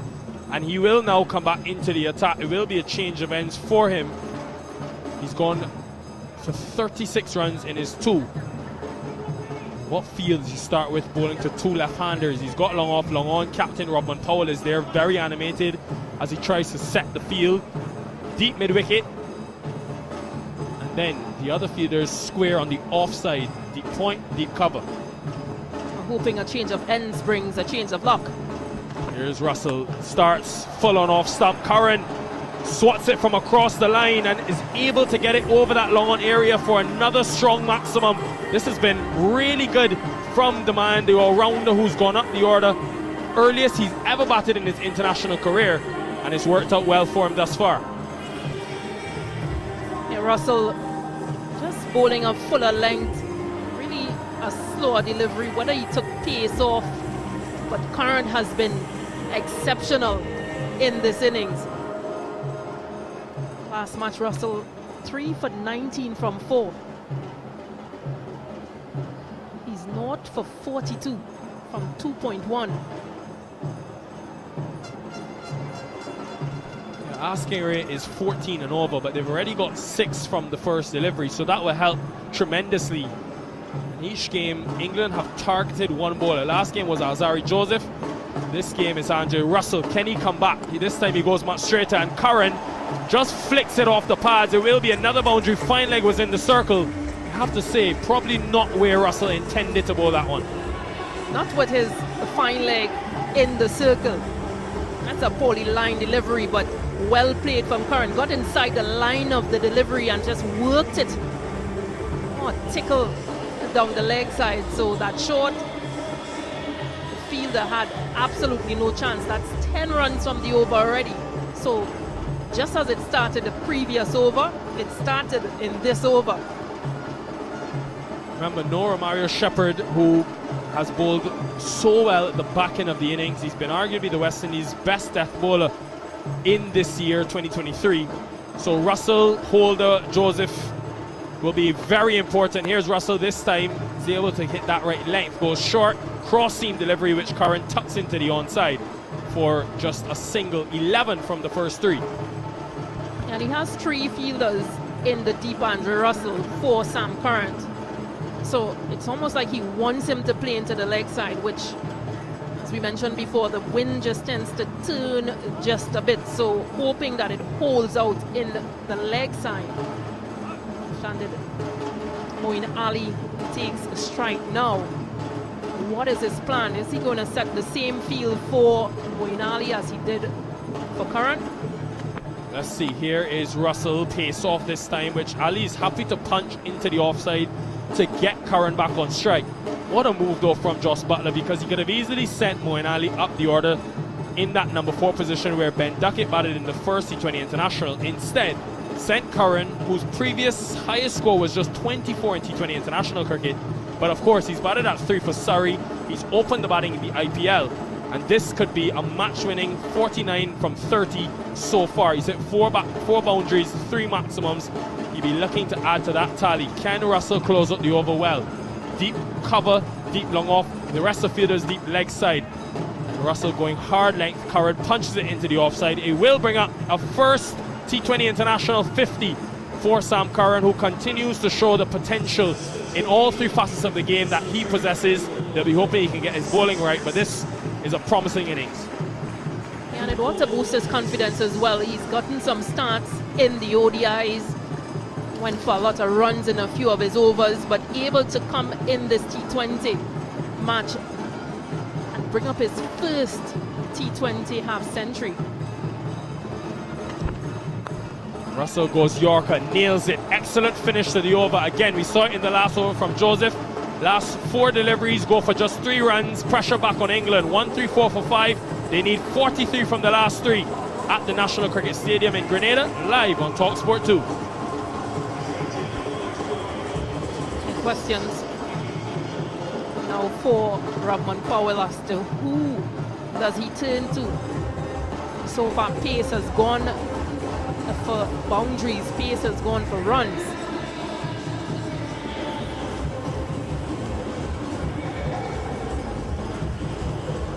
Well, if you're now joining us, it has been yet another captivating West Indies versus England battle. West Indies were down and out after the power play. Sorry, after the first 10, you could say they were struggling. 63 for 4 then. They hit 113 runs, just lost 3 wickets from the last 10. Brandon King was superb with his half century. Robman Powell, the captain, struck out over 300 for his final 11 deliveries to get them up to 176. We'll see how competitive it was in 3 overs time. Here's Joseph, goes short. Curran, this could be a chance. He tries to punch it in the offside, goes the aerial route, instead picks up Akil Hussain. That shorter length again works for Joseph. Curran departs. Yeah, disappointed Sam Curran trying to take it on again, but coming off the toe of his bat, so not making the connection. It just literally stands up for Akil Hussain to take that catch. He'd be disappointed, but he scored 50 from 32, inclusive of 4 fours and 3 sixes. England 134 for 6. Another 43 needed from 17. Yeah, they may not win this game, England, but it gives them, I think, a chance to see some options going into that next World Cup. Obviously, we don't know the status, Stacey, of Ben Stokes, but having a left-hander in that top order, they have a few options. Moeen Ali, who's batted at 3 for them quite a number of times in T20 cricket. Obviously, Stokes, Ben Duckett is another one. And now, we've seen Sam Curran. I wonder if they back him going forward in the series after this performance, win or lose, to maybe hold that number 4 position and take some added impetus in those middle overs, because he's improved immensely against the Pacers, and obviously he will be used to combat the 2 left-arm spinners from the West Indies. But credit to Alzarri Joseph, he's gone predominantly short today, and that has worked for him. All 3 wickets from that shorter length. And a well-taken catch in the deep by Akil Hussain. The catching has been exemplary from the West Indies in these first 2 matches. An area where they've struggled in the past. Darren Sammy has placed a lot of emphasis on doing the boring things right, as he describes it. So far, so good. But Joseph will need to finish the job as Chris Woakes comes to the middle. Maybe Moeen Ali now will have to do the bulk of the run scoring. Here's Joseph, this time full. Pacey delivery on the stumps, 139.8 kilometers per hour, which Woakes is hitting down to long on for 1. You talk about just correcting or finding a way to work on or get things right. Not just those 1%ers. Alzarri Joseph went for 54 in the last match from his 4 overs, picked up 3 wickets, but picked up 2 wickets to the back end. Went for his most runs conceded in an over, 26 in that match. Then went for 18 in his 2nd over, so was expensive. But it's good to see him come back. Joseph to Moeen Ali, who takes this on and finds the boundary. And what a turn of events, turn of the tide. It was full outside off stump. Ali driving through extra cover. Goes 1 bounce into the rope for 4. I was just about to say, it's good to see the use of Sam Curran, the left-handed batter, up the order as well. Moeen Ali just picking up where Sam Curran literally left off. We know what he can do with bat in hand. Can he get that 38 required from 50? Maybe a bit predictable here. Alzarri Joseph with 3 deep offside, long off deep cover, deep 3rd. Maybe from over the wicket, he's predictable that he's going to go wide. Ali hit him for 4. Does he come straight? He goes wide again. Moeen Ali connects. That has gone for 6. A far way back. Significant ball striking from Moeen Ali. As soon as they lost Sam Curran, he's taken on the responsibility. 32 from 14. Yeah, he was just happy earlier on to play the supporting role with Sam Curran, but now he's taken up the mantle of being the aggressor to chase or try to chase this target. Now this is good. Even though Alzarri Joseph has that offside field set, he's clearing the boundary, which means Alzarri Joseph may have to pull that length a bit, which is what he possibly doesn't want to do against the left-handed batter, who will pull into the leg side freely. Hitting with the wind as well, which is why Joseph is going fuller. But that just puts it into context. Moeen Ali's hitting those balls against the wind, and he's still able to connect. This one, though, unable to do so. It's pace off from Joseph, and Moeen Ali just punches it into the offside. He gets 1 critically. I thought that was the end of the over, but we will have 1 more delivery. So I think this may be a bonus now for Woakes, because Moeen Ali will want to face the majority of these next 2 overs. Maybe Woakes can just try to find the boundary.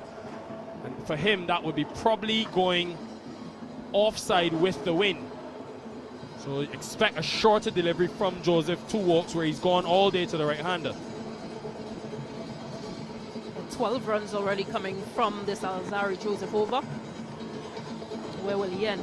Mid-off is up in the circle. Here's Joseph.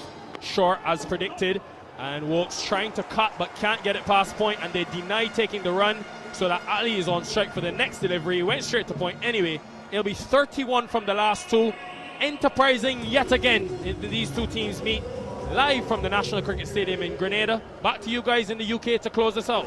Thank you very much, Nikhil. Yes, myself, John Norman, Jarrod, Kimber, Steve Harmison and Alex Tudor. And the game is still very much alive. 31 runs needed from 12 balls. We've seen a little cameo from Sam Curran that's come to an end. Moeen Ali back in the side. He's hit 12 from 6. We're going to need that kind of strike rate from him for the next over or two. And Chris Wokes alongside him as well. Steve Harmison.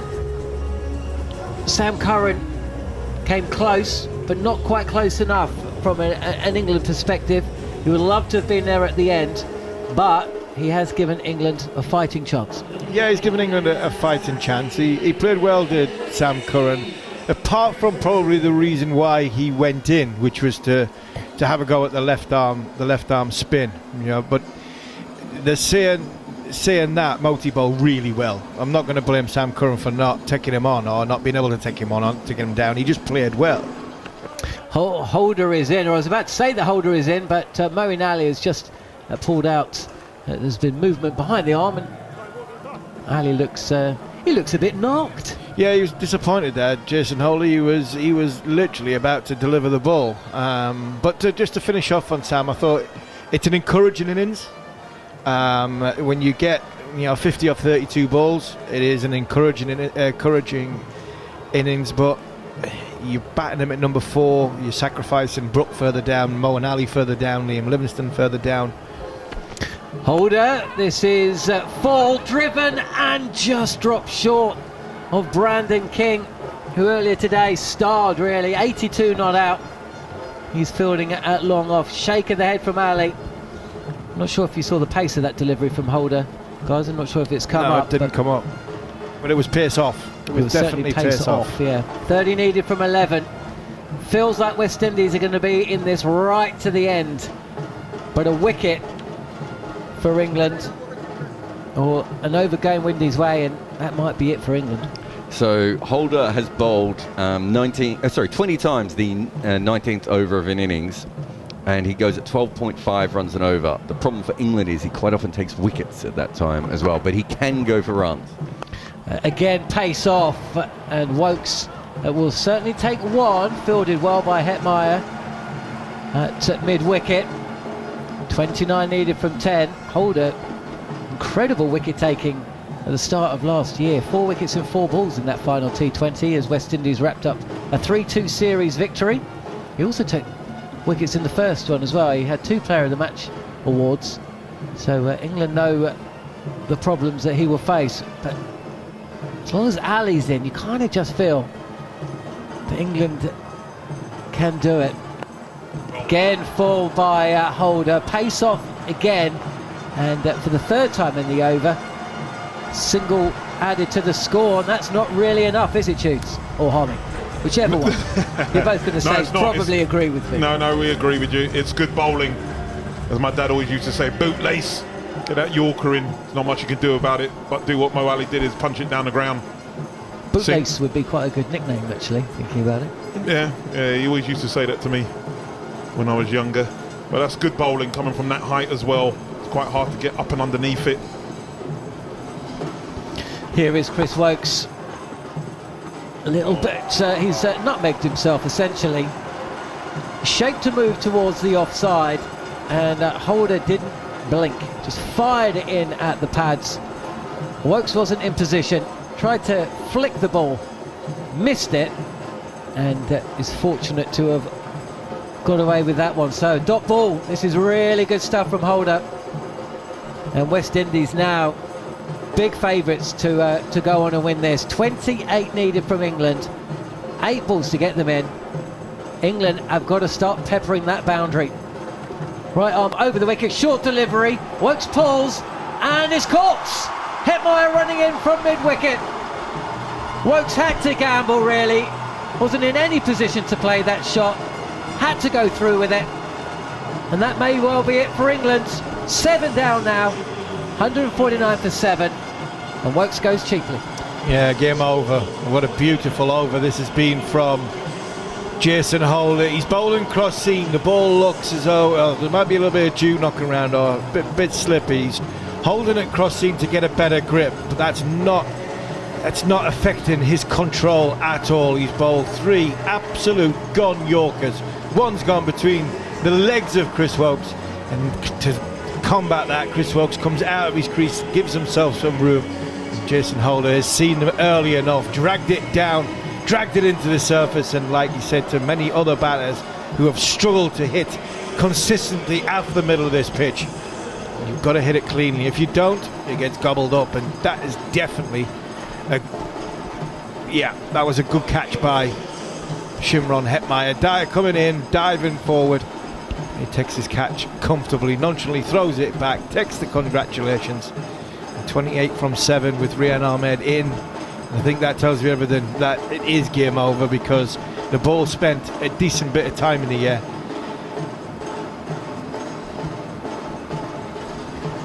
Holder to finish things up, short delivery, tennis ball bounce really, swatted by Rian Ahmed, but no real power in the shot, and actually Moeen Ali tells him to stay where he is.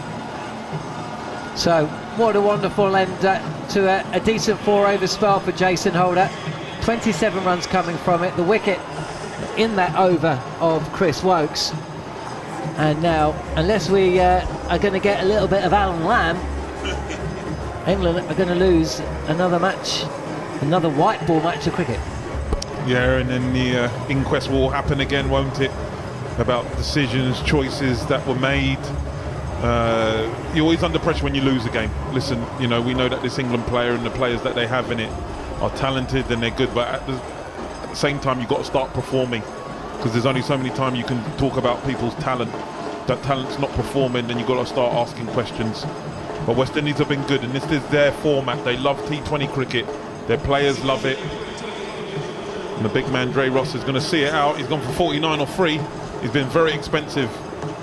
Is this the chance? Is this England's only chance? Well, listen, Andre Russell. I'll tell you, 6 first ball makes it interesting, John. I tell you, 6 first ball makes it interesting. But if you go back, decisions were made.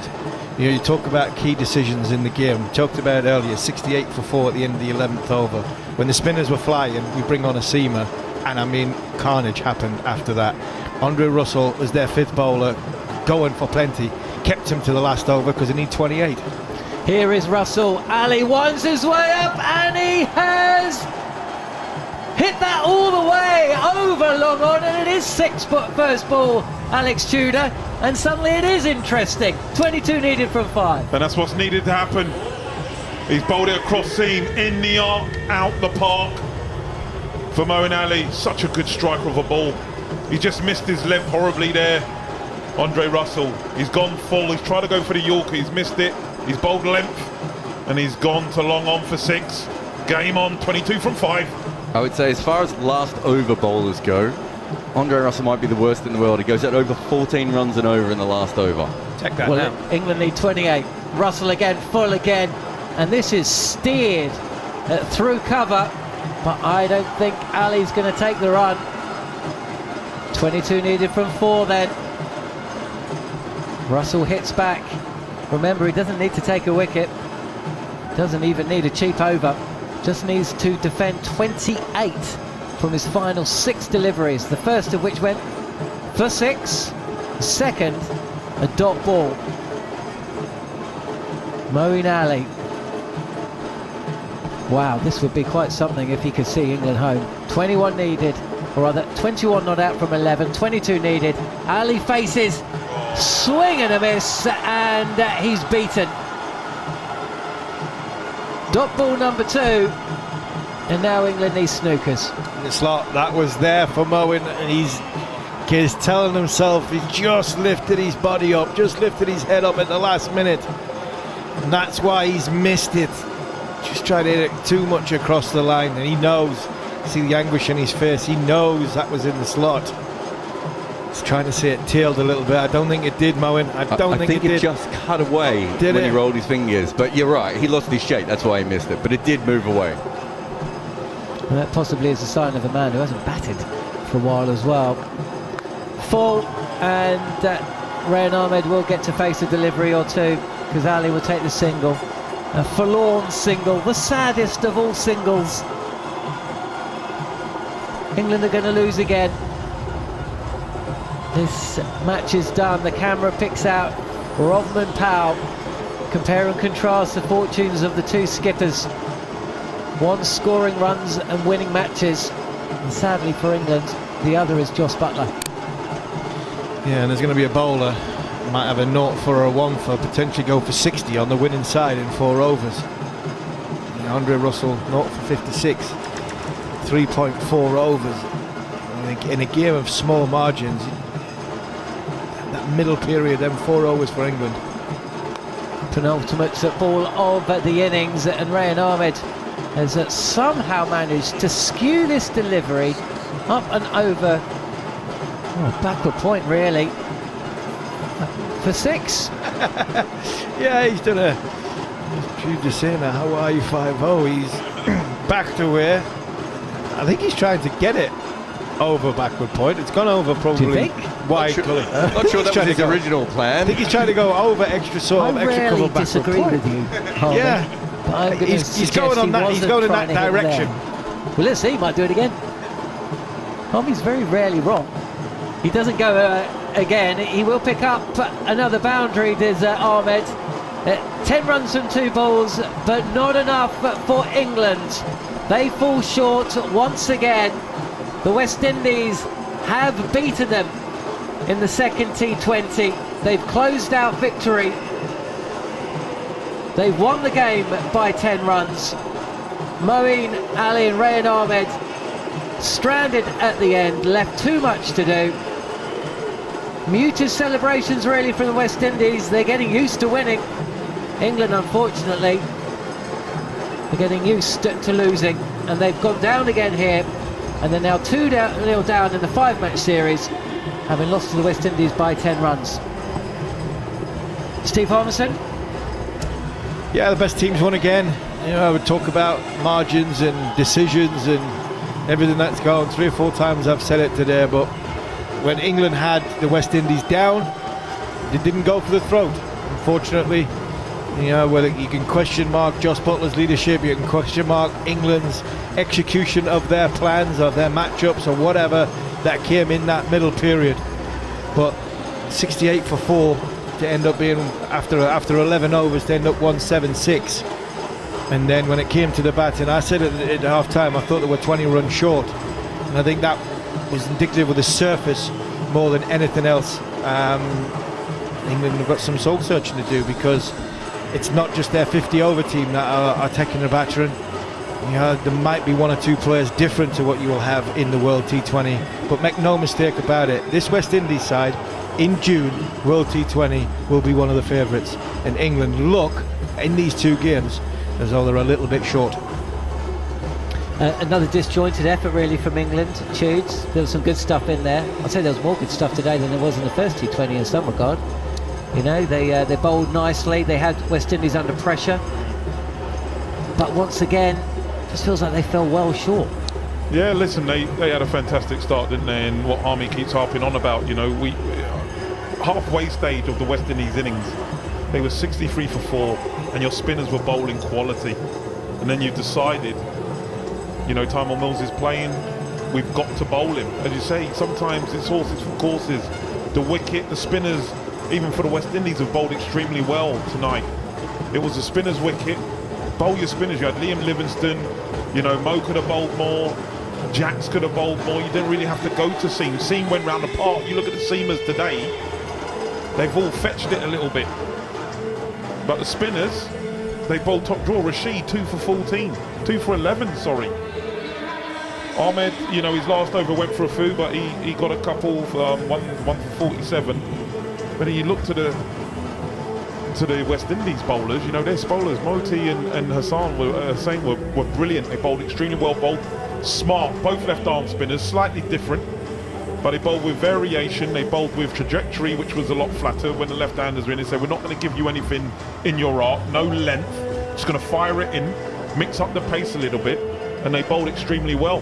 And Rovman Powell you know, commanded his bowlers extremely well. Listen, as Harmy said, you know, Russell 28 off the last over. They were confident. Listen, he's not bowled well tonight. He's ended up going for 66. You know, West Indies win by 10. Moti and Hussain have gone for 33 for 33 off 8 overs. They're 2 left-arm spin bowlers. For free for. We've played a million spinners. We've bowled 10 overs of spin. Again, just little small margins in T20 cricket go a long way. Assessing the surface, assessing the conditions, and executing your plans. And I think England were way off.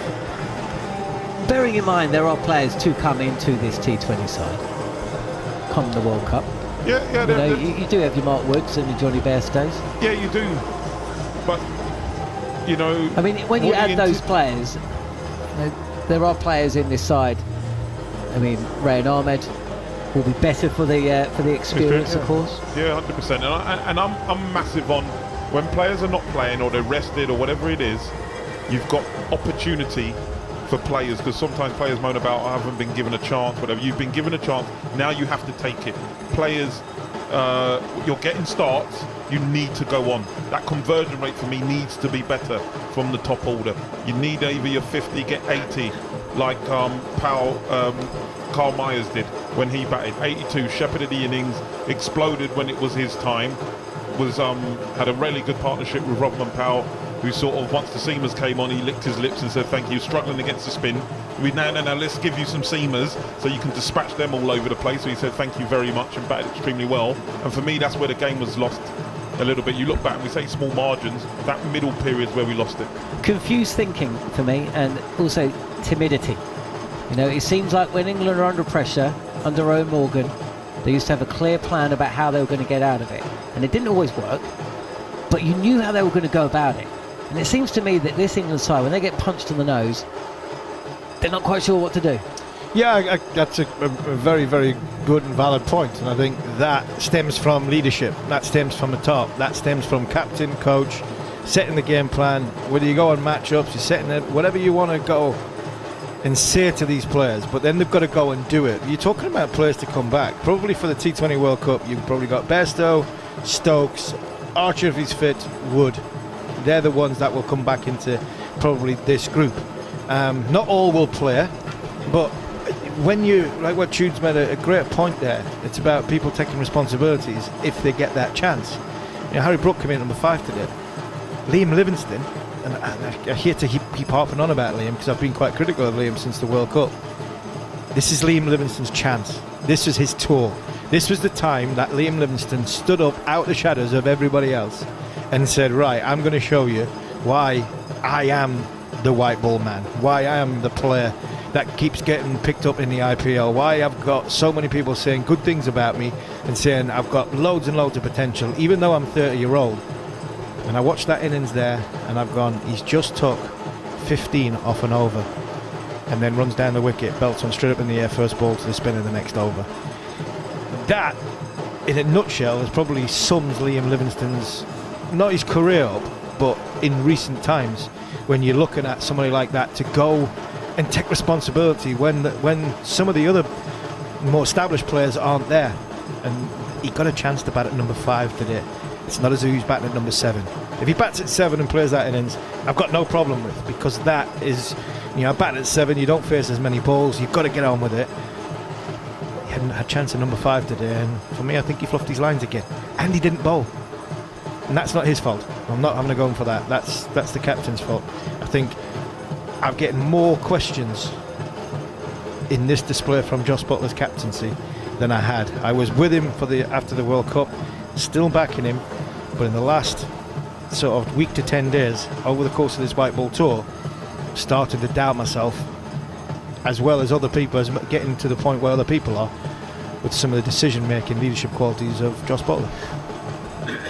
Well, we'll hear from Jos Buttler very shortly. He'll be speaking with Sam Ellard. Jarrod, where are you in all this? When you look at this England lineup and the way they go about things, do you think that there is a clear, decisive vision, or do you see some confusion? I mean, some of it is form, and I think if Jos Buttler is averaging 35 with a strike rate of 140, this is probably very different. And West Indies are playing really well also. There's a lot of their players playing very good cricket at the moment. But the team still looks like it's a Jofra Archer short before the next World Cup when it comes to bowling. And the batting doesn't look as dominant as it did when we saw it in Melbourne in that final, not that long ago. So it's not the same team. And are they going to have to rejig on the fly? It's not that long for the next World Cup, right? How many T20s do they have between now and the next World Cup? John, tell me the exact amount. They've got 3 against the West Indies, which we were bringing you live and exclusively on talkSPORT 2. And then I think they've got a series... It's Pakistan. Is it Pakistan? I think it's Pakistan. They get 3 or 5 against matches, Pakistan. I think. Yeah. It's not a lot, is it? Like, do you know what I mean? And we have been here before, though, haven't we? Can you remember 2010? They brought in Craig Kieswetter, didn't they? And Michael Lum very early, or very close to the tournament. And it wasn't that long ago that they made changes very close to a 50-over World Cup, of course. For Archer. With the bowl, but I'm thinking with the bat as well. They got rid of Alistair Cook for the 2015. How'd that one go? Jason Roy just before this one. But I'm saying it shows Jason England, Roy just before this one. Yeah, and Jason Roy, and so it does show they can make those calls. Oh, no, I don't think it's an issue of them being able to make the calls. I think that we just saw Sam Curran go up the order. We're still not sure why, right? I'm not sure they're sure. We looked at the way that Will Jacks has been used sometimes in this series. I just don't think they really know what their best lineup is. I think what you were talking about is other situations where they knew more or less what their best team was, but they needed to make a couple of changes. At the moment, I don't feel like that is where we're at. We're more at the stage of, well, we'll come out here, we'll play against West Indies, we should win these series. Now they're not winning these series. They must be looking at it going, now what do we do? Like, we don't even have time to rejig. Yeah, learning the lessons as well. This is the thing. There's too many middling innings, isn't there? And there's too much inconsistency. It kind of reminds me a little bit of the England white ball side around 2015, actually, or just before it. 2015 was a terrible World Cup, but before it, what you'd find is batters who would score runs one every 3 or 4 innings. And of course, you need much more consistency than that. Maybe not so much in T20 cricket, but if you look at the form players, I can't really see any. Well, I mean, apart from Rashid with the ball, there's a couple of bowlers in form. I wouldn't say any Rashid of the batters really. 2 spin bowlers have bowled nicely. Seamers, no, I struggle to see a consistency with the seam bowling department. I think Jax looks as though he's in a bit of touch and then gets out. Just a young lad. Don't really want to, chuck too much of responsibility onto some of the young players' shoulders. Salt is trying to establish himself, so is Jax, and then you look to your powerhouse and your more experience. Butler looks as though he's got the world on his shoulders. Liam Livingstone had a chance to bat number 5, 17 off 9 balls, but it was the way he got out after just taking a big over down would annoy me. And Moeen Ali, again, when the game's gone and things are, I wouldn't say things are last ditch, that's when Moeen Ali seems to sort of be at his best. And 28 off the last over, even though Andre Russell had gone round the park, was still a bridge. It was always going to be a bridge too far, even though he hit the first ball out the ground for 6. So it's the experienced players who look as though they're the ones that, for me, should carry the can. And there's 1 or 2 of them who it's been going on for a little bit too long for now. Let's head down to the pitch, though. Sam Ellard has caught up with a man who is smiling, no doubt. Top score today with 82 not out. Player of the match, Brandon King. Brandon, thank you very much for speaking with talkSPORT. Firstly, congratulations. You played a special innings. Talk us through it. How much did you enjoy that? Yeah, obviously enjoyed it. It was important for me in how the game was going on. We lost some early wickets, so it was very important for me to stay there as late as possible and allow the other guys to come in and play freely.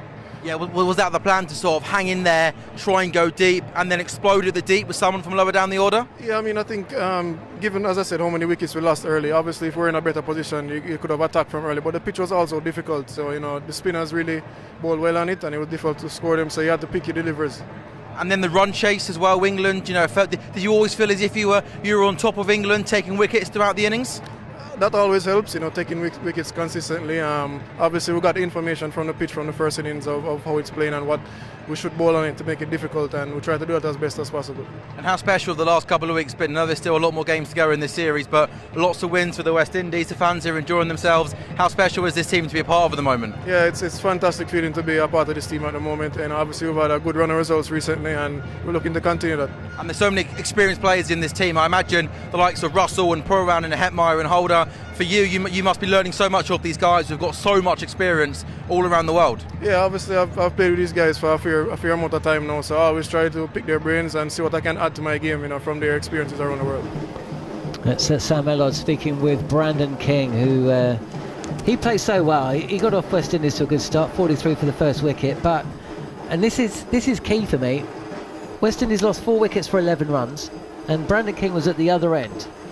Powell came in, maybe that helps, having your captain alongside you, but they didn't panic. They went about things. The bowling changes may well have gone for them, but it was that partnership between the two that set West Indies where they needed to be. 50 to Rovman Powell, 28 balls, 5 sixes in that. King himself hit 5 sixes, and crucially he was, as we all asked for, there at the end. It's always the currency, innit? Your batter gets in and you say to him, be as long as there and take it as deep as you possibly can, because the bowlers do panic, and Brandon King did that. He did it brilliantly, he really did. That carnage in the middle, and that for me was what makes it a more special innings. He got himself to 82 off 52 balls, but he probably went for about 10-15 balls in the middle of that innings where he had to run it around. The boundaries weren't there, they weren't on the high on the agenda. Rotation of strike, getting themselves back in a partnership, and then being able to go again, setting a platform for the bowlers to crack under pressure, and England bowlers did. 31 not out in the first T20, 50 today, 2 smart catches. Sam Ellard is with the West Indies skipper Rovman Powell. How special is that? Another victory, 4 down for not many runs, tricky start. But how happy were you with your innings, and also the way Brandon King held that innings together and then really accelerated at the end? You must have been happy with that total after a tricky start, is that fair? Yeah, I'm very, very happy after a tricky start. One of the time me and Brandon were batting and we said just try to get to 150, and if we get to 150 we give our bowlers something to bowl at, because Rashid and all those guys, I think they bowl well in the middle overs, try to peg us back as they did. The first 10 overs belonged to them, and then when the spinners, we try to mitigate the spinners, and after we mitigate the spinners, then we try our best to cash in. And do you think that is one of the best parts about this West Indies team, with Russell coming down, he batted at 8 the other night, Holder at 9 the other night, that you guys bat so deep? So do you always feel as if, even if you fall down for not many, that one of the guys who can go big is almost going to cash in at some point in the innings? Yeah, that's true. We always know when you get good spinners, sometimes you will lose 2 wickets quick back to back in the middle overs. When that happens, you have to have good batters at 6, 7, 8, to put that impetus in the innings that you need after losing those wickets. And I think when you look at this bowling unit, when you look at this batting unit, we have that. And how much you enjoy yourself out there? Struck the ball pretty cleanly there, didn't you, Rovman? Yeah, enjoy it. Maybe one of my better international T20 innings. I was 22 from 22 and I got to a 50 before 30 balls. That was pleasing. Whenever as a batter you go in and you do the hard work, and after you do the hard work you reap the rewards. It feels good. And then with the ball sort of taking wickets regularly throughout the innings, did you always feel as if you were just on top of England? What did you make of your side's efforts with the ball? Yeah, I think we were just on top, because as soon as they start putting a partnership on, we got a wicket. That was the template of the innings. As soon as they get a partnership going, we get wickets, and we know how important wickets are in T20 cricket. And you said to me before the game you're looking forward to Motti coming back in and bowling during the middle. How happy were you with how he went, going for single figures in terms of runs conceded? That's a pretty decent effort, isn't it? Yeah, it was excellent. It make the coaching staff or myself look like genius, to bring him in. But having said that, I think he came in and he gave a very good account of himself. And 2 wins from 2, spirits must be pretty high. Yeah, it's very good. We're still here with one more important game in Grenada. So we're looking forward to Saturday. Well, a happy man. And Rovman Powell was pretty pleased as well. Sam Ellard's been on tour for the past month in the Caribbean, and Rovman Powell's seen his side to a 2-0 series lead in a 5-match series.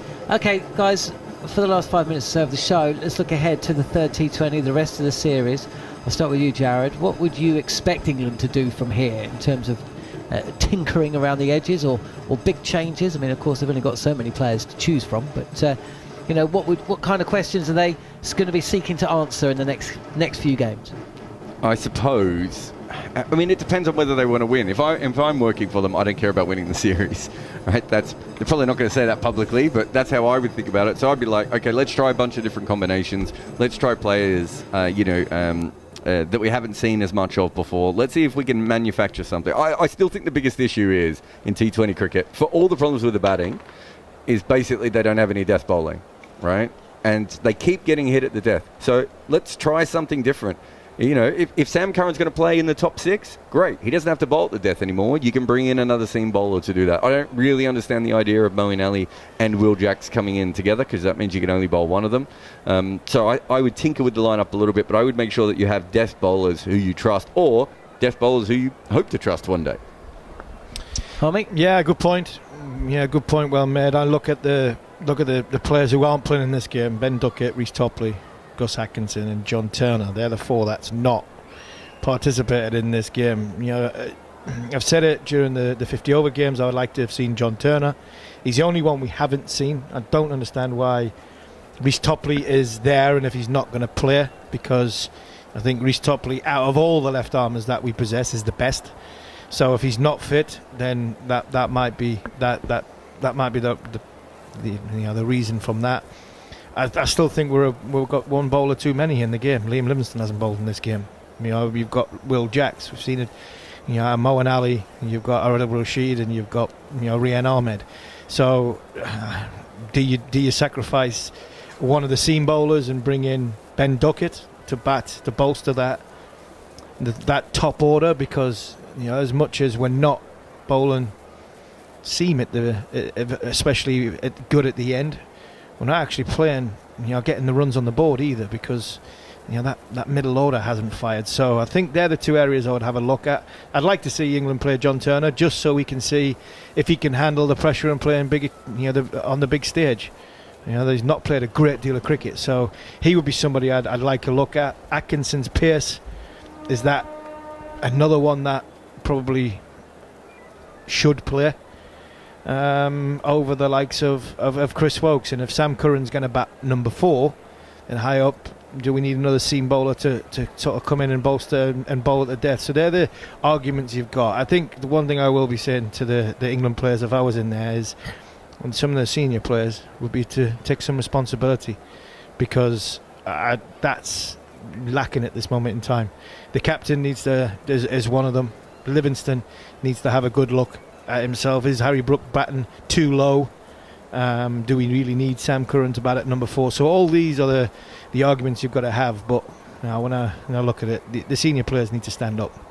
Judes, do you fear that England may be caught between 2 stools here, because they do have some players that will be handy to have a look at, but of course 2-0 down, they need to win all 3. When they go to that third match, which is going to be played at the same ground, are they going to fall between those 2 stools of A, wanting to win the match and stay in the series, and B, actually losing sight of why and what is important about this series, and that is to actually see a few players? Yeah, it's really important that they win that next one, otherwise they're going to have people like me, Harmy, actually tearing them to shreds, really. It's important. I think it's always a worry when you look at a series, and I suppose everyone was thinking the same. They're going to go over to the West Indies, they're going to win quite easily, players are going to go out there and show what they can do. But West Indies are a very dangerous side in the white ball format, and you can't, paper never wins games, and at the end of the day people are going to have to start to perform. You can only rely on past victories or what you've done, 100 or 40 balls or whatever. It's for the here and now, and people are going to have to put their hand up, like Harmy says, and perform.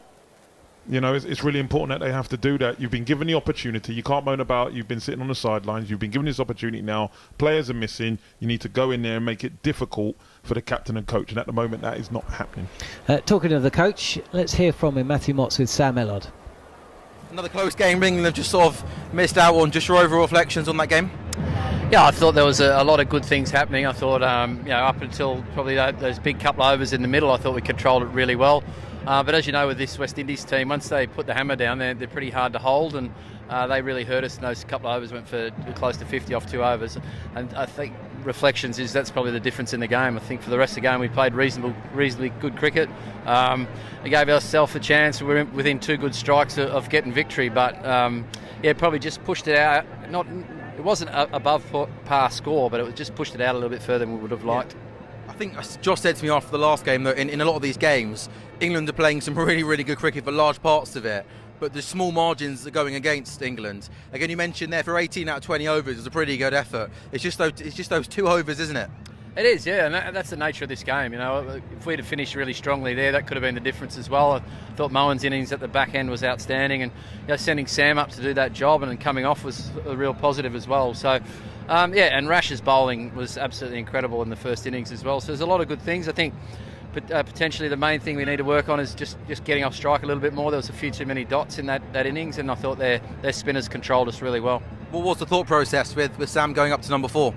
We just wanted him to be able to attack their spinners, both come into him, but they bowl well to him as well, but he got the other guys, so it's funny how it turns around sometimes, but their spin in the middle was pretty incredible. Just with Sam with the ball, we know he's been a great cricketer for many years for England.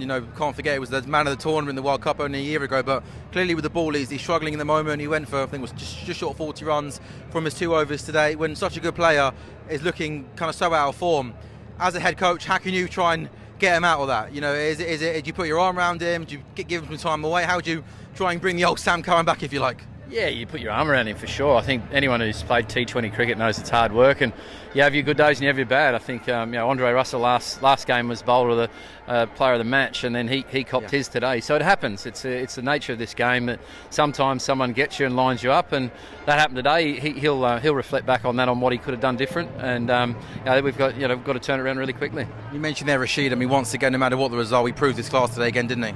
He's an incredible bowler. Every time he comes on, he not only shuts the board down, but he looks like taking a wicket every ball. So that was good. I think Ray Arnold learned a lot from today as well. They were really good for a while there, but he obviously got hit there at the end, and I think that these are the sort of experiences that we need to see our players through if we're going to come back here and compete in the World Cup.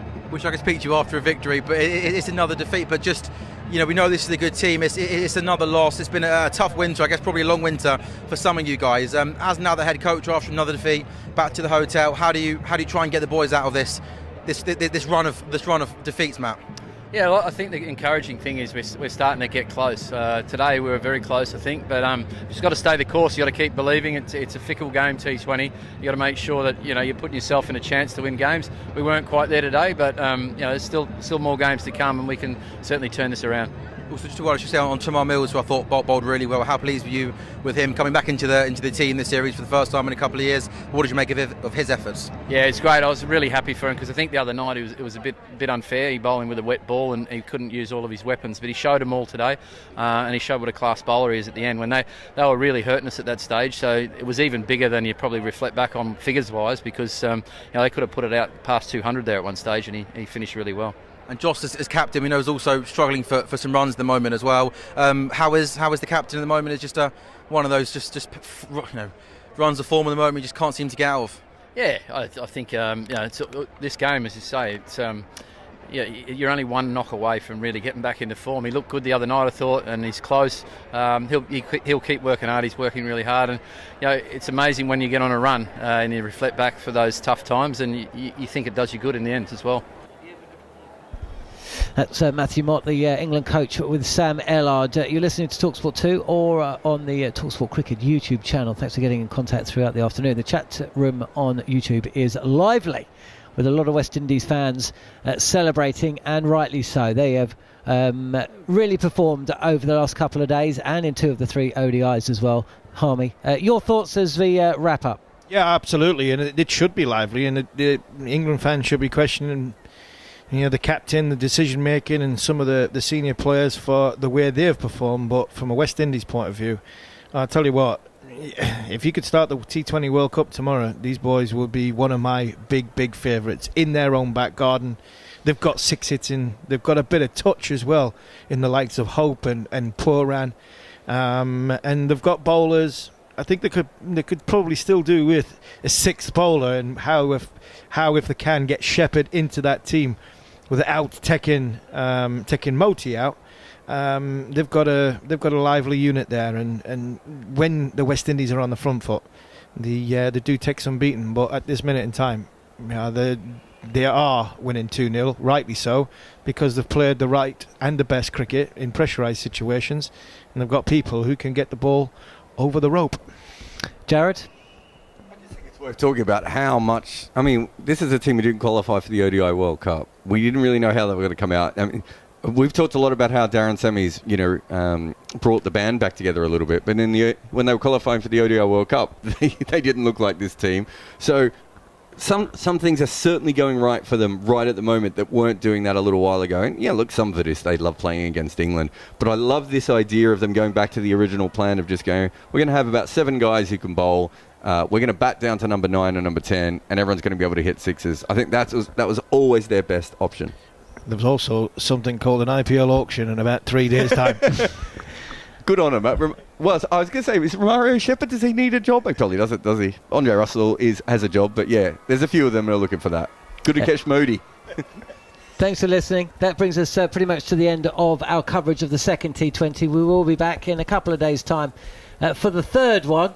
England 2-0 down after the West Indies have beaten them in Grenada this time, which is where the third T20 will take place. England, of course, still in the series. They just need to win 3 games of T20 cricket. That is not an impossibility, but they're going to need some big players to stand up, a little bit of form, possibly a little bit of luck, and to find out if they can do it, then keep it tuned to talkSPORT 2 and also via the talkSPORT Cricket YouTube channel. That's all we're going to bring to you tonight, though. Thanks for listening.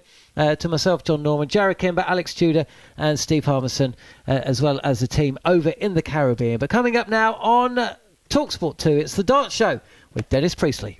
On DAB, online and via the talkSPORT app. He's got the second T20 match live on talkSPORT 2. This is The Dart Show podcast on talkSPORT 2.